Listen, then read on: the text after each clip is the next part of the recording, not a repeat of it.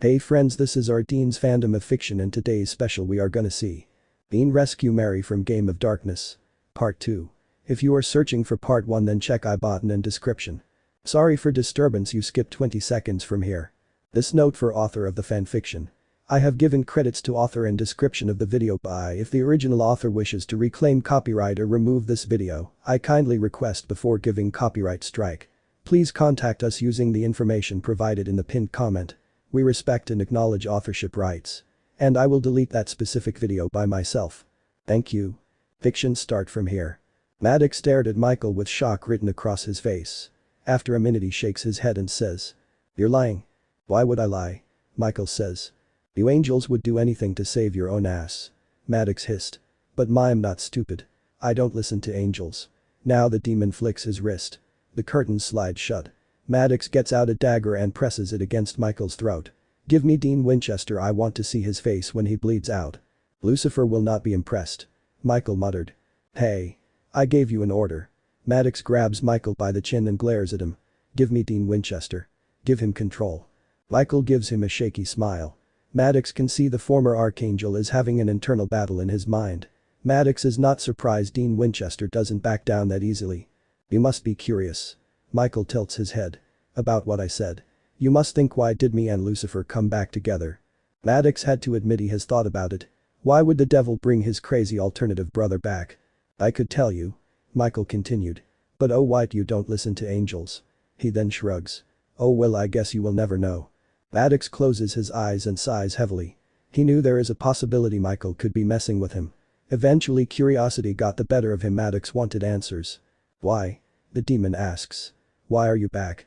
Michael's face turns smug. Maddox folds his arms and he waits for answers. "The empty." Michael says its ruler brought us back so we can do this ritual it told us about. "The one that involves Lucifer getting your grace back." "I'm sorry, but why would Lucifer help you?" "He is not helping me," Michael replied. "He is helping the kid." "The Nephilim?" "Yes." Michael nods. "Seems my dear brother wants another shot at being a father again. He wants to make things right with Jack. To do that he wants to take my grace away from Jack and transfer it to me. Because your grace is corrupting the boy." "Well, yes." Michael raises his eyebrow. "Although I personally have to disagree, the Nephilim has achieved great things during my absence. He killed Lucifer's Muppet. Jack brought Nick back." Maddox replied. "But still." Michael smiles. "The kid has a heart, he does do the good thing. Sure, he made some mistakes, but you all make mistakes. You will be making a mistake if you kill me." "It's true." Maddox said as he thought back to his conversation with Duma.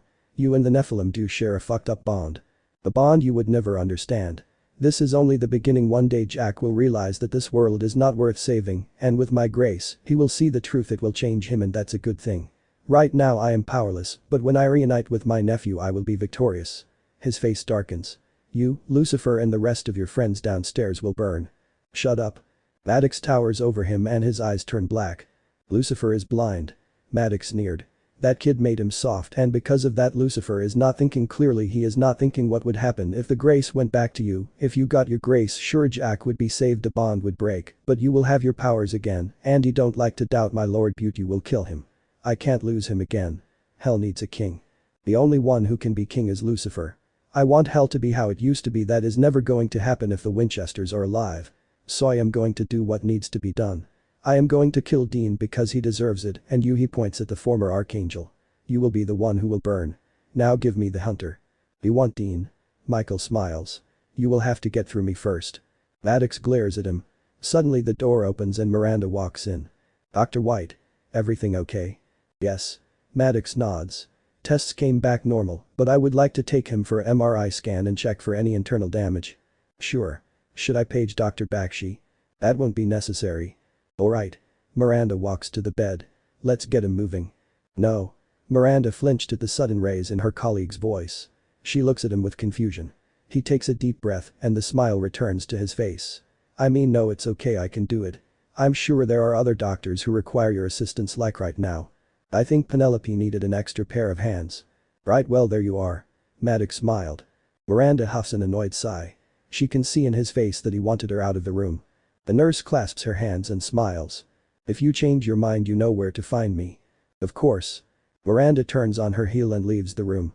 As she closes the door, the first thought that comes to her head is, Someone is a miserable bastard today. The nurse shakes her head and goes off to find Penelope. Maddox opens the curtain to check if the nurse is gone. He then sighs with relief when he sees her go around the corner. Maddox steps back and faces the former Archangel. Let's continue this somewhere more private. Mary dodges the first swing. The demon tries again, but Mary blocks it and kicks the demon in the stomach. The demon leans over and groans. Mary kicks him in the head, causing him to fall on the ground. The demon rolls onto his back. A chuckle escapes his lips. Not bad, I'll give you that. He lifts his head and smirks at the huntress. You can't get rid of me that easily. Without your blade you're useless against me.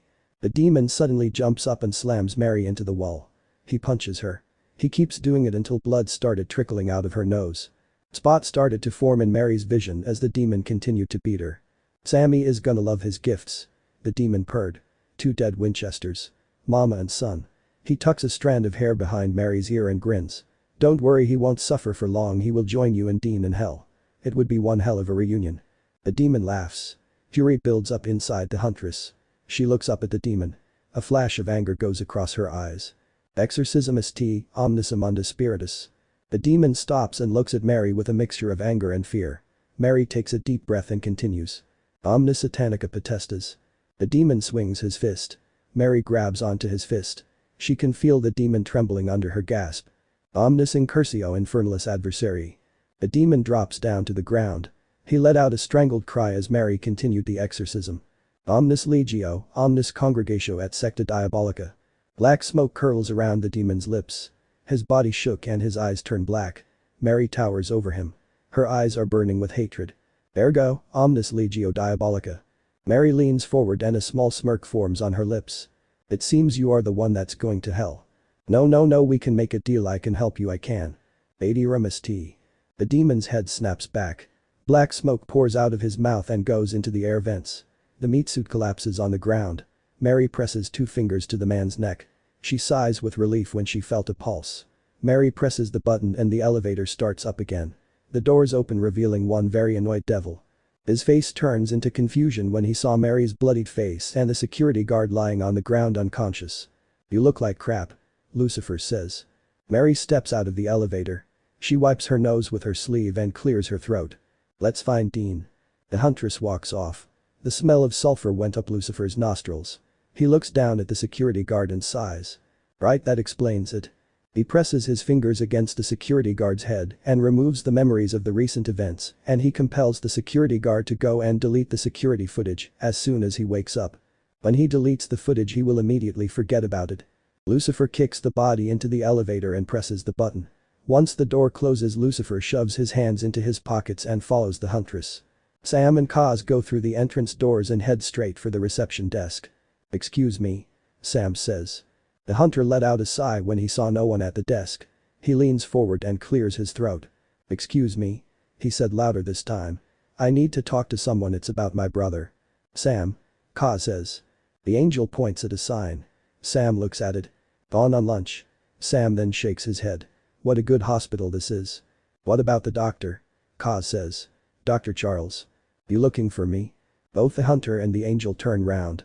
Dr. Charles walks towards them with a smile on his face. You must be Sam. Dr. Charles nods to the younger Winchester. He turns to the angel and frowns. And you are? He's a friend. Sam quickly says. Ah, I see, well, it's nice to meet you. Dr. Charles smiled. Where is he? Sam didn't mean to sound rude, but he was desperate, he wanted to know where his brother is. Dr. Charles didn't look offended, he knows Sam didn't mean it. Dr. Charles was used to people acting like this, he sees it all the time in the hospital. Without wasting any more time, Dr. Charles orders both the hunter and the angel to follow him upstairs. Mary and Lucifer searched every room on the 4th floor. They couldn't find Dean and Michael anywhere. Mary looks into the last room and sighs with frustration when she is met with an empty bed. He's not here. Mary spins round and glares at Lucifer. The demon. She lied. No. Lucifer replied. How are you so sure? Mary growled. She just said Maddox doesn't want any interruption, she could have sent us to the wrong floor, keep us distracted while he. Mary couldn't bring herself to say it. If Moore was lying, I would know. Lucifer says. Trust me, she wouldn't lie to my face, she wouldn't put her life at risk like that, not for a lowly demon like Maddox. Mary looks away, not wanting the devil to see how worried she is. Dean is alive. Lucifer walks round so he is facing the huntress. His stubborn Winchester ass will live on for another day. Hey. Dean is with Michael. That is supposed to make it better. Michael might be an asshole. Lucifer nods. But he knows how to survive. He is not gonna let himself be killed by a demon. Dean's life is in Michael's hands. Pretty much. Lucifer shrugged. We will find them. Maybe Maddox moved them. Can you sense them? Mary asks. Are they still in the building? Lucifer nods. They are still here. Mary's head snaps up at the sound of footsteps. She turns round ready to attack if necessary. Mary suddenly froze. Her eyes widen with shock. Sam. Sam stops and his eyes go as wide as saucers. He looks at Kaz. The angel had the same matching expression. This means Sam isn't seeing things, she's really here. Mary is back. His mom is back. Mom. Sam goes forward and throws his arms around her. Mary wraps her arms around him and hugs him. Sam. She cups his cheek with her hand and smiles at him. It's so good to see you. Sam smiles. Tears form in the corners of his eyes. We're okay. Yes. Mary nods. I'm okay. Mary? Mary turns and looks at the angel. Castiel. She lets go of her son and puts her arms around the angel. Kaz responds and hugs her back. Castiel is an angel, but to Mary he is one of her boys, he is family. Sam looks over his mom's shoulder. He became tense when he saw the face of his nightmares. No. Lucifer smiles and waves at the younger hunter. Hey Sammy. Sam pushes his mom behind him and looks at the devil with hatred in his eyes. Stay back. Is that how you treat an old friend, Sammy? You're supposed to be dead. Sam growled. Jack said he killed you. Lucifer frowns. Then his eyes widen with realization. Oh, you think he laughs. You think I'm Nick? The devil again laughs when Sam frowns. Mary puts her hand on her son's arm. Sam. She said. That's not Nick. What do you mean? Sam says. It's Lucifer. Kaz says. The color drains from Sam's face. No. He shakes his head. No. He takes several steps back. His body trembled and fear showed in his eyes. I'm sorry, but what is going on? Dr. Charles asked, his face puzzled. Dean killed you? Sam spat out. Sam's legs buckle underneath him. He quickly leans on the wall to stop himself from falling over. Sam. Mary grabs onto him and looks into his eyes. He is not going to hurt you. Sam looks at her with disbelief. Mom. It's Lucifer. Mary nods. I know. We need to stop him. We can't. Why? Because we need him. Need him for what? To save Jack. Sam steps back from his mom. Jack. Yes. No. Sam looks at the devil. No, you stay away from him. I'm not the bad guy here, Sam. Lucifer replied. So you're not the one who took Jack's grace, huh? You're not the one who stood there and watched his son try to kill himself. Sam spoke, his voice rising with anger. You're the reason we're in this mess. Jack lost so much because of you. I know. Lucifer yelled. He takes a deep breath and closes his eyes. I know. He opens his eyes and guilt showed on his face. I made a mistake. I wanted to change, I really did. I wanted to be the dad God failed to be, fucked up. Yeah, you did fuck up. I don't expect forgiveness. Lucifer sighed. But I do want to save my son. I want to make things right with him. No. Sam glared. Jack hates you. You will never be his dad. Fury goes across Lucifer's eyes. Not wanting the situation to escalate further, Mary steps in between them and raises her hands. Sam. She shakes her head. Not now. But Mom. I know this must be hard for you, Sam. Mary has heard about her son being in the cage with the devil, but she never really knew what went on down there. She did ask Dean about it once, but even he didn't know all the details. Sam didn't talk about his experience with anyone. Mary might never understand Sam's connection with Lucifer, but she knew one thing: whatever happened in the cage, it scarred her youngest for life. The fear Sam shows towards the devil broke Mary's heart. It reminded her of a victim facing their abuser. Hard? Sam scoffed. Mom, he is a monster. Can't you see? You're right, he is a monster. Hey. Lucifer glared. Mary ignores him and continues. I hate this as much as you do. She then sighs. But we do need him and Michael. I'm sorry, but what is going on here? Dr. Charles interrupts. He suddenly looks in the patient's room and frowns. Where is Dean? He walks in and checks the room, including the bathroom. He walks out and shakes his head. Where did he go? That's what we want to know. Lucifer answers. Castiel glares at his brother. What did you do to him? Dr. Charles takes a step back when he saw the blade slip out of the angel's sleeve. Sir. He raises his hands. You did need to put that down. Dean is gone and you immediately think this is my fault. Lucifer says. You're here. Kaz stated bluntly. And now Dean is gone. Blondie. Lucifer turns to the huntress. Tell them I've been with you all this time. I think everyone needs to calm down. Mary says. Out of the corner of Sam's eye he sees Dr. Charles getting a walkie-talkie out. Don't do that. Sam says. Right now you're leaving me with no choice. Dr. Charles replied. Put it on the ground. Sam ordered. Now. Sam. Dr. Charles shakes his head. I'm on your side. We both want the same thing, we both want Dean to be found, we both want him to be safe. So if you could please tell your friend to put the weapon down, we could talk about this. While Dr. Charles spoke to the younger hunter, Lucifer closes his eyes and expands his surroundings. Almost all the demons are gone now. There is one demon remaining and he is on the bottom floor. That has to be Maddox. Eyes. Lucifer smiles at Dr. Charles. Sorry Doc, but you are not part of this conversation. The devil reaches out and places 2 fingers on Dr. Charles's forehead. Dr. Charles's eyes roll to the back of his head and he collapses on the ground. He's fine. Lucifer quickly assured them. He lifts Dr. Charles and carries him over to the bed. He then lies him down on the bed. He's out like a light. Lucifer smiles. When he wakes up he will not remember a thing. So we're good for now. Good? Kaz frowned. We still don't know where Dean is. Actually. Lucifer grins. I know where he is. Maddox finds an old storage room that is not being used anymore. He goes in, closes the doors and puts a crowbar through the handles. He steps back and sighs with relief. Much better. He turns round and faces the former Archangel who is still tied down to the bed. So? Have you changed your mind? Are you going to give me Dean Winchester? Michael sighs and closes his eyes as the hunter tries to take control. Since Michael said Lucifer is back, Dean has fought him non-stop. Michael used all his strength to keep Dean down. If Dean takes control, Maddox will have what he wants, then he killed both Dean and Michael. On the way to the storage room, Michael caught his reflection in the mirror. Dean threatened him, screamed at him, but Michael didn't react. Instead he remained calm and said. If you want to stay alive, Dean, then stop fighting. Of course his sword doesn't listen. The demon wants you. Michael warned. If you take control we die. So I would suggest you be a good boy and stand down.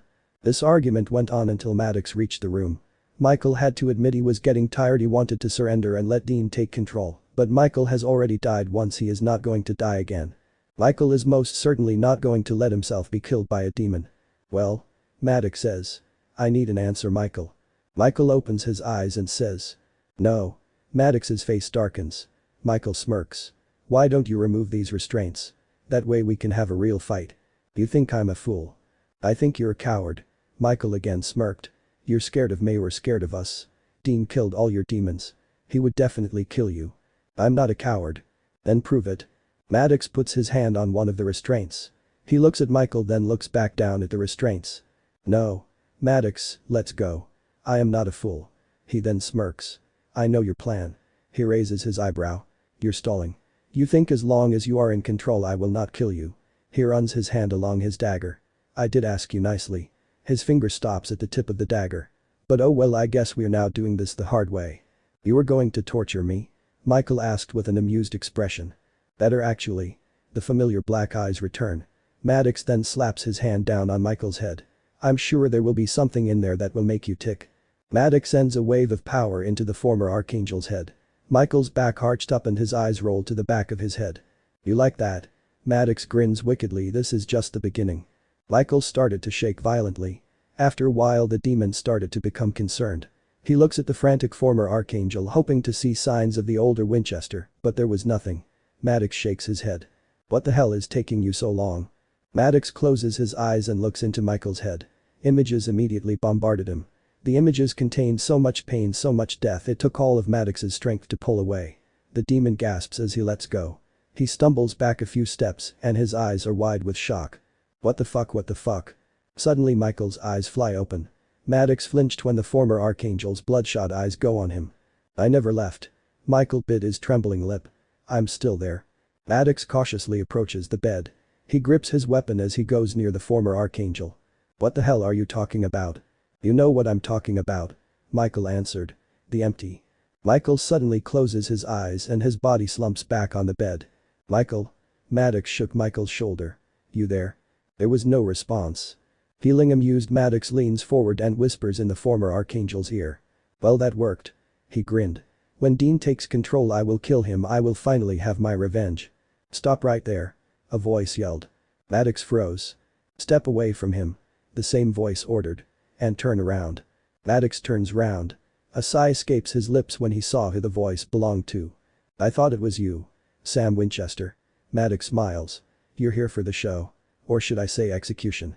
You touch him you're dead. Sam warned. I'm dead either way. Maddox sighed. Suddenly a small groan comes from the bed. Dean. Sam says. His brother's eyes slowly open. Sammy. He slurred. Sam saw the demon's hand twitch. Suddenly Maddox raises the dagger and goes straight for Dean's chest. No. Sam runs and lunges himself at the demon. Maddox falls and crashes into the boxes. Sam lands on top of him. Maddox growls and tries to push the hunter of him. Sam pins the demon down and reaches for the dagger. Maddox headbutts Sam and grabs the dagger. He swings the dagger. Sam throws his arm in front of his face. He let out a cry as the dagger cuts his skin. Maddox grabs onto Sam and they both roll over. Maddox is this time on top. He pins Sam's arms down. Sam struggles to get out of the demon's grasp. You ruined hell. Maddox hissed. No one will take the throne thanks to you. Once you and your brother are dead, hell will return to normal and Lucifer will be king. He presses the dagger against Sam's throat. A smile spreads across the demon's face. Goodbye Sam Winchester. Suddenly Maddox gasps. He looks down and sees a blade sticking out of his chest. The demon turns his head and goes pale when he saw Ka staring at him with rage in his eyes. Maddox's head snaps back. He screams as his body lights up. Then there is a flash and the demon falls on the ground. Ka steps forward and pulls the blade out of the now deceased demon. He turns to Sam and his face becomes concerned. You okay? Yeah. Sam winced as he moved his arm. Ka squats down and carefully takes Sam's arm. He places his hand on the cut and lets his grace heal the injury. Sam. Mary runs towards him. Are you okay? Sam stands up and flexes his arm a few times. He then smiles. I'm fine. Lucifer steps in and looks round. He saw the demon's body on the floor. Kaz nods to his brother. Lucifer nods back. Mom? Mary's eyes shift onto the bed. Dean looks at her with disbelief. Dean? Mary walks to the bed and begins to untie the restraints. Dean stops her by grabbing her wrist. Dean. It's me. Mary assured him. Dean looks at her wrist. She looked real. She felt real. Mary places her hand over his. She gently squeezes his hand. Dean looks over at his brother. Sam smiles and nods. Dean's face softens as he looks into her eyes. Mom? Yeah Dean. A huge smile forms on Dean's face. You're back. Mary nods. Yes. She again squeezes his hand. I'm back. Once Dean was rescued, Lucifer went round the hospital and made sure any evidence of Dean's arrival was deleted. As Lucifer has stated many times, he didn't want any of this to come back to bite them in the ass. Dean looked like a bull ready to charge when he saw the devil. Mary immediately stepped in and ordered her son to stand down. Dean, we need him. Dean looks at his mom with confusion. For what? To save Jack. She answered. The conversation between Michael and Maddox appeared in Dean's mind. The ritual? Yes. Mary looked surprised that her son already knew. That's right. Did Michael tell you? I heard about it. Dean replied. So you know how important this is? Mary smiles. Once the ritual is done, Jack will be okay. You want to help the kid? After what he did to you? Mary looks at him with shock. She didn't expect that from him. Dean, it was an accident. He hurt you? Dean growled. Dean, Jack is sick, he needs help, our help. Jack is dangerous. Dean snapped. He needs to be stopped. And he will be stopped. No, you don't understand, I mean he really needs to be stopped for good. Dean. Mary shakes her head. Jack is family. He was never family. Mary stood with a stunned expression as Dean goes to walk out of the room. The hunter suddenly leans on the door as pain goes through his leg. Castiel steps forward ready to heal the older Winchester. Dean quickly backs away. He gives Kaz a dirty look and leaves the room. Mary looks at her youngest son for answers. Sam sighs and shakes his head. He's been like this since. Sam hesitated. Since Jack sent you away. Why is he angry at Castiel? Mary frowned. Kaz already knew about Jack. Sam again sighed. He has known for a while now. He never told us. I didn't want you guys to worry. Kaz interrupts. After everything we have been through, Michael, his monsters, the hunters, I didn't want you guys to have another problem to worry about, so I thought I could deal with it myself. Turns out he lowers his head with guilt. I made everything worse. Mary sighs and places her hand on the angel's shoulder. I'm not mad at you. She said. But you should have not kept it from us. As soon as you realized something was wrong, you should have told us straight away. I know. Kaz nods. And I'm sorry. I know you are. Mary says. But this thing between you and Dean, you have to sort it out if we want to save Jack, we have all got to be on the same page. Sam, Dean didn't mean what he said about Jack, right? I don't know. Sam answered honestly. Sam. Dean's voice came from outside. Can you come here for a sec? Sam walks outside. Yeah? You got the cuffs? Dean asks. Yeah. I need them. Dean raises his hands. Just in case Michael does a runner again.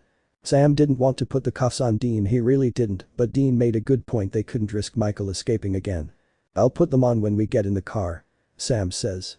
Then Dean had a thought. Wait, my baby. She's fine. Lucifer appears next to Dean with a grin on his face. Good as new actually. What the hell did you do, you son of a bitch? Dean glared. Lucifer rolls his eyes. Why does everyone think I have done something wrong? Because you always do something wrong. Kaz says. Lucifer gave his brother a really look. The car is fine, Dean. Mary assured him. I need to see with my own eyes. Dean says. So everyone left the hospital and went to the area where the Impala is parked. Kaz did eventually heal Dean despite his protests, it was either that or Sam dragging Dean across the parking lot.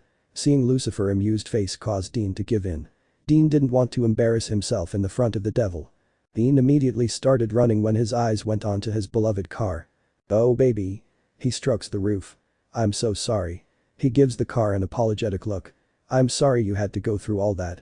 As Dean continued stroking the car, Lucifer clears his throat. Sorry to cut this short, but we really gotta go like right now. I'll take Dean. Sam says. Cause you take your car and Sam goes quiet as his eyes on the devil. Mary can't see Sam didn't want Lucifer in the car. Then the huntress had an idea. You take Dean. She says. Me and Lucifer will go with Castiel. What, Mom? Both sons said at the same time. I can keep an eye on him. Mary nods. I think it's for the best if we separate Lucifer and Dean. Last thing we need is Michael making an appearance and the risk of another apocalypse. Lucifer frowns at her. First of all, I don't need a babysitter, and secondarily an apocalypse. Really? Arguments in the car is the apocalypse in my book. Mary smiled. Now come on. Lucifer opens his mouth to argue. Then he closes his mouth and shakes his head. Fine. Lucifer slides into the back. Mary is about to go, but Dean grabs her arm. I would prefer if you traveled with us. Dean, Lucifer is not going to hurt me. Mary assured him. What makes you so sure? I just know, okay? I mean, think about it, if Lucifer wanted me dead I wouldn't be standing here right now. Dean, it's not just Lucifer you are worried about. She looks round before leaning forward and whispering in Dean's ear. Castiel is not the enemy here, I understand what he did was wrong, but Dean, you're being too harsh on him. He is the reason you were in the empty. It's not his fault. It is his fault. It is no one's fault. Yeah, you keep telling yourself that. Mary sighs heavily. There is no use, she couldn't talk to Dean while he is like this. The huntress goes into the car and shuts the door. Do you need the cuffs? Sam asks. There's no point. Kaz replied. I can see Lucifer has Jack's grace, the cuffs would be useless. So now what? If what Lucifer says is true, then I don't think he will try anything. If he did do something you wouldn't tell us. Dean muttered under his breath. Oz heard him but decided to not comment on it. He instead looks at Sam. I'll follow you. Okay. Sam looks at his brother. Let's go. Oz gets into his car while the Winchesters go into the Impala. Then they all drive off. Since Michael announced he is back, Annel has been on the run. She has been constantly looking over shoulder, fearing that any second Michael will appear and he will kill her. When it begun raining, Annel had no choice but to seek shelter. She finds this rundown motel on the outskirts of town. Annel looks at the motel sign that hung lopsided. She shakes her head with disgust. Just one night, as soon as it clears up I'm getting the hell out of here. The angel walks to the reception desk. She presses the bell and waits for someone to come over. The woman comes out with a cigarette hanging out of her mouth. Yes. She said, her voice rough. One double please. Annel answered. The woman removes the cigarette and coughs a few times. Annel grimaced when the smoke hits her face. How many nights? The woman asks. One. The woman turns and grabs a key from the hook. Room 7. She drops the key on the desk. That will be $45. Annel gets out her purse and pulls the money out. As she did that, the woman eyes her up and down. Annel can see the woman is jealous of her. Hey, that's not my problem. If she wants to spend the rest of her days in this dump, that's her choice, but she will never get anywhere in life. The angel smiles. She will never be like me. Here you go. $45. Annel puts the money down on the table. The woman tears her eyes away from the angel and begins to count the money. Then the woman opens the till and shoves the money into it. Have a nice day. Thank you. Anil grabs the key and heads straight for her room. She unlocks the door and pushes it open. The angel steps in and looks round. The room is surprisingly adequate. Other than the wallpaper peeling off the walls and the broken chair, this room wasn't as bad as Anil thought it would be. At least they changed the sheets. She thought as she sat down. She puts her bag next to her and grabs remote from the table. She presses the button and leans back on the headboard. On the TV is a man, a woman and two kids, a boy and a girl. Anil watched as the kids welcomed their father back after a long day at work. He hugs his children, then goes and kisses his wife on the lips. Anil watched with a look of longing. She imagined herself as the wife living in the dream home with a dream husband. Almost every night they would both be in bed making love. He would kiss her lips, hold her in his arms, assure her that everything was going to be okay. There would be no more running, no more hiding. Anil would be free. And if you're so smart, what do I really want? Love. To belong, to have a place. A home, a family. It's very, very human of you. And so disappointing. As Michael's words echoed in her head, Anil quickly switches of the TV and tosses the remote to the side. What the hell was Anil thinking? Anil doesn't need a partner, she doesn't need a family, she is fine on her own. Nowadays it is better to be alone, that way you would never be hurt. Anil doesn't need anyone, she likes her life. She has a job, she has an income, and with the money she has brought herself lots of clothes, shoes, makeup, jewelry, she has everything a girl would ever want. She is happy, she told Castiel, she is happy, this life, this is what she has always wanted. You pretend to care about these things, pretty things. But that's all it is, pretending. These trinkets, they don't make you happy. They just pass the time. They're not what you really want. Anil grits her teeth as Michael's voice taunts her. She was doing fine, just fine, then Castiel had to come looking for her, he had to drag her into his mess, and Michael, seeing Michael again alive, the desire he drew out of her has resurfaced, and now she can't stop thinking about it. She cursed Castiel, she cursed the Winchesters, she even cursed the Nephilim. Damn them all. She growled. A bang causes the angel to stand up. She runs and looks out of the window. It is empty outside. The sound of glass shattering causes Anil to whip round. Hello. Her blade slides out of her sleeve as she cautiously approaches the bathroom. She turns the doorknob and slowly pushes it open. The angel steps in and looks round. Anil froze when she heard glass coming from below. She lifts her boot up and sees broken pieces of glass. The angel follows the trail and it leads her to a broken window. Anil stared at it for several moments. If the window is broken, that meant someone is here. Anil felt something wet hit her head. Another drop hit her shoulder. Suddenly having a bad feeling, Anil looks up at the ceiling. Staring back down at her are two glowing blue eyes. Anil's eyes widen with horror. The intruder howls and falls from the ceiling. Anil snaps out her shock and goes to run, but the monster crashes into her, causing both of them to fall in the bath. Anil's scream is cut short when a hand clamps over her mouth. You're coming with me. The monster grinned. Anil's eyes glow. She grabs onto the monster's arm and twists it. The monster cries out in pain. Anil pushes the monster off her, then she grabs the shower curtain and wraps it around his neck. The monster gasps as Anil increased her grip. Who sent you? She yelled in his ear. The monster growls and raises his claw. Anil stands up and slams the monster into the wall. The monster again gasps as Anil continued to pull the shower curtain. Answer the question. The monster roars and slashes his claws through the shower curtain. He throws himself against the angel, causing them both to crash through the door onto the floor. Anil goes to stand up, but the monster grabs her by the leg and pulls her back down. Anil kicks him in the face. He stumbles back and falls down on the bed. Anil crawls towards the chair and grabs one of the broken legs. At the same time, the monster gets back up.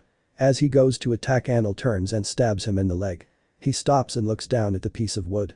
He looks back up and smirks at the angel. That has no effect on me, sweetheart. He pulls the slab of wood out of his leg and lets it drop on the ground. He steps forward. As he goes to take another step, Anil raises her hand and sends the monster flying into the wall. His head smashes against the mirror, causing glass to go everywhere. He then tumbles down onto the floor. Anil grabs her blade and walks up to the monster. He turns on his back and a groan escapes his lips. Anil presses her boot down on his chest. He again groans. Holy shit. Anil turns round. A man stood at the front door. His eyes are wide and his lips are parted in shock. Anil can see that this man is like his friend. He is a werewolf. Did Michael send you? She asks. The werewolf didn't answer. He instead keeps looking between his friend and the angel.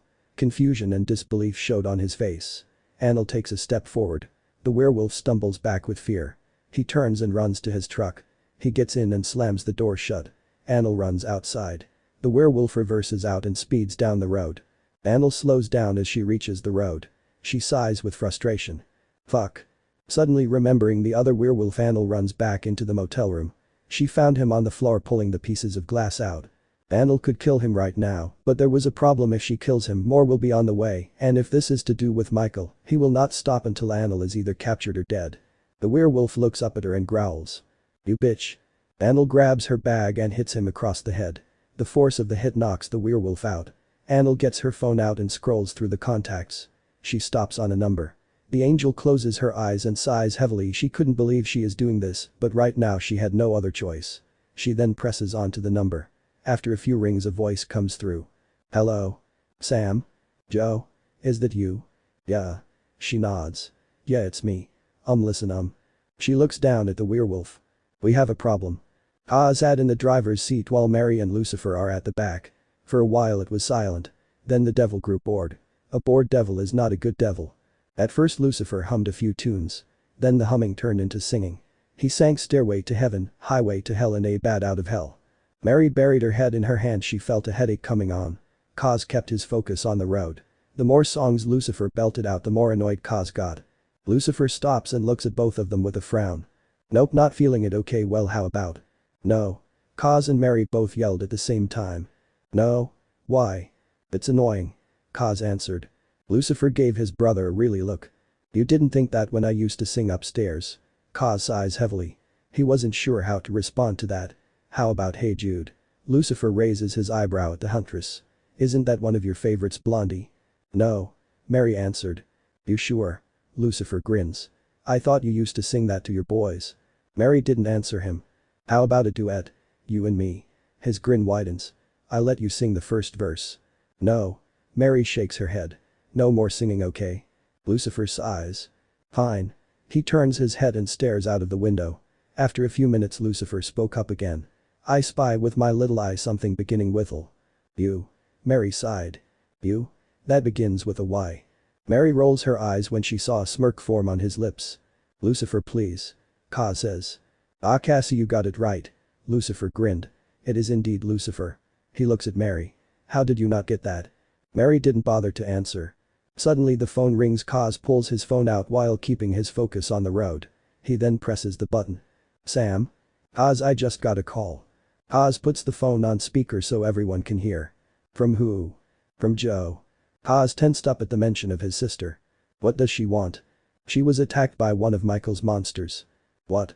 Where is she now? Is she okay? She's staying at a motel. We're going there now. Okay.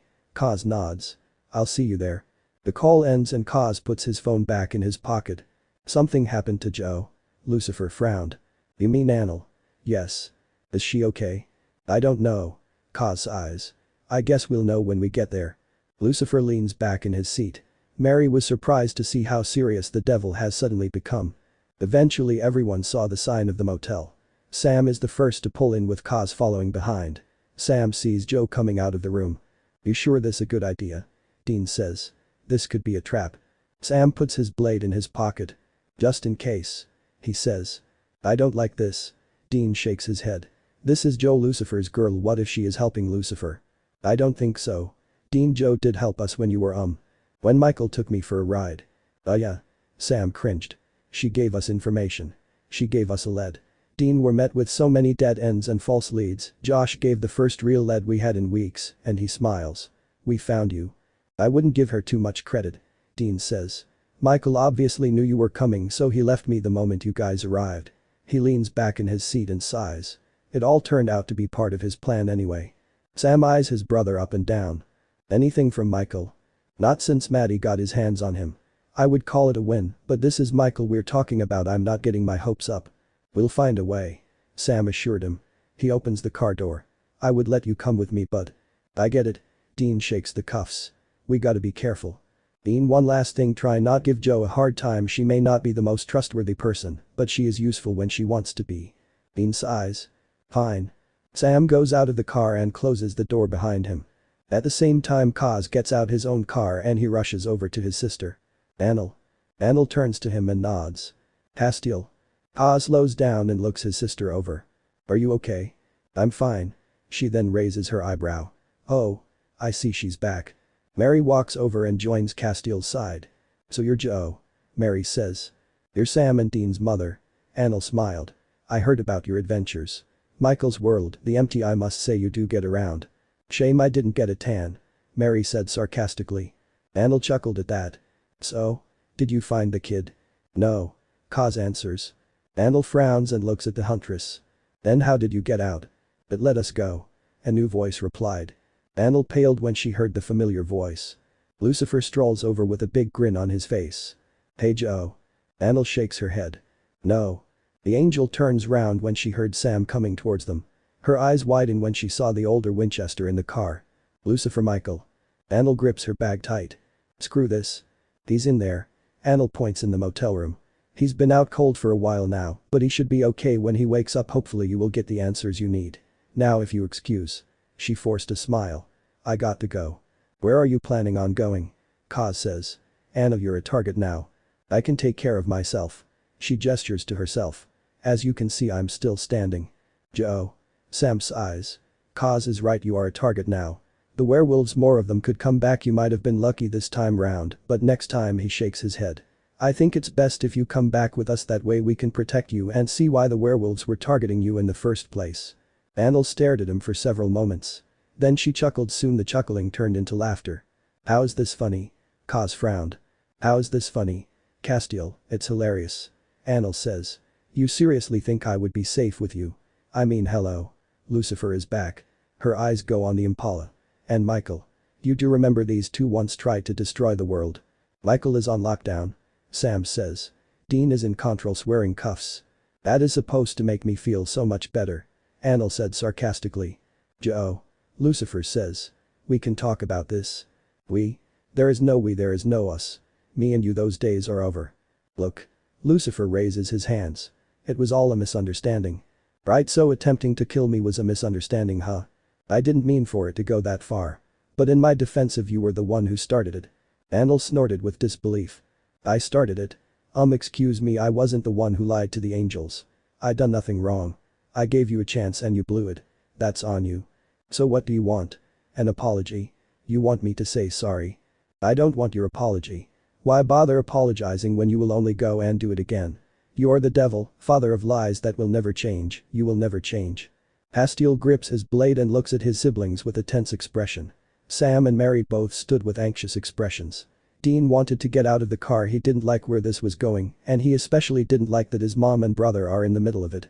As Dean goes to find a way to remove the cuffs, Lucifer lowers his head and says. I know. Everyone looked at him with surprise. Lucifer looks up. You're right, I will probably screw up again. It seems that's all I'm ever good at. He then sighs. It's like a cycle I just can't get out of. Then it is not all my fault, you guys are to blame as well. You guys won't give me a chance.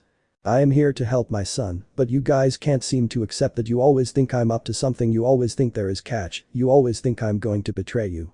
In the other world I chose to stay and fight Michael just so you guys can get through the rift. What did I get in return?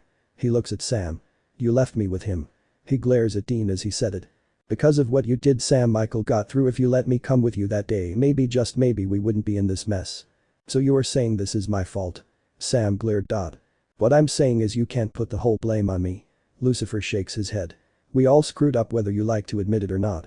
Right now I just want to do this one good thing. I want to help Jack. I don't expect us to be best friends, but can we just put all this crap behind us and focus on the present? Is that too much to ask? He's right. Mary nods. All this fighting, it has to stop. Jack needs us. Let's just put our differences to the side and work together. Okay. Sam sighs and nods. Deep down he knew his mom is right. Kaz also nods. And you? Mary looks at Anil. If you don't want our help, that's fine, but if the werewolves come after you again, don't even think about calling us. We have other important matters to deal with. It's your choice. Mary then turns to Sam. Let's get the werewolf. Sam nods and follows his mom inside the room. Wow. Anil says. That was unexpected. Mary does make a good point. Kaz says. You trust the Winchesters? Anil raises her eyebrow. With your life? I do. Kaz nods. Anil, they will protect you, I promise. Anil thought about it for a few moments. She then sighs. Okay.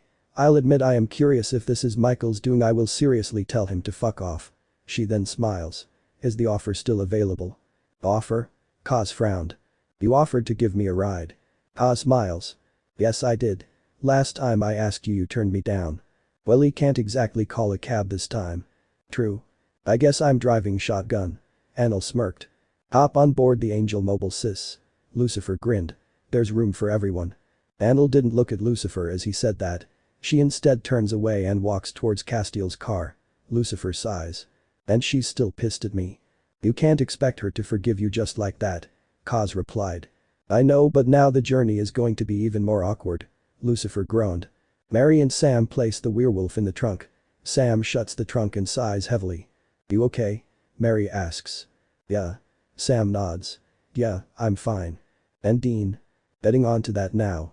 Sam goes and opens the car door. He lets out a scowl when he saw Dean's wrists full of scratches and cuts. You tried to escape. Can you not blame me? When I saw Ariel over there having a meltdown, I thought a damn war was gonna happen. You really think I would sit here while you and Mom are in the middle of a celestial fight? No, but nothing happened. I'm okay, Mom is okay, Kaz is okay, we're all okay. Dean nods and looks out of the window. So she's coming with us. Sam looks up and sees Anil waiting by the car. Seems like it. Dean rolls his eyes at that. Mary leans through the window. Everything okay? Sam nods. Yeah.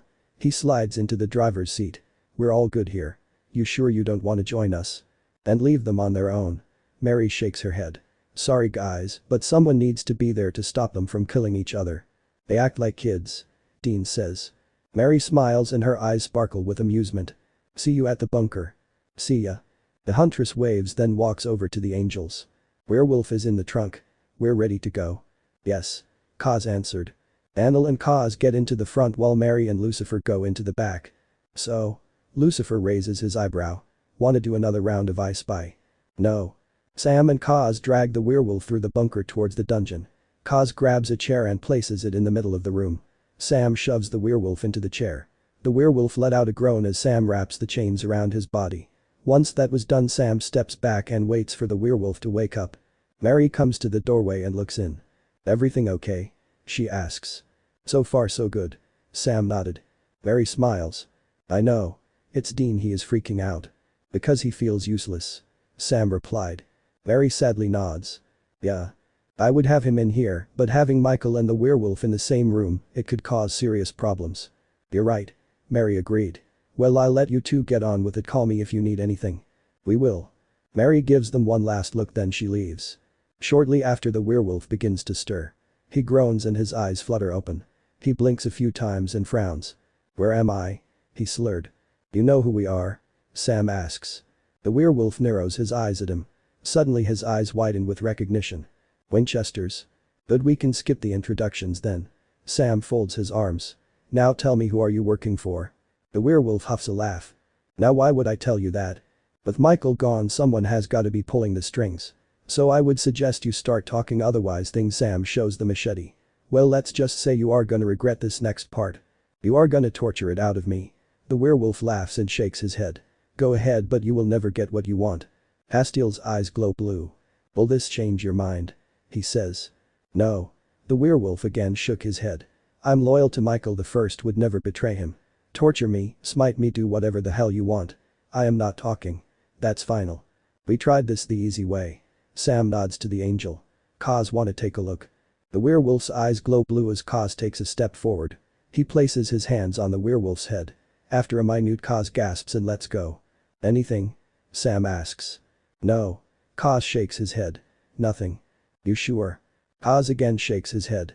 The werewolf smirks. I learned to hide my secrets from nosy angels. With a grace I can do anything. I can alter images, my memories. He then grins. You will never know what's real or what's fake. Kaz frowns. Did Michael teach you that? Teach me? The werewolf laughs. I am Michael. I have his grace pumping through my veins. What he can do, I can do. I'm not the only one. There is so many of us out there. We're getting stronger by the day.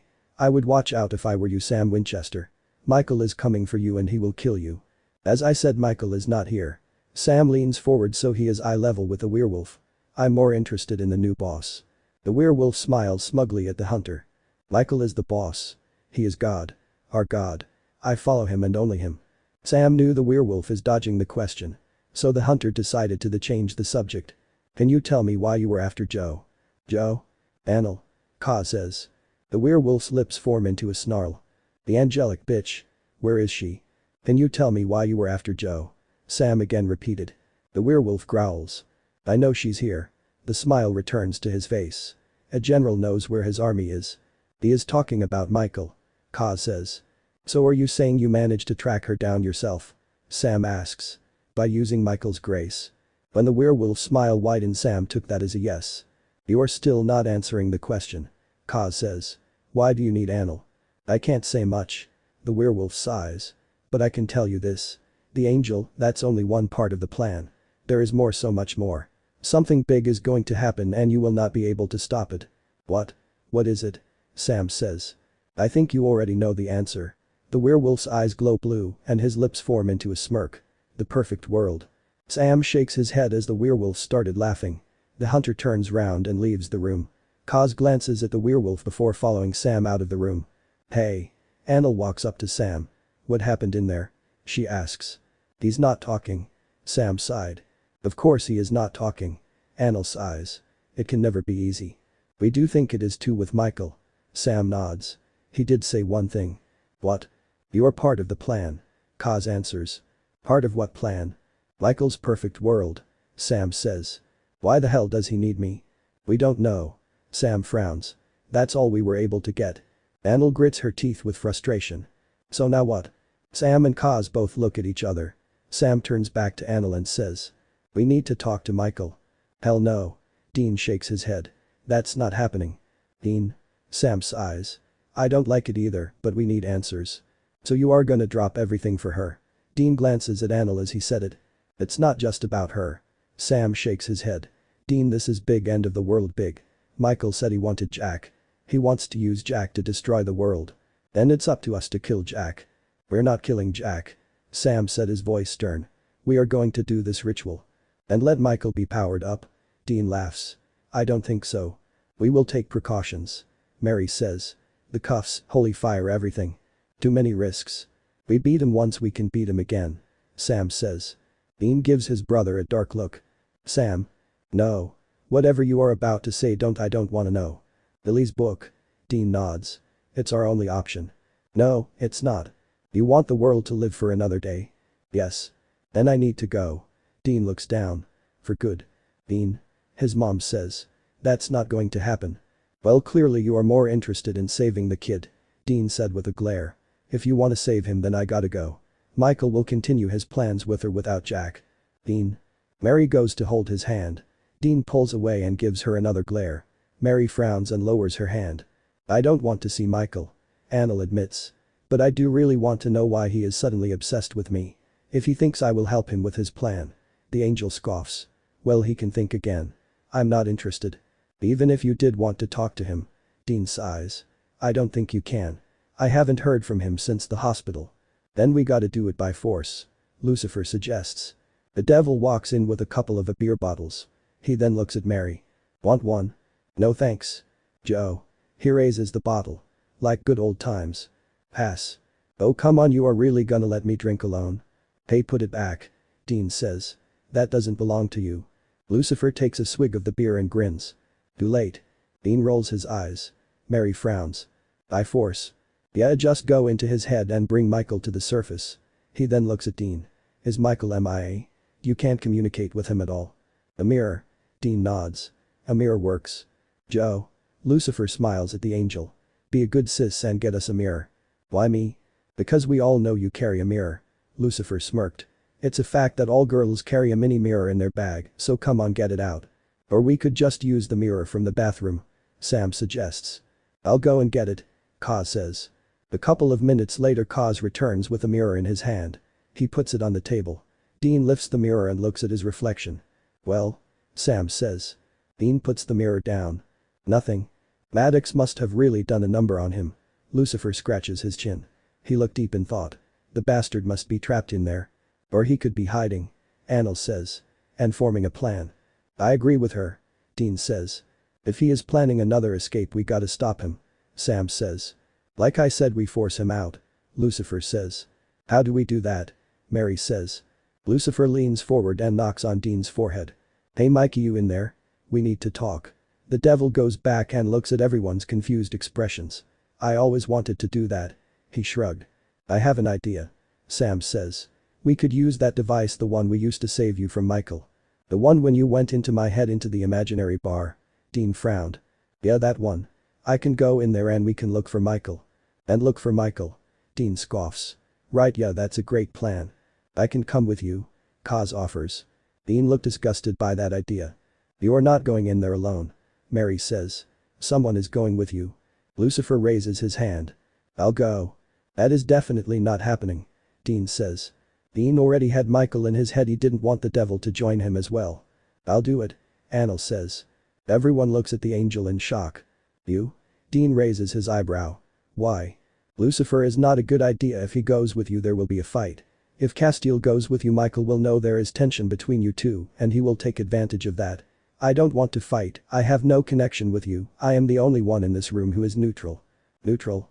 I am not on anyone's side. Anil nods. The only side I am on is my own. Michael can't use the love card on me because I don't have any family, I don't have any friends, I just have myself. She smiles. That means he can't hurt me. I'm sorry but you do remember what happened to you earlier. Lucifer frowns at her. The werewolves. You are part of Michael's plan. Going in there you could be giving him exactly what he wants.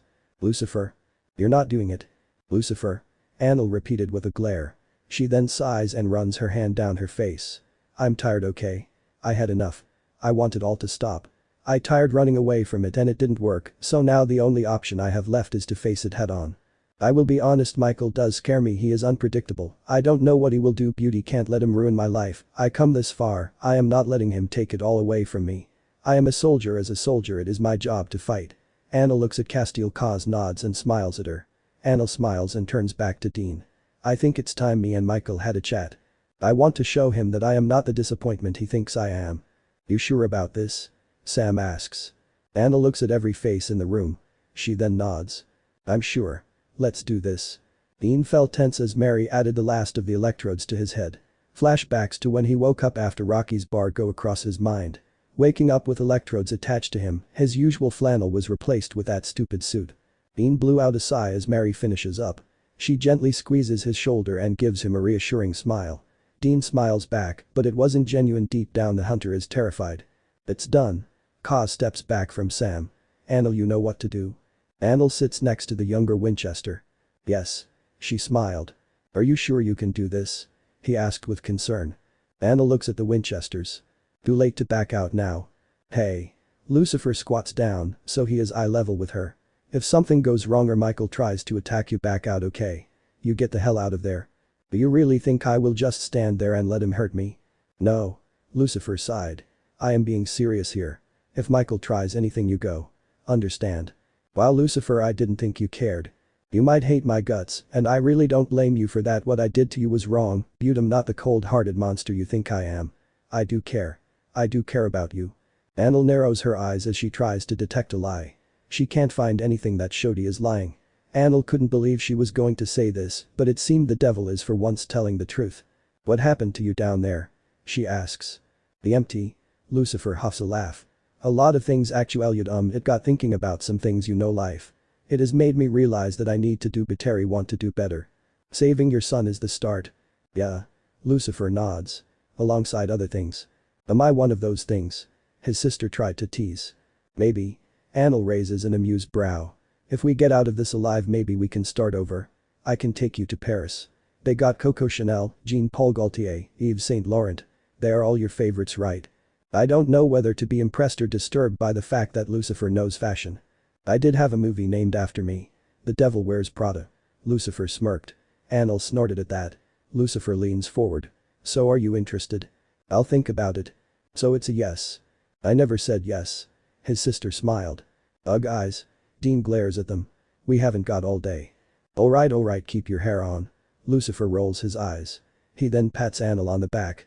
Go and get Tiger. Anil rolls her eyes as Lucifer goes next to Mary.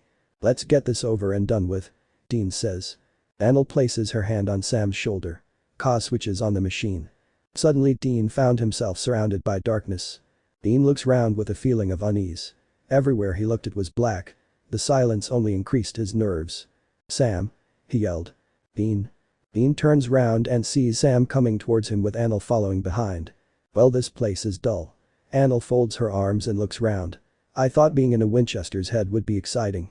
This is what it was like when me and Kaz first got here. Sam says. Right. Anil sighs. I guess we better start searching for Michael. Anil tilts her head and closes her eyes. Anything? Dean asks. Nope. Anil opens her eyes. Michael being human, it does change a lot of things. I don't know if he is in a memory or he is like us, lost in the darkness. Tell me, did you mention an imaginary bar? Yeah. Dean nods. Michael created it. The hunter's lips curl upwards into a smile. It ended up being his prison. His prison was a bar. Had him locked up in the refrigerator. Dean smirked. You had an archangel locked up in a refrigerator in a bar? I guess it sounds bad when you put it that way. Dean smiles sheepishly. This is one of these moments where I really have to question you boys. Anil shakes her head.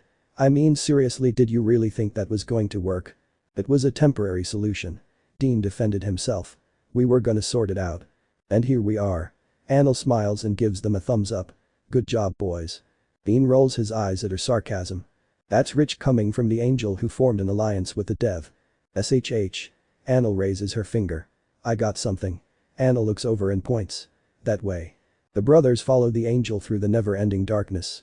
Suddenly a door appears. Dean steps forward and looks through the glass. Well, I'll be damned. Sam moves in and has a look. Inside they see a familiar bar. Rocky's bar. At the counter they see Michael slumped over with a bottle of beer in his hand. The former archangel looked miserable. He must have been lost in thought because he didn't notice the three faces at the window. In the corner is the destroyed refrigerator. Dean had to wince. Those memories of Michael escaping resurface in his mind. What is Michael doing here? Sam frowned. I don't know. Dean replied. Maybe without his mojo he can't create any places to go. So he's stuck in the bar. This was his prison? Anil asks. That's right. I was expecting something more fancy.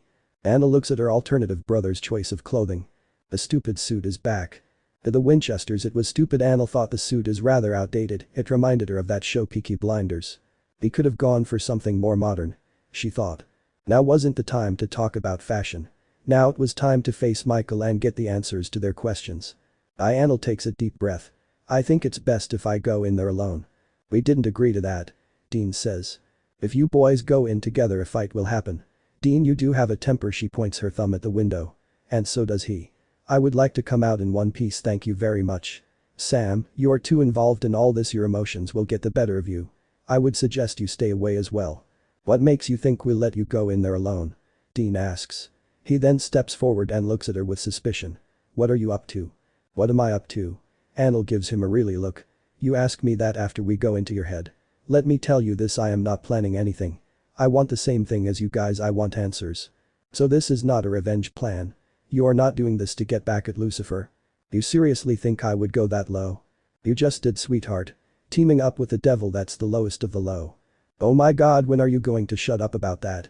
Eyes. Sam steps in between them and glares at them both. Now is not a good time. She started it. Anil gaped at that. He started it. You told us to wait outside. Dean folds his arms. This is my head. I'm in charge round here. I say we go in there, grab the bastard, tie him up, and then we can get the answers we need. And you Winchesters have one civil conversation. Michael is not exactly civil. Dean snorted. So similar. Anil laughs. You and Michael are both so damn similar. Didn't we already have this conversation? I'm saying it again. She smiles. Because I'm right. You both are self-righteous fucking assholes. Now take that back. Eyes. Sam interrupts. Oh, did that hurt? Anil grinned. You're a bitch, you know that, right? Dean glared. I've been called worse. Eyes. Sam again says. Devil's girl. Already said that, Dean. Satan's girl. And that. Heaven is definitely not missing an angel. Dean smirked. Now that's just dumb. No. Your comebacks are lame, Dean. Trust me, I got a lot to say to you, sweetheart. Can you stop calling me that? I ain't your sweetheart. You're not my sweetheart. Dean scoffs. I wouldn't even look at you twice. Same goes to you. I wouldn't be so sure on that. How can you turn this down? He gives her a charming smile. I am good looking. No. Dean's smile drops. Anil smirks at his reaction. I think a few gray hairs are starting to come through. What? Dean touches his head and his eyes widen with horror. Anil laughs. Well, that was entertaining. Everyone turns and sees Michael leaning at the door with the beer still in his hand. Sam backs away and his body becomes tense.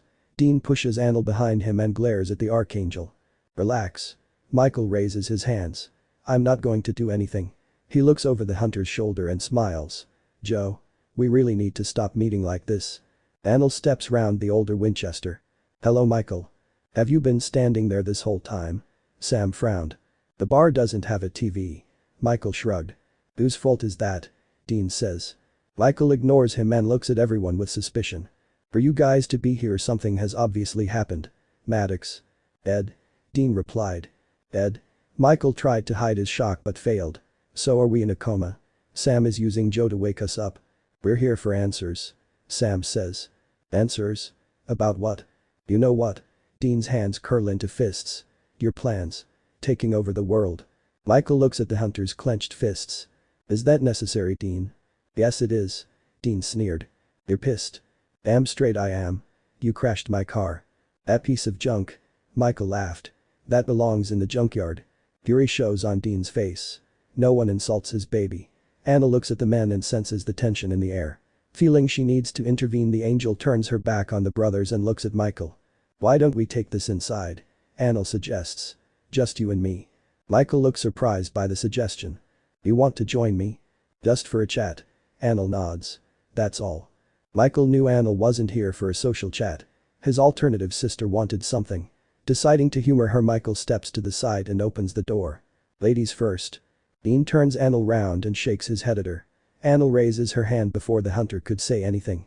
I don't want to fight. She says. Please. She looks at Sam.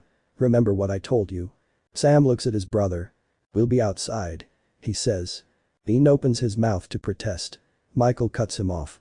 Dean, don't worry, if I wanted to kill Joe she would have been dead a long time ago. That's very reassuring. Anil thought with a sigh. Joe? Michael looks at her. Are you coming? Anil forces a smile. Of course. Sooner we get this done the sooner I can leave his head. It's rather stuffy in here. I guess this head is not big enough for the four of us. Michael smirked. That's because his ego takes up the room. Dean said sarcastically. Michael shoots him a glare. Anil also glares at Dean and mouths shut up. To him. Dean leans on the wall and folds his arms.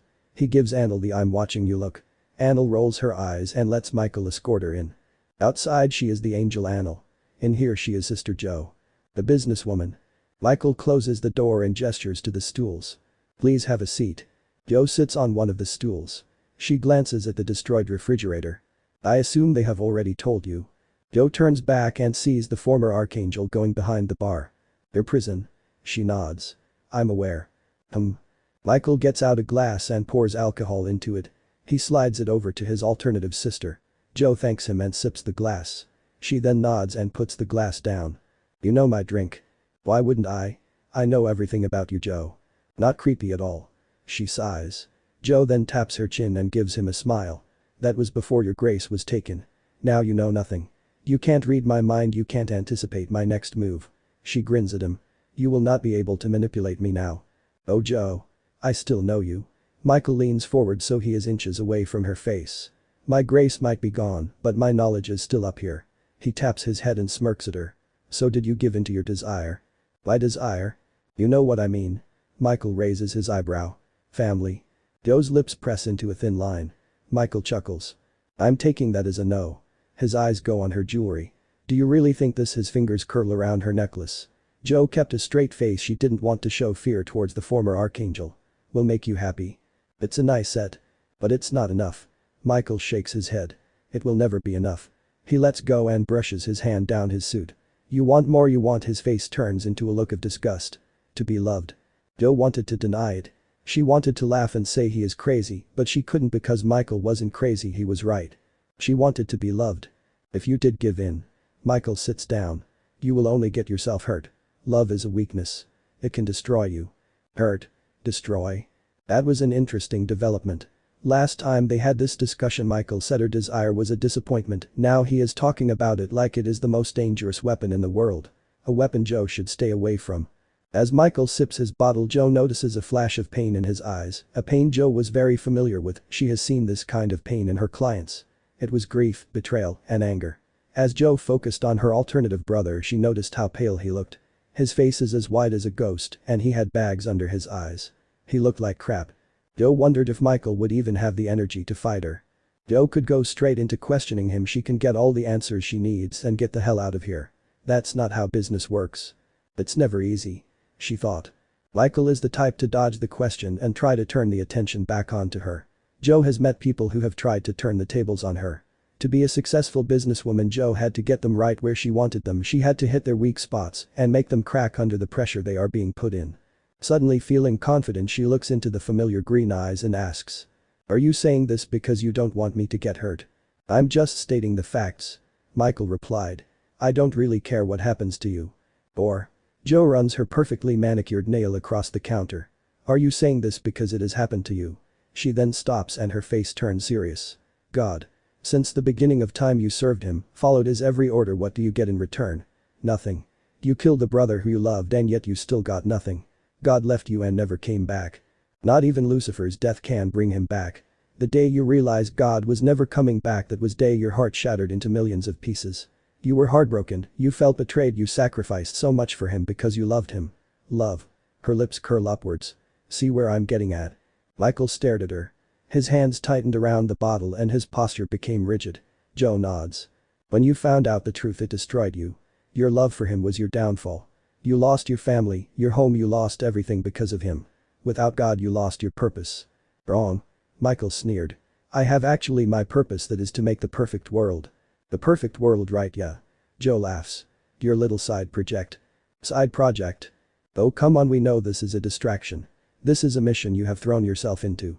You are being the new God trying to change the world. You insist this is to get back at the old man, but really this is just a way for you to not think about your feelings. What feelings are you talking about? Love. Michael scoffs. Love? You still love him. Father. You might be pissed at him, but deep down you still love him. Joe suddenly flinched when Michael slams his fist down on the table. You're wrong. He growled. I hate him. He doesn't care me, he doesn't care about you. When I do see him again I will kill him. Joe shakes her head. You won't. You won't. What makes you so sure? You were created to obey. Whatever happens you will always obey. You are daddy's loyal son after all. For daddy's loyal son you mean? That side of you to obey will always be there. It's who you are, Michael. You will never be free. Free will is an illusion. You will always be following his plans. Michael shakes his head and pushes that conversation to the back of his mind. I will. His voice sounded less confident than before. Look, I get it. God is an asshole, I'm not his biggest fan, either. Beauty would never kill him. Sure, I don't agree with everything he says, but no matter what, he is our father, the creator of the world. Lucifer is pissed at him, but he hasn't killed him. Lucifer might not admit it, but he does love Father. I doubt that. If Lucifer loved God, then he would have never rebelled against him. That was his plan. Lucifer will always be rebellious. He and Dad will not form a relationship. You, Michael, you will always remain loyal even when you don't even know you are being loyal. You are probably giving Daddy what he wants now. I mean, God is a writer, remember? You and your big bad plan to destroy the world could be part of his story. No. What you did is pure entertainment for him. I want him dead. How would he find that entertaining? He knows you will lose. He controls where the story goes. You, Lulu, Mary, everyone are just pawns to his game. Joe suddenly goes back when the bottle shatters and goes all over the counter. She looks up and sees Michael standing in the same position. With blood dripping out of his hand. Michael. Joe gestures to him. Your hand. Michael looks and shrugs. It will heal, this place is not real, remember? Joe frowns. Why did it take Michael so long to realize he was bleeding? Joe then thought how spaced out Michael looked, like he was lost in his thoughts. Or memory. We were having a flashback. Joe says. A flashback? I mentioned something that triggered a memory. From what I can see, I'm taking it wasn't a pleasant one. She then sighs. I seen this before with my clients, their injuries brings up painful memories, some of them are more severe than others. One client, a former Marine, he ended up paralyzed, and when he came to see me, when he told me his story, I couldn't finish it, he ended up having a panic attack. Turns out he suffered from PTSD, and every day he relived through the most traumatic moments of his life. I helped him walk again, I took away the physical pain. Beauty couldn't take away the pain from up here. She taps her head. Those nightmares will continue to haunt him forever. Michael suddenly laughs. Joe narrows her eyes at him. You find that funny? No. Michael shakes his head. It's just that story, it brought me back to me death. What happened afterwards? The empty? Joe straightened up with interest. What's it like down there? Michael turns the other way. Hell. He answered. Joe tilts her head and waits for him continue. Michael grabs another bottle and opens it. You're asleep. He says. You relive your greatest hits. I saw myself kill Lucifer like over 100 times. It's a popular one. Those memories, they are supposed to be my regrets. The shadow wants you to regret what you have done, so in that way you will forever be suffering. The empty, it is like a hell loop. Exactly. Huh? Joe nods. Now it makes sense. Lucifer, he said, being in the empty has made him realize he needed to do better. Michael snorted at that. He meant it. Joe continued. He was telling the truth. He does regret what he has done. The devil has no regrets. You have regrets? No. But the empty was trying to manipulate me. Trick me into becoming father's loyal son again. I'm not doing that. No, never again. I am tired of playing his games. Me, you, Lucifer, everyone in this universe are all characters to his story. He created us to act like this. Lucifer is the rebellious son while I am the perfect son. Every universe I suffer, I mean, look at your Michael, he is in the cage. I am not meeting the same fate. So I say it's time someone stood up to the old man and end this show once and for all. Joe stared at him with a wide-eyed expression. Well? Michael raises his eyebrow. Say something. It doesn't make sense. Joe replied. About God. I know it is a lot to process. No, not that. I mean the empty. Why would they show you the things you regret if it is not true? I told you the empty. Would it really go into all that trouble? Joe questioned. She then had a thought. Is that why you look like crap? I'm fine. Is that why you're here drowning your sorrows? Joe taps the table and a big smile forms on her face. You do have regrets. No, I do not. Yes, you do. Joe smirks. You're in denial. Denial? It's a thing humans do. It happens when they can't accept the truth. You. She points at him. You can't accept the fact that you regret everything that you have done, including this crazy monster plan. If I did regret that, I would put a stop to my plans, but I didn't. I do want to change this world. I want Father to come down and see me changing his story. I also want him to see that I have changed as well. So let me get this straight, you think because you changed your character God will come down? Sorry Michael, but that is not going to happen. How do you know that? Huh? You're nothing. I might be nothing, but at least I don't pretend to be someone I'm not. Unlike you. Michael frowns. Excuse me. You are trying to be someone you are not. Michael, all this destroying the world, killing humans, helping monsters, that's not you. For you're Michael perhaps, but not me. You said God created us all the same. There is a time where you were like my Michael. Now you are forcing yourself to be someone else. You are trying to be like Lucifer. How dare you compare me to him? It's true, right? You now hate humanity. You already destroyed one world and on the verge of destroying another one, while Lucifer has an army of demons, you have an army of monsters. You rebelled against God. I get you are pissed, but becoming this thing, this monster. She shakes her head. It's not a good look. A flash of rage goes across Michael's eyes. He suddenly goes round the counter and grabs Joe by the throat. Monster. He lifts her up and slams her into the wall. Joe places her hands on his and tries to push him off her. That's what you think I am? Michael. Joe cried. Let me go. Michael. Raphael raises his hands. Let me go. Why? So then you can stab me in the back. Try to take my throne. I'm not going to do anything, brother. Raphael shakes his head. I would never betray you. You went behind my back. I am worried about you. We are all worried about you. You haven't been the same since. Since what? Since his death. Michael gave a dry laugh. Michael. Raphael continued. You need help. No. Michael increases his grip. What I need is for you to stay out of my way. Brother. I do respect you and I do love you, but I can't let you go on like this. When you killed Gabriel, that was the last straw. Gabriel did that to himself. He was tired of us fighting. I thought everything would be better now that Lucifer is dead. He sighs. Turns out I was wrong. Please Michael, come back to us. I know you are in there somewhere. The big brother I always looked up to, he's there, I just know it. He smiles. Please Michael, this isn't you. Michael stared at his brother. The blade trembled in his grasp. Don't make me do this, brother. Michael shakes his head. I'm warning you now, back off. I would rather die than see you turn into this monster. Right now it feels like I am looking at a stranger, not my brother. So go ahead, kill me if that makes you feel better. Just remember, one of these days you are going to be alone and you are going to regret everything you have done, my death included. Michael raises his blade. His face is blank. I'm sorry, brother.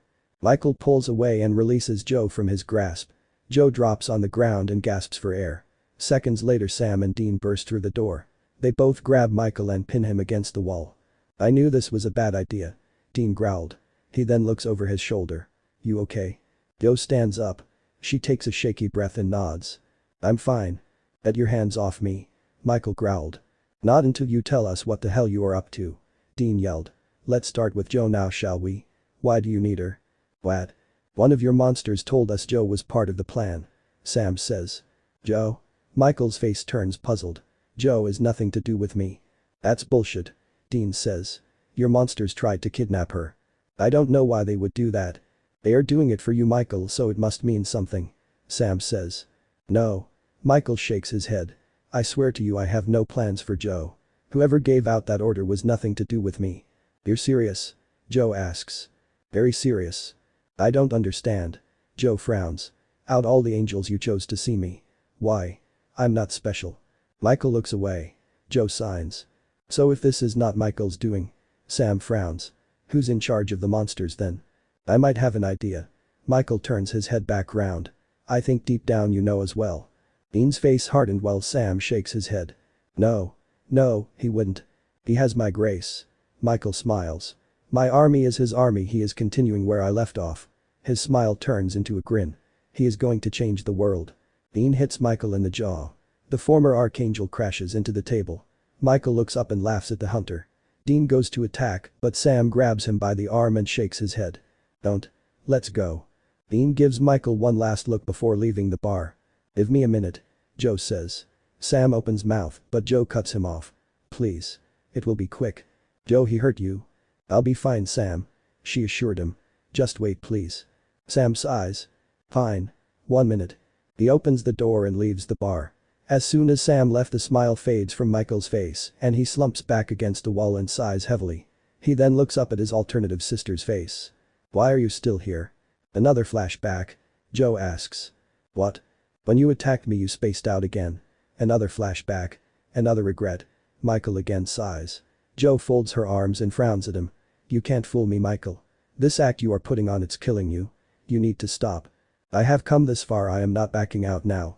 So you are gonna let the Nephilim destroy the planet? Yes. No. Joe shakes her head. That's not what you really want. Michael gets to his feet. What do I want? He said with amusement. Joe steps towards him. Michael cups her cheek and gets her to look at him. I figured it out. Joe smiles. I know why you came to see me. You see yourself in me. Do I? Michael twirls his fingers in her hair. Joe reaches out and grabs onto his hand. Yes. She nods. You are on this mission to change the world, you are building this army, you have your sword, you have the Nephilim. You think this all makes you happy, but it doesn't. Like my trinkets, they are just there to pass the time. What you really want is love, to belong, to have a place, home and a family.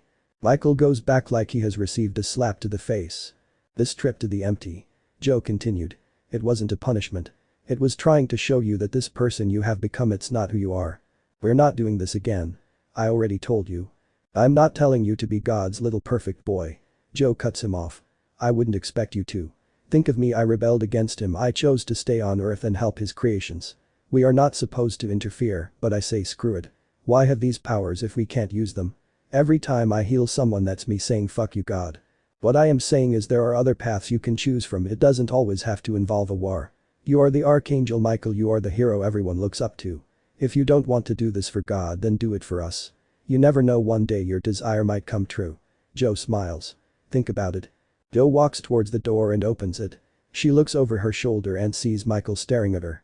Joe looks away and goes through the door. The door closes and Michael is left alone once again. Michael goes to the bar and grabs another bottle. He sits down and replays the conversation over in his head. The former Archangel closes his eyes. Then the tears begin to fall. Sam, Dean and Anil all wake up with a gasp. Mary goes over to Dean while Kaz went to Sam. Dean? Mary says. It's me. Dean answered. Mary sighs with relief. Lucifer sits next to his sister. Hey. Welcome back. Anil turns to him. Lucifer. Your brother is a dick. Not my brother, well he is my brother, but at the same he is not. These alternative universes are complicated. She nods and agrees with him. Anyway, what did you find out? Is my evil brother plotting a evil plan? Anil glances at the brothers. Best if I let them do the talking. As soon as Anil finished her sentence, Dean stands up with a pissed off expression. We gotta stop him. He says. Do? Mary frowned. Jack. Dean nods. It's him, he is one that's controlling the monsters. Dean. Sam says. We don't know for sure. It's him, Sam. Did you not hear Michael? We don't know for sure. Sam repeats. Michael has only just come back, he doesn't really know what's going on. I agree with Sam. Kaz says. Jack would never do this. And who asked for your opinion? Dean glared. Dean. I know Jack. Kaz replied. Yes, he has made mistakes, but he would never do this. Jack loves this world, he wants to save it, not destroy it. Kaz. Dean sighs. The Jack we know is gone, he's dead. This thing, it's not Jack, it's a monster that needs to be stopped. You want to kill him? Lucifer goes up to the older Winchester and glares at him. You gotta get through me first. The devil suddenly gulps, remembering the last time they had a confrontation. He lost his life to the hunter. Suddenly feeling less confident, Lucifer steps back. A punch to the arm caused the devil to wince. He didn't need to look to know who did it. I didn't touch him. Lucifer argued. Mary gave him a stern look. Annel chuckles, but her face quickly turned serious when Lucifer looked her way. We're not killing anyone. Sam spoke up. We're doing the ritual. Kaz. He looks at the angel. If Jack gets his own grace back, will he be better, will he be Jack again? Everyone looks at the angel for an answer. It would definitely break the connection between him and the monsters. Kaz nodded. With Michael's grace gone, Jack will become his own person again. Lucifer added. He doesn't have a soul. Dean says. When Michael's influence is gone, Jack will need a new mentor. Kaz replied. That will be us. Sam says. We'll take care of him. We will guide him. Mary agreed. In other words, you are gonna forgive him and welcome him back in open arms. Dean says. Dean. Sam looks at the others. Can you give us a moment, please? Sam gets his brother to stand up and they both leave the main room. They go down the hallway and turn into the bedroom. Sam closes the door and runs a hand down his face. Sam. No. Sam shakes his head. This has to stop. I'm being realistic here, Sam. I said stop. I don't want to hear it anymore. Have you heard yourself? Have you seriously heard yourself? Jack is dangerous. Many lives could die if we don't act now. But we are doing something. The ritual. Dean scoffs. I still don't trust that. Trust it or not, it's our best shot in saving the world and saving Jack. Saving the world. You do remember Michael, right? We just spoke to him in my damn head. I told you we will deal with it when the time comes. Dean, I know Jack messed up, but that's how life is.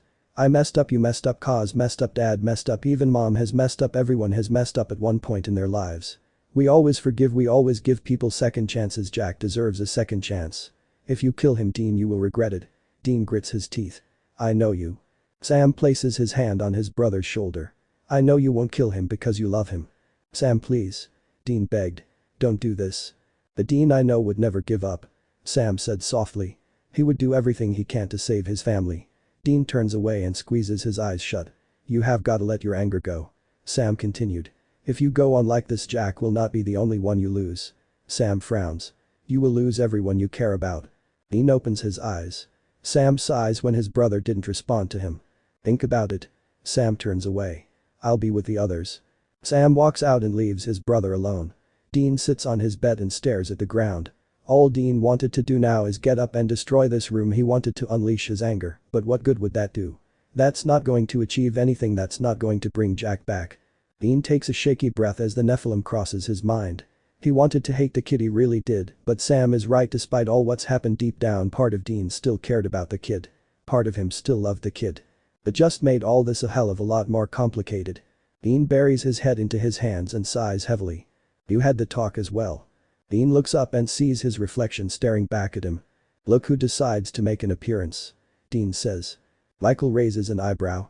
He crosses his leg over the other and places his hands on his lap. Isn't this the part where you call for your dear brother? Dean glances at the door. He then looks back at the former archangel. What do you want? He asked, mentally not wanting the others to hear. Michael shifts in his seat, he looked awkward. Isn't this the part where you gloat? You brag about your brilliant plan. Dean says. Michael rolls his eyes. Dean leans forward and frowns. What do you mean had the talk as well? Sam, he sounded like Joe. Michael huffs a small laugh. Think about it. He mocked his alternative sister's voice. The former archangel then sighs. This whole thing about family. Yeah, I got that too. Joe wants to play happy families with you? Not exactly. Michael clears his throat. Anyway, let's talk about you. A smirk forms on the former archangel's lips. You and Castiel still not on talking terms. Oh, how sad, I thought you two had something special. Just spit it out, Michael. I'm not the mood for your games. Michael raises his cuffs hands. Okay, Maddox, he is dead, right? That's right. What happened to you? The former Archangel cringed at his slip-up. I mean, what happened afterwards? What did I miss? Kaz killed him. That is good. Michael nods. What else happened? Did anybody get hurt? Is Lucifer behaving himself? No. Dean frowns. Why the hell do you care anyway? It's just a question, Dean. Michael replied with frustration. Sorry, but I can't believe that. There's always something when it comes to you. You're wrong. Michael grits his teeth. Oh, I'm right. Dean nods. So I'm gonna say it again, what do you want? Michael opens his mouth but closes it. He then lets out a sigh. Do the ritual. So you can get your powers back. No, not happening. I'm not doing it because of me. Michael looks at the hunter. I'm doing it for Jack. I thought he was your most prized weapon. Your key to destroying the world. Dean can't see. Michael looked conflicted. Usually the former Archangel had an answer to everything, but this time he said nothing. Honestly, Dean didn't know how to react to that. After a couple of minutes, Michael finally answered the question. The boy should get back what is his. Michael nods. Also. He paused. You don't want Lucifer powered up, right? He might be helping you now, but it can all change. Lucifer could know he will betray you, that is who he is, that is how he was created to be. Michael said the last part under his breath. Dean shakes his head. It doesn't make sense. You must want something out of this. If Lucifer is reduced to an archangel again and you have your grace back, you can kill him. Dean narrows his eyes. That's your plan? You want Lucifer off the board so you can continue your plans? Jack having no soul, you can brainwash the kid and still make him your ultimate weapon. The hunter stands up. You son of a bitch. No and no. Michael rose from the bed. You got it all wrong again. Michael sighs. Considering you are my sword, your level of intelligence is rather disappointing. I expected better from you. Dean walks up to the mirror. Okay. So what's your plan? For starters, when I get my grace back, I will not be able to do anything because, as you can see. He looks down at his cuffed hands. You have me locked up nice and tight, so grace or no grace, I'm useless. The Nephilim, Dean, if you kill him you will regret it. Now you are siding with Sam. I'm stating the facts. Michael sighs. Dean, Jack is family to you. I saw your memories, I saw the love you have for that boy. If you kill him, his death will forever haunt you, and one of these days you will be alone. Trust me, I know, because I've been there. You don't want to end up in my position, you don't want to end up being like me. Don't repeat my mistakes. Dean stared at him with shock. Where the hell did all that come from? Michael's behavior has been confusing recently, but this has topped it all. Why? Dean asks out loud. Why are you telling me all this? Dean didn't receive an answer because Michael was gone. Dean shakes his head, his face is puzzled. Michael's words replay over and over in his head. The more Dean thought about it, the more he had to agree. Sam and Michael are right, Dean would regret it. Dean already grieved Jack's death once, he didn't want to go through it again. Dean looks at the door, then his cuffs, then back at the door again. Finally making his decision, Dean steps out of his bedroom and walks down the hallway towards the war room. He clears his throat to gain everyone's attention. Sam is the first to turn around. Dean? He said, his voice uncertain. Dean steps forward and looks at everyone. You still want to do the ritual? Yes. Sam replied. We do. Okay. Dean nods. We'll do it. Sam's eyes widen with surprise. Really? On one condition. Dean says. We gotta take precautions. Jack is not exactly in a good place right now, there is a risk he could attack us. To prevent that from happening, we need to keep him contained until the ritual is done. Dean, Jack is a Nephilim. Sam frowns. Holy oil would be useless against him. Don't worry, I got something that will trap a Nephilim. Dean then smiles. It's time to bring out the box. As soon as those words left Dean's mouth, Kaz immediately charges forward. His face is thunderous. No. He stops in front of the older hunter. We're not doing that, we're not putting Jack in the box. It can hold an archangel. Dean replied. It should be able to hold a Nephilim too. He is not going in there. Kaz stated firmly. What's your plan then? Huh? We can talk to him. Kaz nods. It's Jack, he would never. Don't even finish that sentence. He is not going in that box. Kaz turns to the others. There has to be another way. Sam. Dean. You know I'm right, Sam. Dean cuts his brother off. We will get him down here, get him in the box, then we'll call Rowena and we'll do this ritual. Hastiel does have a point. Mary says. Maybe we should talk to him first. The kid will not want to fucking talk. If he sees Lucifer is here. Dean points at the devil. His only focus will be is to kill Lucifer, he won't care about anything else. Having me and Jack in the same room will be a risk as well. For all we know, Jack could capture Michael and fly off with him somewhere. Can't you see I'm trying to protect you guys? I see it. Anil nods. And I agree with your plan. Thank you. Anyone else? I want to see it. Lucifer says. I want to see this box. I can assure you the box is in good condition. Dean says. It will keep Jack contained. Lucifer wanted to defend his son at this moment. It angered him how Dean was treating the Nephilim, but the logical side of Lucifer knew Dean was right, they needed to keep Jack contained. Lucifer saw with his very own eyes how dangerous Jack has become. If they don't act now, many lives could be killed. Lucifer didn't want his son to become a murderer like him. The kid is innocent. Lucifer wanted Jack to maintain his innocence. There is one thing that still bothered the devil. I'm not worried about him. Lucifer folds his arms. I want to know where I stand in this. For all I know, once the ritual is done, you could shove me right into that box. We won't, Mary assured him. I'm supposed to believe that, Lucifer replied. You guys have betrayed me many times. No, you are the one that has betrayed us, Sam argued. Freedom, Lucifer says. Once I help you and Jack is okay, you let me go and leave me the hell alone. You really think we will just let you go? Ka says. Alright, how about this, I help you with Jack and I kill Michael and save Dean at the same time. My award for my heroic efforts will be freedom. Once I'm gone you can't track me down, you can't kill me. When I say leave me alone, I mean leave me alone. A silent communication passes between the brothers. Michael and Lucifer are only alive because they are needed for the ritual. Once the ritual is done, the Winchesters will doing everything in their power to make sure the Archangels do not leave this building alive. Right now the brothers needed to keep the Archangel happy, so they both nodded and agreed to the deal. Fine. Dean says. It's a deal. Oz glances at the older Winchester.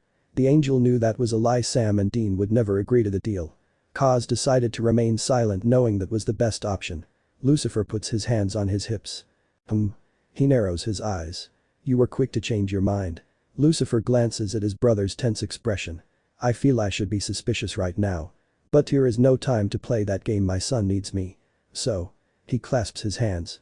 Let's get this started. Sam let out a defeated sigh. There is no way he is going to talk Dean out of this. Kaz hated the plan. Part of Kaz wanted to warn Jack so he could get away, but another part of the angel knew that this plan needed to happen. If this is the only way to save Jack, then Kaz will do it without hesitation. Kaz can only hope that Jack will forgive them afterwards. Kaz couldn't bear the thought of losing the kid who he saw as a son. No matter what Lucifer said, Jack will always be Castiel's son. After all, Jack chose Castiel, not Lucifer, to be his father. We really have no other choice? Mary asked. I'm sorry, Mom. Dean frowns at her. But this is the only option.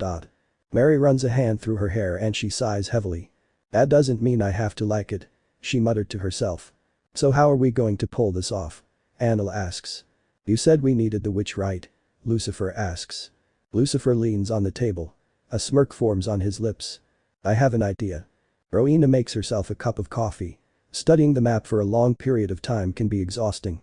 She stirs the coffee with milk and adds a bit of sugar. She sips it and sighs. She needed a caffeine boost. She carried the cup into the living room. She heard the prophet's soft snores coming from the bedroom. The witch decided to let him sleep, he needed it. Suddenly the phone rings. Rowena quickly gets her phone out and presses the button. Hello? She spoke, her voice low. She didn't want to disturb the prophet. Rowena. Rowena sits up straight. Samuel. Is Dean? He's here. He's fine. But what about Michael? In the bar. The bar? In Dean's head. Oh. Only the Winchesters would have a bloody bar in their head. Rowena thought. Rowena, No. Rowena turns to the map with the phone still pressed to her ear. I haven't found the boy yet. I wasn't calling about Jack. A sigh came from the phone. Well, I am, but it's about something else. We found a way to save Jack. Really? The witch said with shock. Yeah, but. Of course there's a bloody but. The witch huffed. What is it? Sam again sighs. Lucifer is back as the key to saving Jack. It went silent for several moments. Sam is the first to break the silence. Rowena. Rowena didn't respond. Her nails dig into the phone and her eyes go as wide as saucers. Images of his face, his true face, flash across her mind. The witch started to lose her breath. She felt a panic attack coming on. His laughter booms in her ears and she felt the heat from the fire creeping up on her. No. Rowena. Rowena gasps as Sam's voice breaks through the nightmare. The witch quickly composed herself and she takes a deep breath.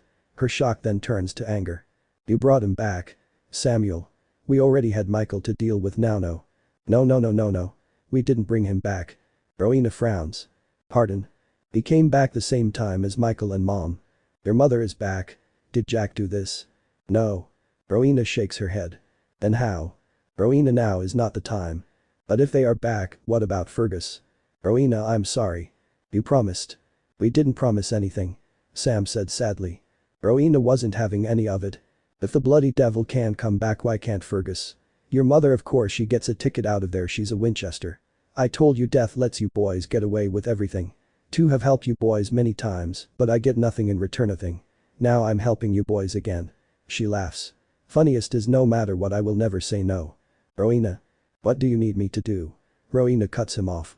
Now wasn't the time to discuss this. Rowena knew if she didn't intervene, there was a likely chance the Winchesters will make the situation 10 times worse. Sam hesitates. What we need to do is she. Rowena moves the phone away from her ear. Son of a bitch.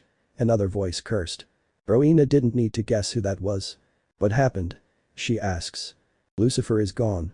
Dean replied with a growl. The sound of flapping causes Rowena to stand up. Rowena's eyes widen when she sees who is standing in front of her. Rowena, you there? Sam asks. Samuel. Rowena swallows. Lucifer, he's right here. Lucifer grins. Hello, Red. He takes several steps forward. Rowena backs away and her eyes glow purple. Hey. Lucifer raises his hands. I'm not here to fight. He's telling the truth. Anil comes out and stands next to the devil. He's on our side. Rowena points at her. You? Yaure were with him. Anil looks at her brother. I told you we should have waited until Sam finished explaining the plan. I know, but that would have been too time consuming. I thought it would be quicker if I came here just like we agreed and fill her in on the plan at the same time. Technically this is my plan, so I should have a say in what happens. He looks at the phone that was still in Rowena's hand. He then waves and smiles. Hey Sammy. Damn it, Lucifer. Sam growled. This wasn't the plan. Yes it is, I just decided to speed things up. Rowena flinched when Lucifer appears next to her. He takes the phone out of her hands and puts it on speaker. Now remember what I said, once Jack is in the box you call me, then I'll bring our little witch over and we will start the ritual. Any questions? Lucy? Sorry Dean, time has run out. Good luck boys, you are gonna need it. Bye. Lucifer ends the call and tosses it on the table. Now ladies. He gestures to the couch. Take a seat. Rowena didn't move. She stood there with a stunned expression. Lucifer sighs. Joe, little help over here. Anil puts on a smile. Hi, I'm Joe. Rowena right? Rowena nods. Aye. Anil eyes the witch up and down. For which you do have good taste in fashion. Rowena's lips curl upwards. She then quickly frowns as a thought goes across her mind. Why are you here? I thought you wanted out. Long story. She sits down on the couch. We can talk about it over a drink. Rowena narrows her eyes with suspicion. Anil sighs. I get it, you don't like Lucifer, you probably want to be as far from here as possible, but I'm afraid that can't happen. We need you, and we need Lucifer. Once this is over we can all go our own separate ways. Believe me, I want out as much as you do. So why don't you sit down and let's try to get through this without a fight, okay? That warning also applies to you. Anil gives her brother a stern look as she said it. Play nice. She turns back to the witch. Both of you. Rowena glances at the devil. She then sits down next to the angel. Bollocks. Rowena muttered under her breath. Lucifer smiles at his sister. I knew I could count on you. Suddenly the door opens and Donatello comes running out. What is all that noise? The prophet then paused in his tracks and his eyes go wide. You. Lucifer points to himself. Me? Donatello stumbles into the kitchen. He frantically opens the drawers and gets a knife out. Stay back. Donatello aims the knife towards the devil. Stay back or I swear to God I will hurt you. You know knives have no effect on me. Donatello laughs. You think you can just walk back in here and screw with my head like the first time? Sorry to say, but you're wrong. Oh, I see what's going on here. Lucifer thought. Hey buddy. Lucifer laughs. I'm not Nick, I'm actually the next best thing. I'm your savior. Savior? Seriously? Anil frowned. I'm saving Jack and at the same time I'm saving the world. I think I deserve the title. Anil sighs. Lucifer? Lucifer? Donatello squeaks. I have the devil in my house. Lucifer sighs. See now, look what you done. He would have figured it out eventually. Anil replied. It gets worse. Donatello winced. As they say, it's get worse before it gets better. Lucifer says. And I wouldn't do that if I were you. Donatello froze with his hand hovering over the telephone. The Winchesters. Lucifer continued. They already know I'm here. Donatello lowers his hand. They know you're here. What's next, you're working with them? Yes I am. Donatello laughs. He laughed so much he had to lean on the wall to catch his breath.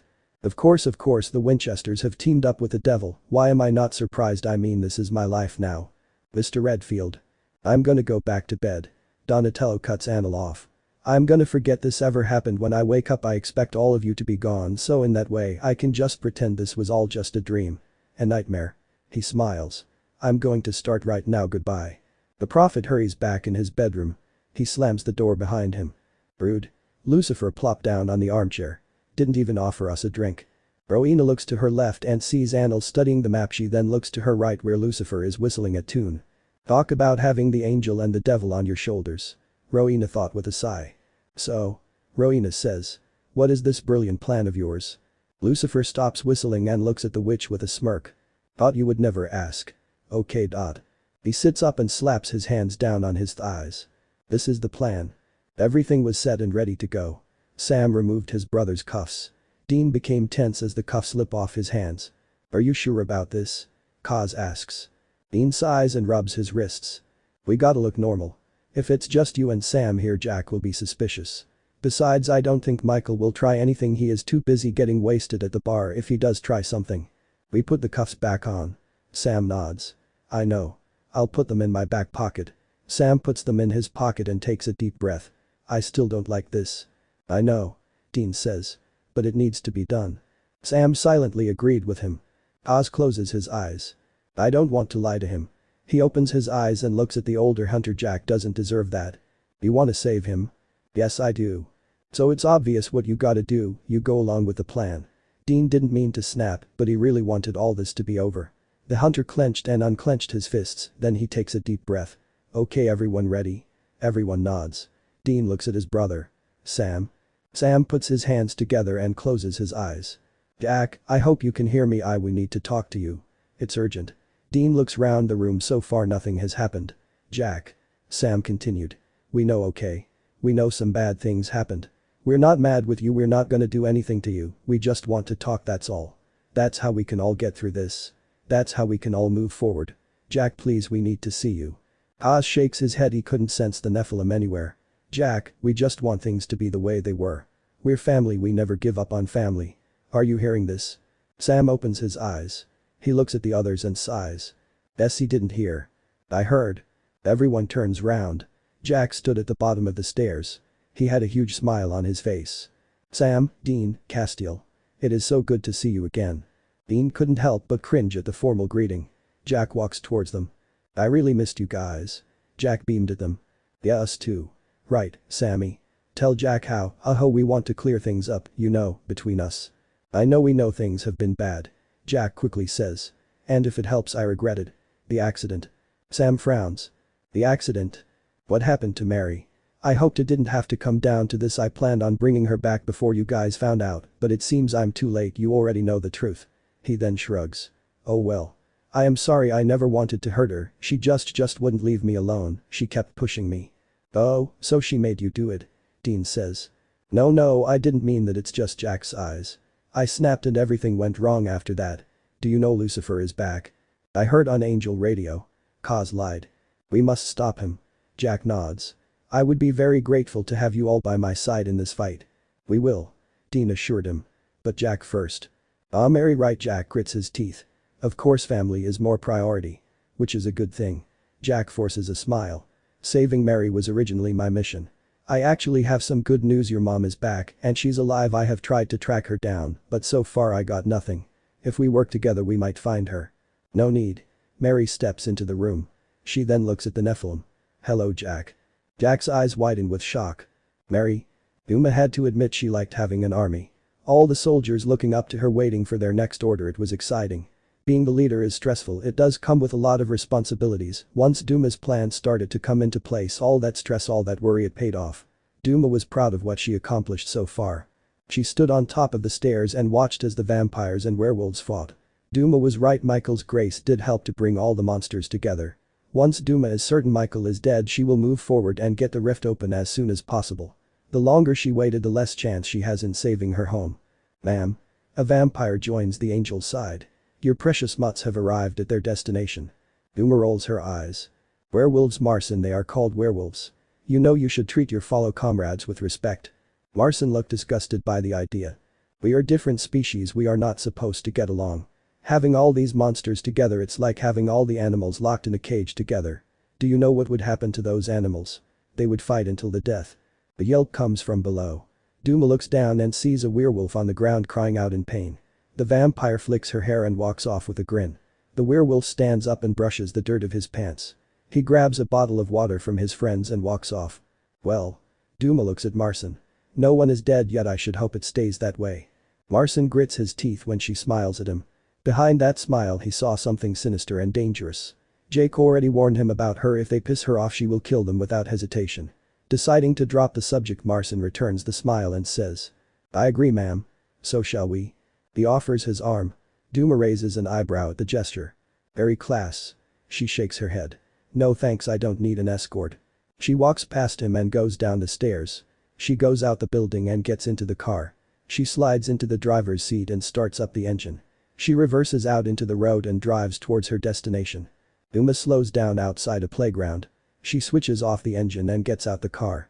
As she walks towards the sand pit, she saw a group of werewolves forcing 3 people down on the ground. One woman looks at Duma. Relief shows on her face. Duma? Thank God. Duma stops and smiles at the woman. Aniela. She greets her. It's so good to see you. She looks at the two. Javen, Kavziel, it's been such a long time. Sister. Kavziel goes forward, but the werewolves hold him back.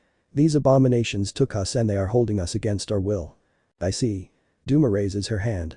Release them. One werewolf frowns at her. Don't worry. Duma assured them they will not get far. The werewolves obey and they let the angels go. The angels quickly get to their feet and they look at their sister with shock. Duma? Aniela says. You're working with them? Actually they work for me. Duma nodded. Did you give out the order? Kavziel asks. Yes. Duma answered. Why? Javen asks. Why would you do that? I had to do what needed to be done. Duma says. I am here to bring you all home. We are home. Javen replied. This is our home. No, it's not. The angels flinched. Duma glares at them all. Heaven is your home, not earth. Due to your selfish actions, heaven is now falling apart. She points at them. You all have a duty, that is to protect heaven right now. You are going to go through that portal. When you do go through, you must never leave. Heaven needs all the power it can get. We are the ones that can keep heaven going. Every angel will bring a bit of power, but it is still power. It will benefit heaven and our survival. So please just do this. Her anger fades and the smile returns to her face. I would be very grateful for your help. Hafizel shakes his head. No. Duma frowns. What? No. You did hear what I just said. After that outburst, do you really think we will come? Kavziel scoffs. That's the reason why we left in the first place. After the fall we were finally free to make our own decisions. To have a wife and I love her. Do you really expect me to leave her? You shouldn't be mixing with humans. I see the fall has messed you up. Don't worry, I can fix that. I'll make you see your true purpose again. Actually, the fall has helped me. I have never been this happy in my whole life. I'm not letting you take that away from me. You may live on Earth, but I am still your leader. Duma steps forward and glares at her brother. As your leader, I am ordering you to return to your post. Hafizel looks into his sister's eyes. Fuck you. Duma's lips twitch with annoyance. Suddenly Hafizel punches Duma in the jaw. Duma stumbles back. Javen spins round and hits a werewolf in the face. Aniela started running. The werewolves growl and begin chasing her. Run. Hafizel screams. Get out of here. Duma lunges forward and sends her and her brother down on the ground. She pins her brother down and starts punching him. She kept going until blood started pouring out of his nose. Hafizel weakly grabs onto her, but Duma slaps his hand away. She goes back with her fist and hits him hard in the face. The force of the pinch knocks him out cold. Javen cries out his brother's name. While he was distracted, 2 werewolves grab onto him and force him down on his knees. A scream came from the distance. Second later, the werewolves arrive with Aniela in their grasp. They push her down onto the ground. Her eyes widen with horror when she saw Hafizel on the ground. Hafizel. He's fine. Duma cuts her sister off. You on the other hand. She grabs Aniela by the hair and pulls her forward. What did you think you were going to achieve, huh? And you? She looks at Javen. I thought you were supposed to be the smart one. Javen grits his teeth. Duma lets go of her sister's hand and steps back. You think you can run from me? You think you can hide from me? She laughs. Well, you're wrong. Whatever you do, I will always find you. You might have been able to fool Naomi, but you can't fool me. She gestures to the werewolves. They are all part of Michael. Michael always knows where his army are. She grins. Whether you like it or not, you are part of his army. I hoped it didn't have to come down to this. She sighs. You left me with no choice. I'm sorry guys, but I need your power. Uma turns to the sand pit and closes her eyes. A minute later the portal opens and two angels step out. Uma. Angelina says. What is going on? Uma smiles. Our brothers and our sister have returned. They are here to help heaven. Why is our brother unconscious? Puriel asks. Uma glances at Kafazil. I'm afraid it wasn't the reunion I imagined. He tried to kill me and she looks at the other angels. They chose his side. Puriel looks round and his eyes widen with horror. Werewolves. He gets out his blade. Duma raises her hand. Don't. They are with us. They actually saved my life. Both angels frown at the monsters. I don't understand. Angelina says. You don't need to. Trust me. Duman places her hand on her chest. I am your leader, I will never let you down. The angels still looked uncertain. Duma narrows her eyes. You are not questioning me now, are you? No. Puriel shakes his head. Of course not, it's just a surprise, that's all. We follow you, Angelina says. Duma folds her arms. I called you both down here because I got a job for you. Take them to the dungeons and make sure they never come out. Gavin started to protest, but the werewolf punches him and orders him to be quiet. Puriel and Angelina looked at the scene with shock. Duma noticed their reactions and glares at them. Come on, we don't have all day, get them inside now. The angels quickly nod and they take the rogue angels from the werewolves. Aniela looks at Duma. What happened to you? She asks. You never used to be like this. Duma looks at her sister. I'm the leader of heaven. I had to change so I can save my home and my family. Clearly you do not care about us, honestly that is very sad to see. I love you, sister, and it hurts me that I have to do this. I should hope this time will help you realize that you can never be like them. Her face forms into a look of disgust. A human. No matter what you do, sister, you can never run from your past. You will always be an angel, you will always be one of us. She looks at Puriel. Take her away. No, this isn't right. Aniela screams. Duma. The angels pull the prisoners in. Then the portal disappears. Uma closes her eyes and takes a shaky breath. That is why humans and angels should be separated. She said to herself. My brothers, my sister, the humans have poisoned their minds. It is such a sad sight to see. She shakes her head. I can't worry about them now. They are up there now, their power will give heaven a boost. It should hold heaven long enough until the rest of the angels come back. She turns to the werewolves. Well done. She praises them. I knew I could count on you. The truck pulls up. A werewolf stumbles out. His eyes are wide and frantic. They took him. He runs towards them. They took Bryce. Slow down. Duma raises her hands. What happened? We found the angel. Anil, and he anxiously runs a hand through his hair. She managed to take down Bryce and I freaked out. Okay, I didn't know what to do so I ran and. You failed to capture Anil. Yes. How? She should have been an easy target. We were wrong. That girl had fire in her, she don't take no crap. There was two of you and one of her. They captured the angels. She gestures to the other werewolves. But Yao, you failed. If you can't take down a low-ranked angel, how the hell are you going to take down the devil? How are you going to fight the Nephilim? I am sorry, ma'am. Sorry isn't good enough. Duma paused as a thought goes across her mind. You said they? She raises her eyebrow. What did you mean by that? The werewolf swallows. I did the connection thing and I reached out to Bryce and at first it was dark, I couldn't see nothing, then suddenly we saw Sam and their angel. Duma's eyes widen. The werewolf laughs nervously. I probably got it wrong. I am new to all this, maybe it was a trick, maybe. Show me. The werewolf frowns. Huh? I said show me. How do I do that? All you got to do is let me in. Share your connection with me. Okay, that doesn't sound too bad. The werewolf closes his eyes. I will let you in. You do what you need to do. Just hope Bryce is okay. Duma steps forward and places her hands on his head. Her eyes glow blue. Then the connection is formed and Duma saw it all. Mary. Jack looks at the Winchesters. You already found her. Actually, she found us. Dean says. Jack glances at the huntress. I guess she already told you her side of the story. Jack. Sam shakes her head. We're not mad at you, okay? We just want to help you. Help? Jack frowns. I feel fine. You're not fine. Mary replied. Oh, because I have no soul. Jack touches his chest. Mary, the first told you I can feel emotions. I told you before, those emotions are not yours. They are Michael's, the grace is turning you into Michael. I'm not Michael, the first will never be like Michael. Jack folds his arms. I hate Michael. I forgot to tell you Michael is back as well, but don't worry when I find him. He smiles. He will wish he stayed dead. Dean flinched. Jack did find the older hunter's reaction quite odd. He thought Dean would be all for making Michael suffer. Shrugging it off, Jack raises his hands and says. Now that everyone is here and Mary is safe, we can all work together and stop Lucifer and Michael from destroying the world. Mary looked like she wanted to argue. Dean steps forward and says. Absolutely. Dean agreed. Before we do that you must do this one thing for us. What is that?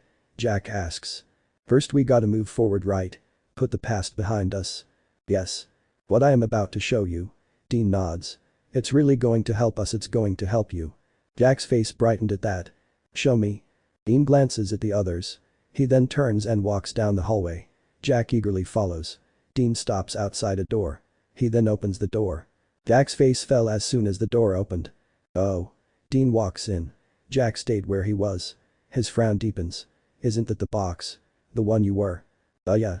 How is the box going to help us? Jack, you have no soul. To fight Lucifer and Michael you need a soulite, it will make you stronger. It would? Well yeah, you killed Michael, right? The soul is a powerful weapon. You really need it back. Jack thought back to the moment he killed Michael. His soul helped him to kill Michael. Dean is right, it is a powerful weapon. There is one thing Jack still did not understand. How does the box play a part in all this? Why do we need the box? To bring your soul back. Dean explained. You gotta go in the box. But why? So we can do the spell. Dean nods. It won't be long, I promise. Time you get in there it will be time to get out. He smiles. You trust us, right? Jack nods. I do. Well. Dean's smile widens. The sooner this is done the sooner we can kick some archangel ass. Yeah. Jack beamed. Dean lifts the lid. Jack goes in and lies on his back. You all good, kid? Dean asks. Jack responds with a thumbs up. Dean nods. Then he closes the lid. The older hunter quickly leaves the room and goes to the war room. I can't believe you did that, Mary says. I'll admit I was surprised by how easy that was, Dean says. No. Mary shakes her head. Jack trusts us and look what we did. We're helping him, that's what we are doing. I know, but Mary sighs. He deserves the truth. And risk our plans being ruined? I don't think so. Mary lets out a frustrated sigh. Kaz places his hand on her shoulder. Mary glances at the angel.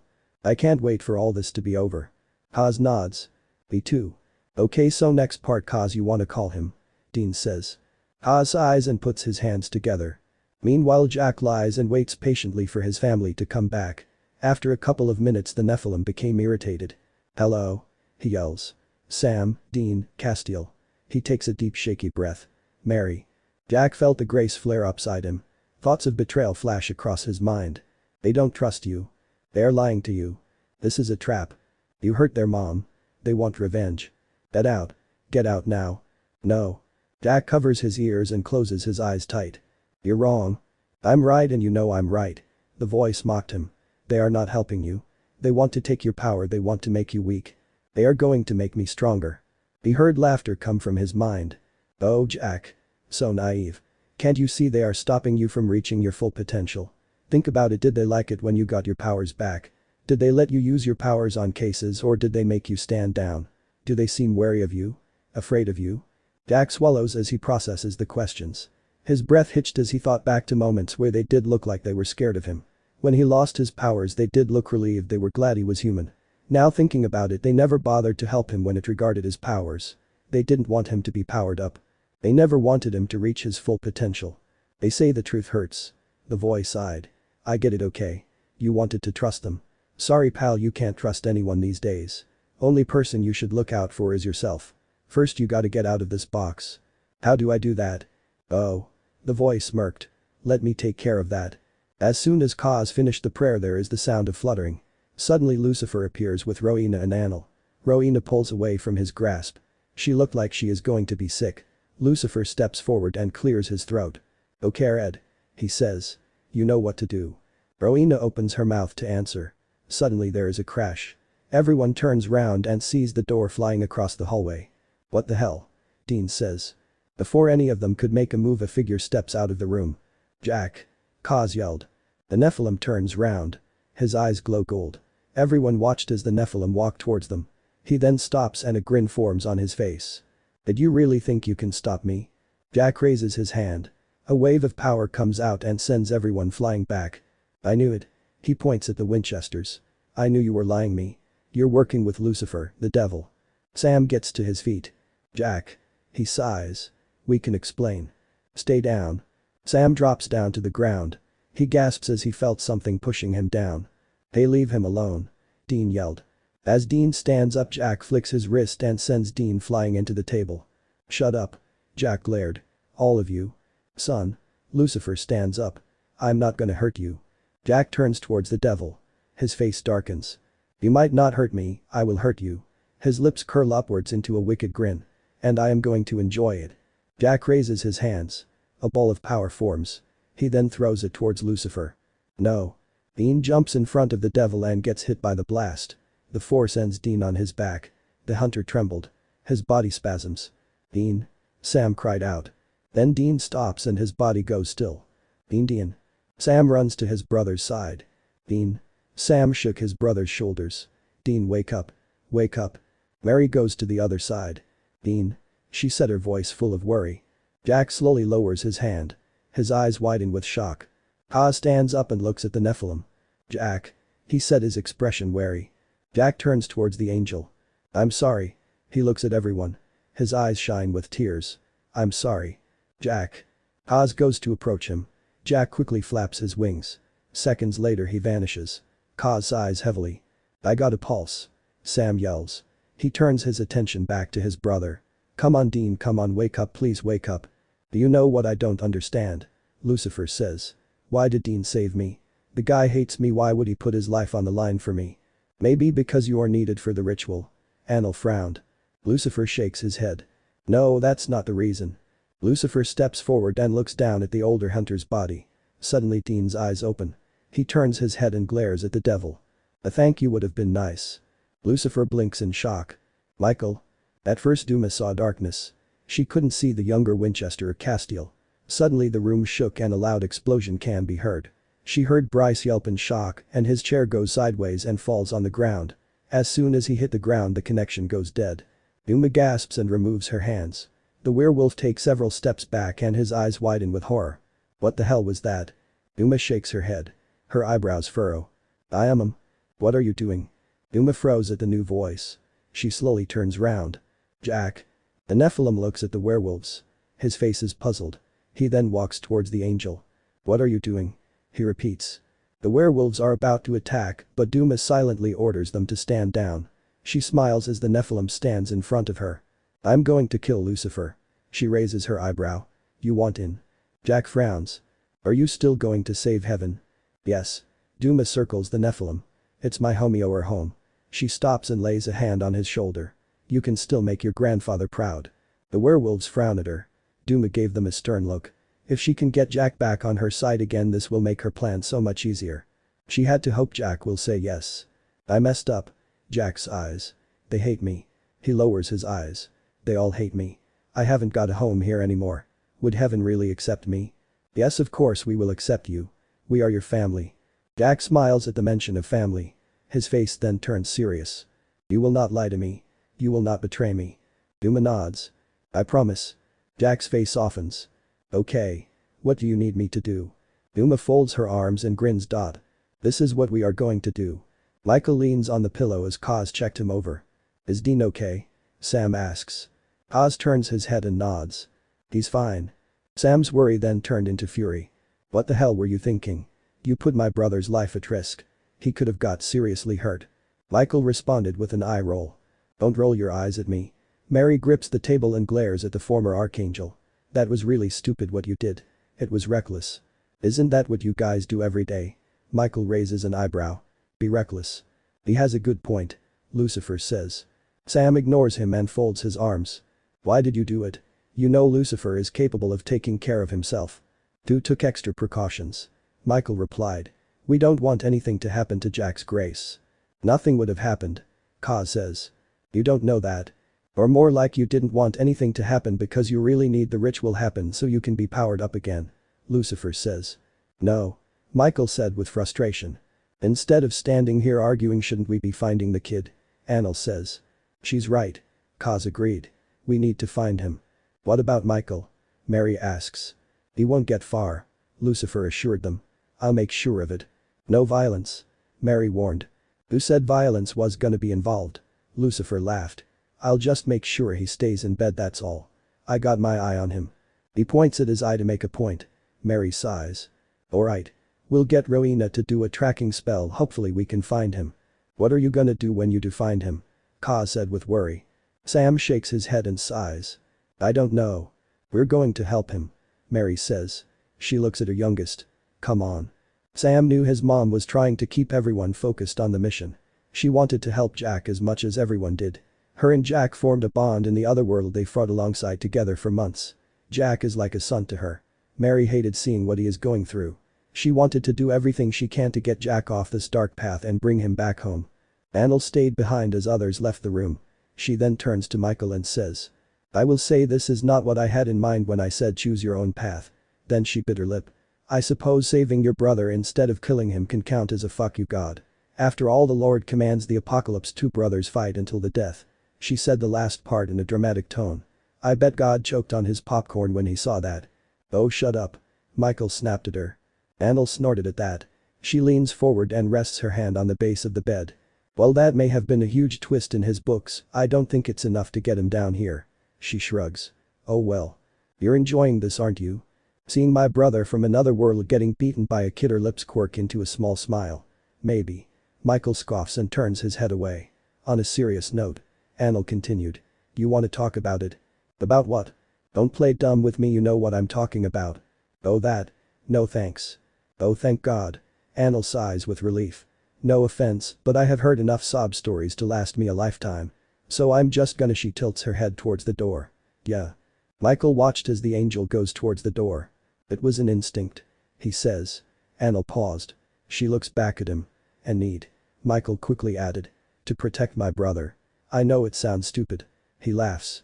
He's not even my brother, I shouldn't give a damn what happens to him, but his voice trails off. He didn't know how to finish the sentence. You care. Annel walks and stands at the bottom of the bed. You care about him. He's not brother. Michael clenched the sheets. I hate him.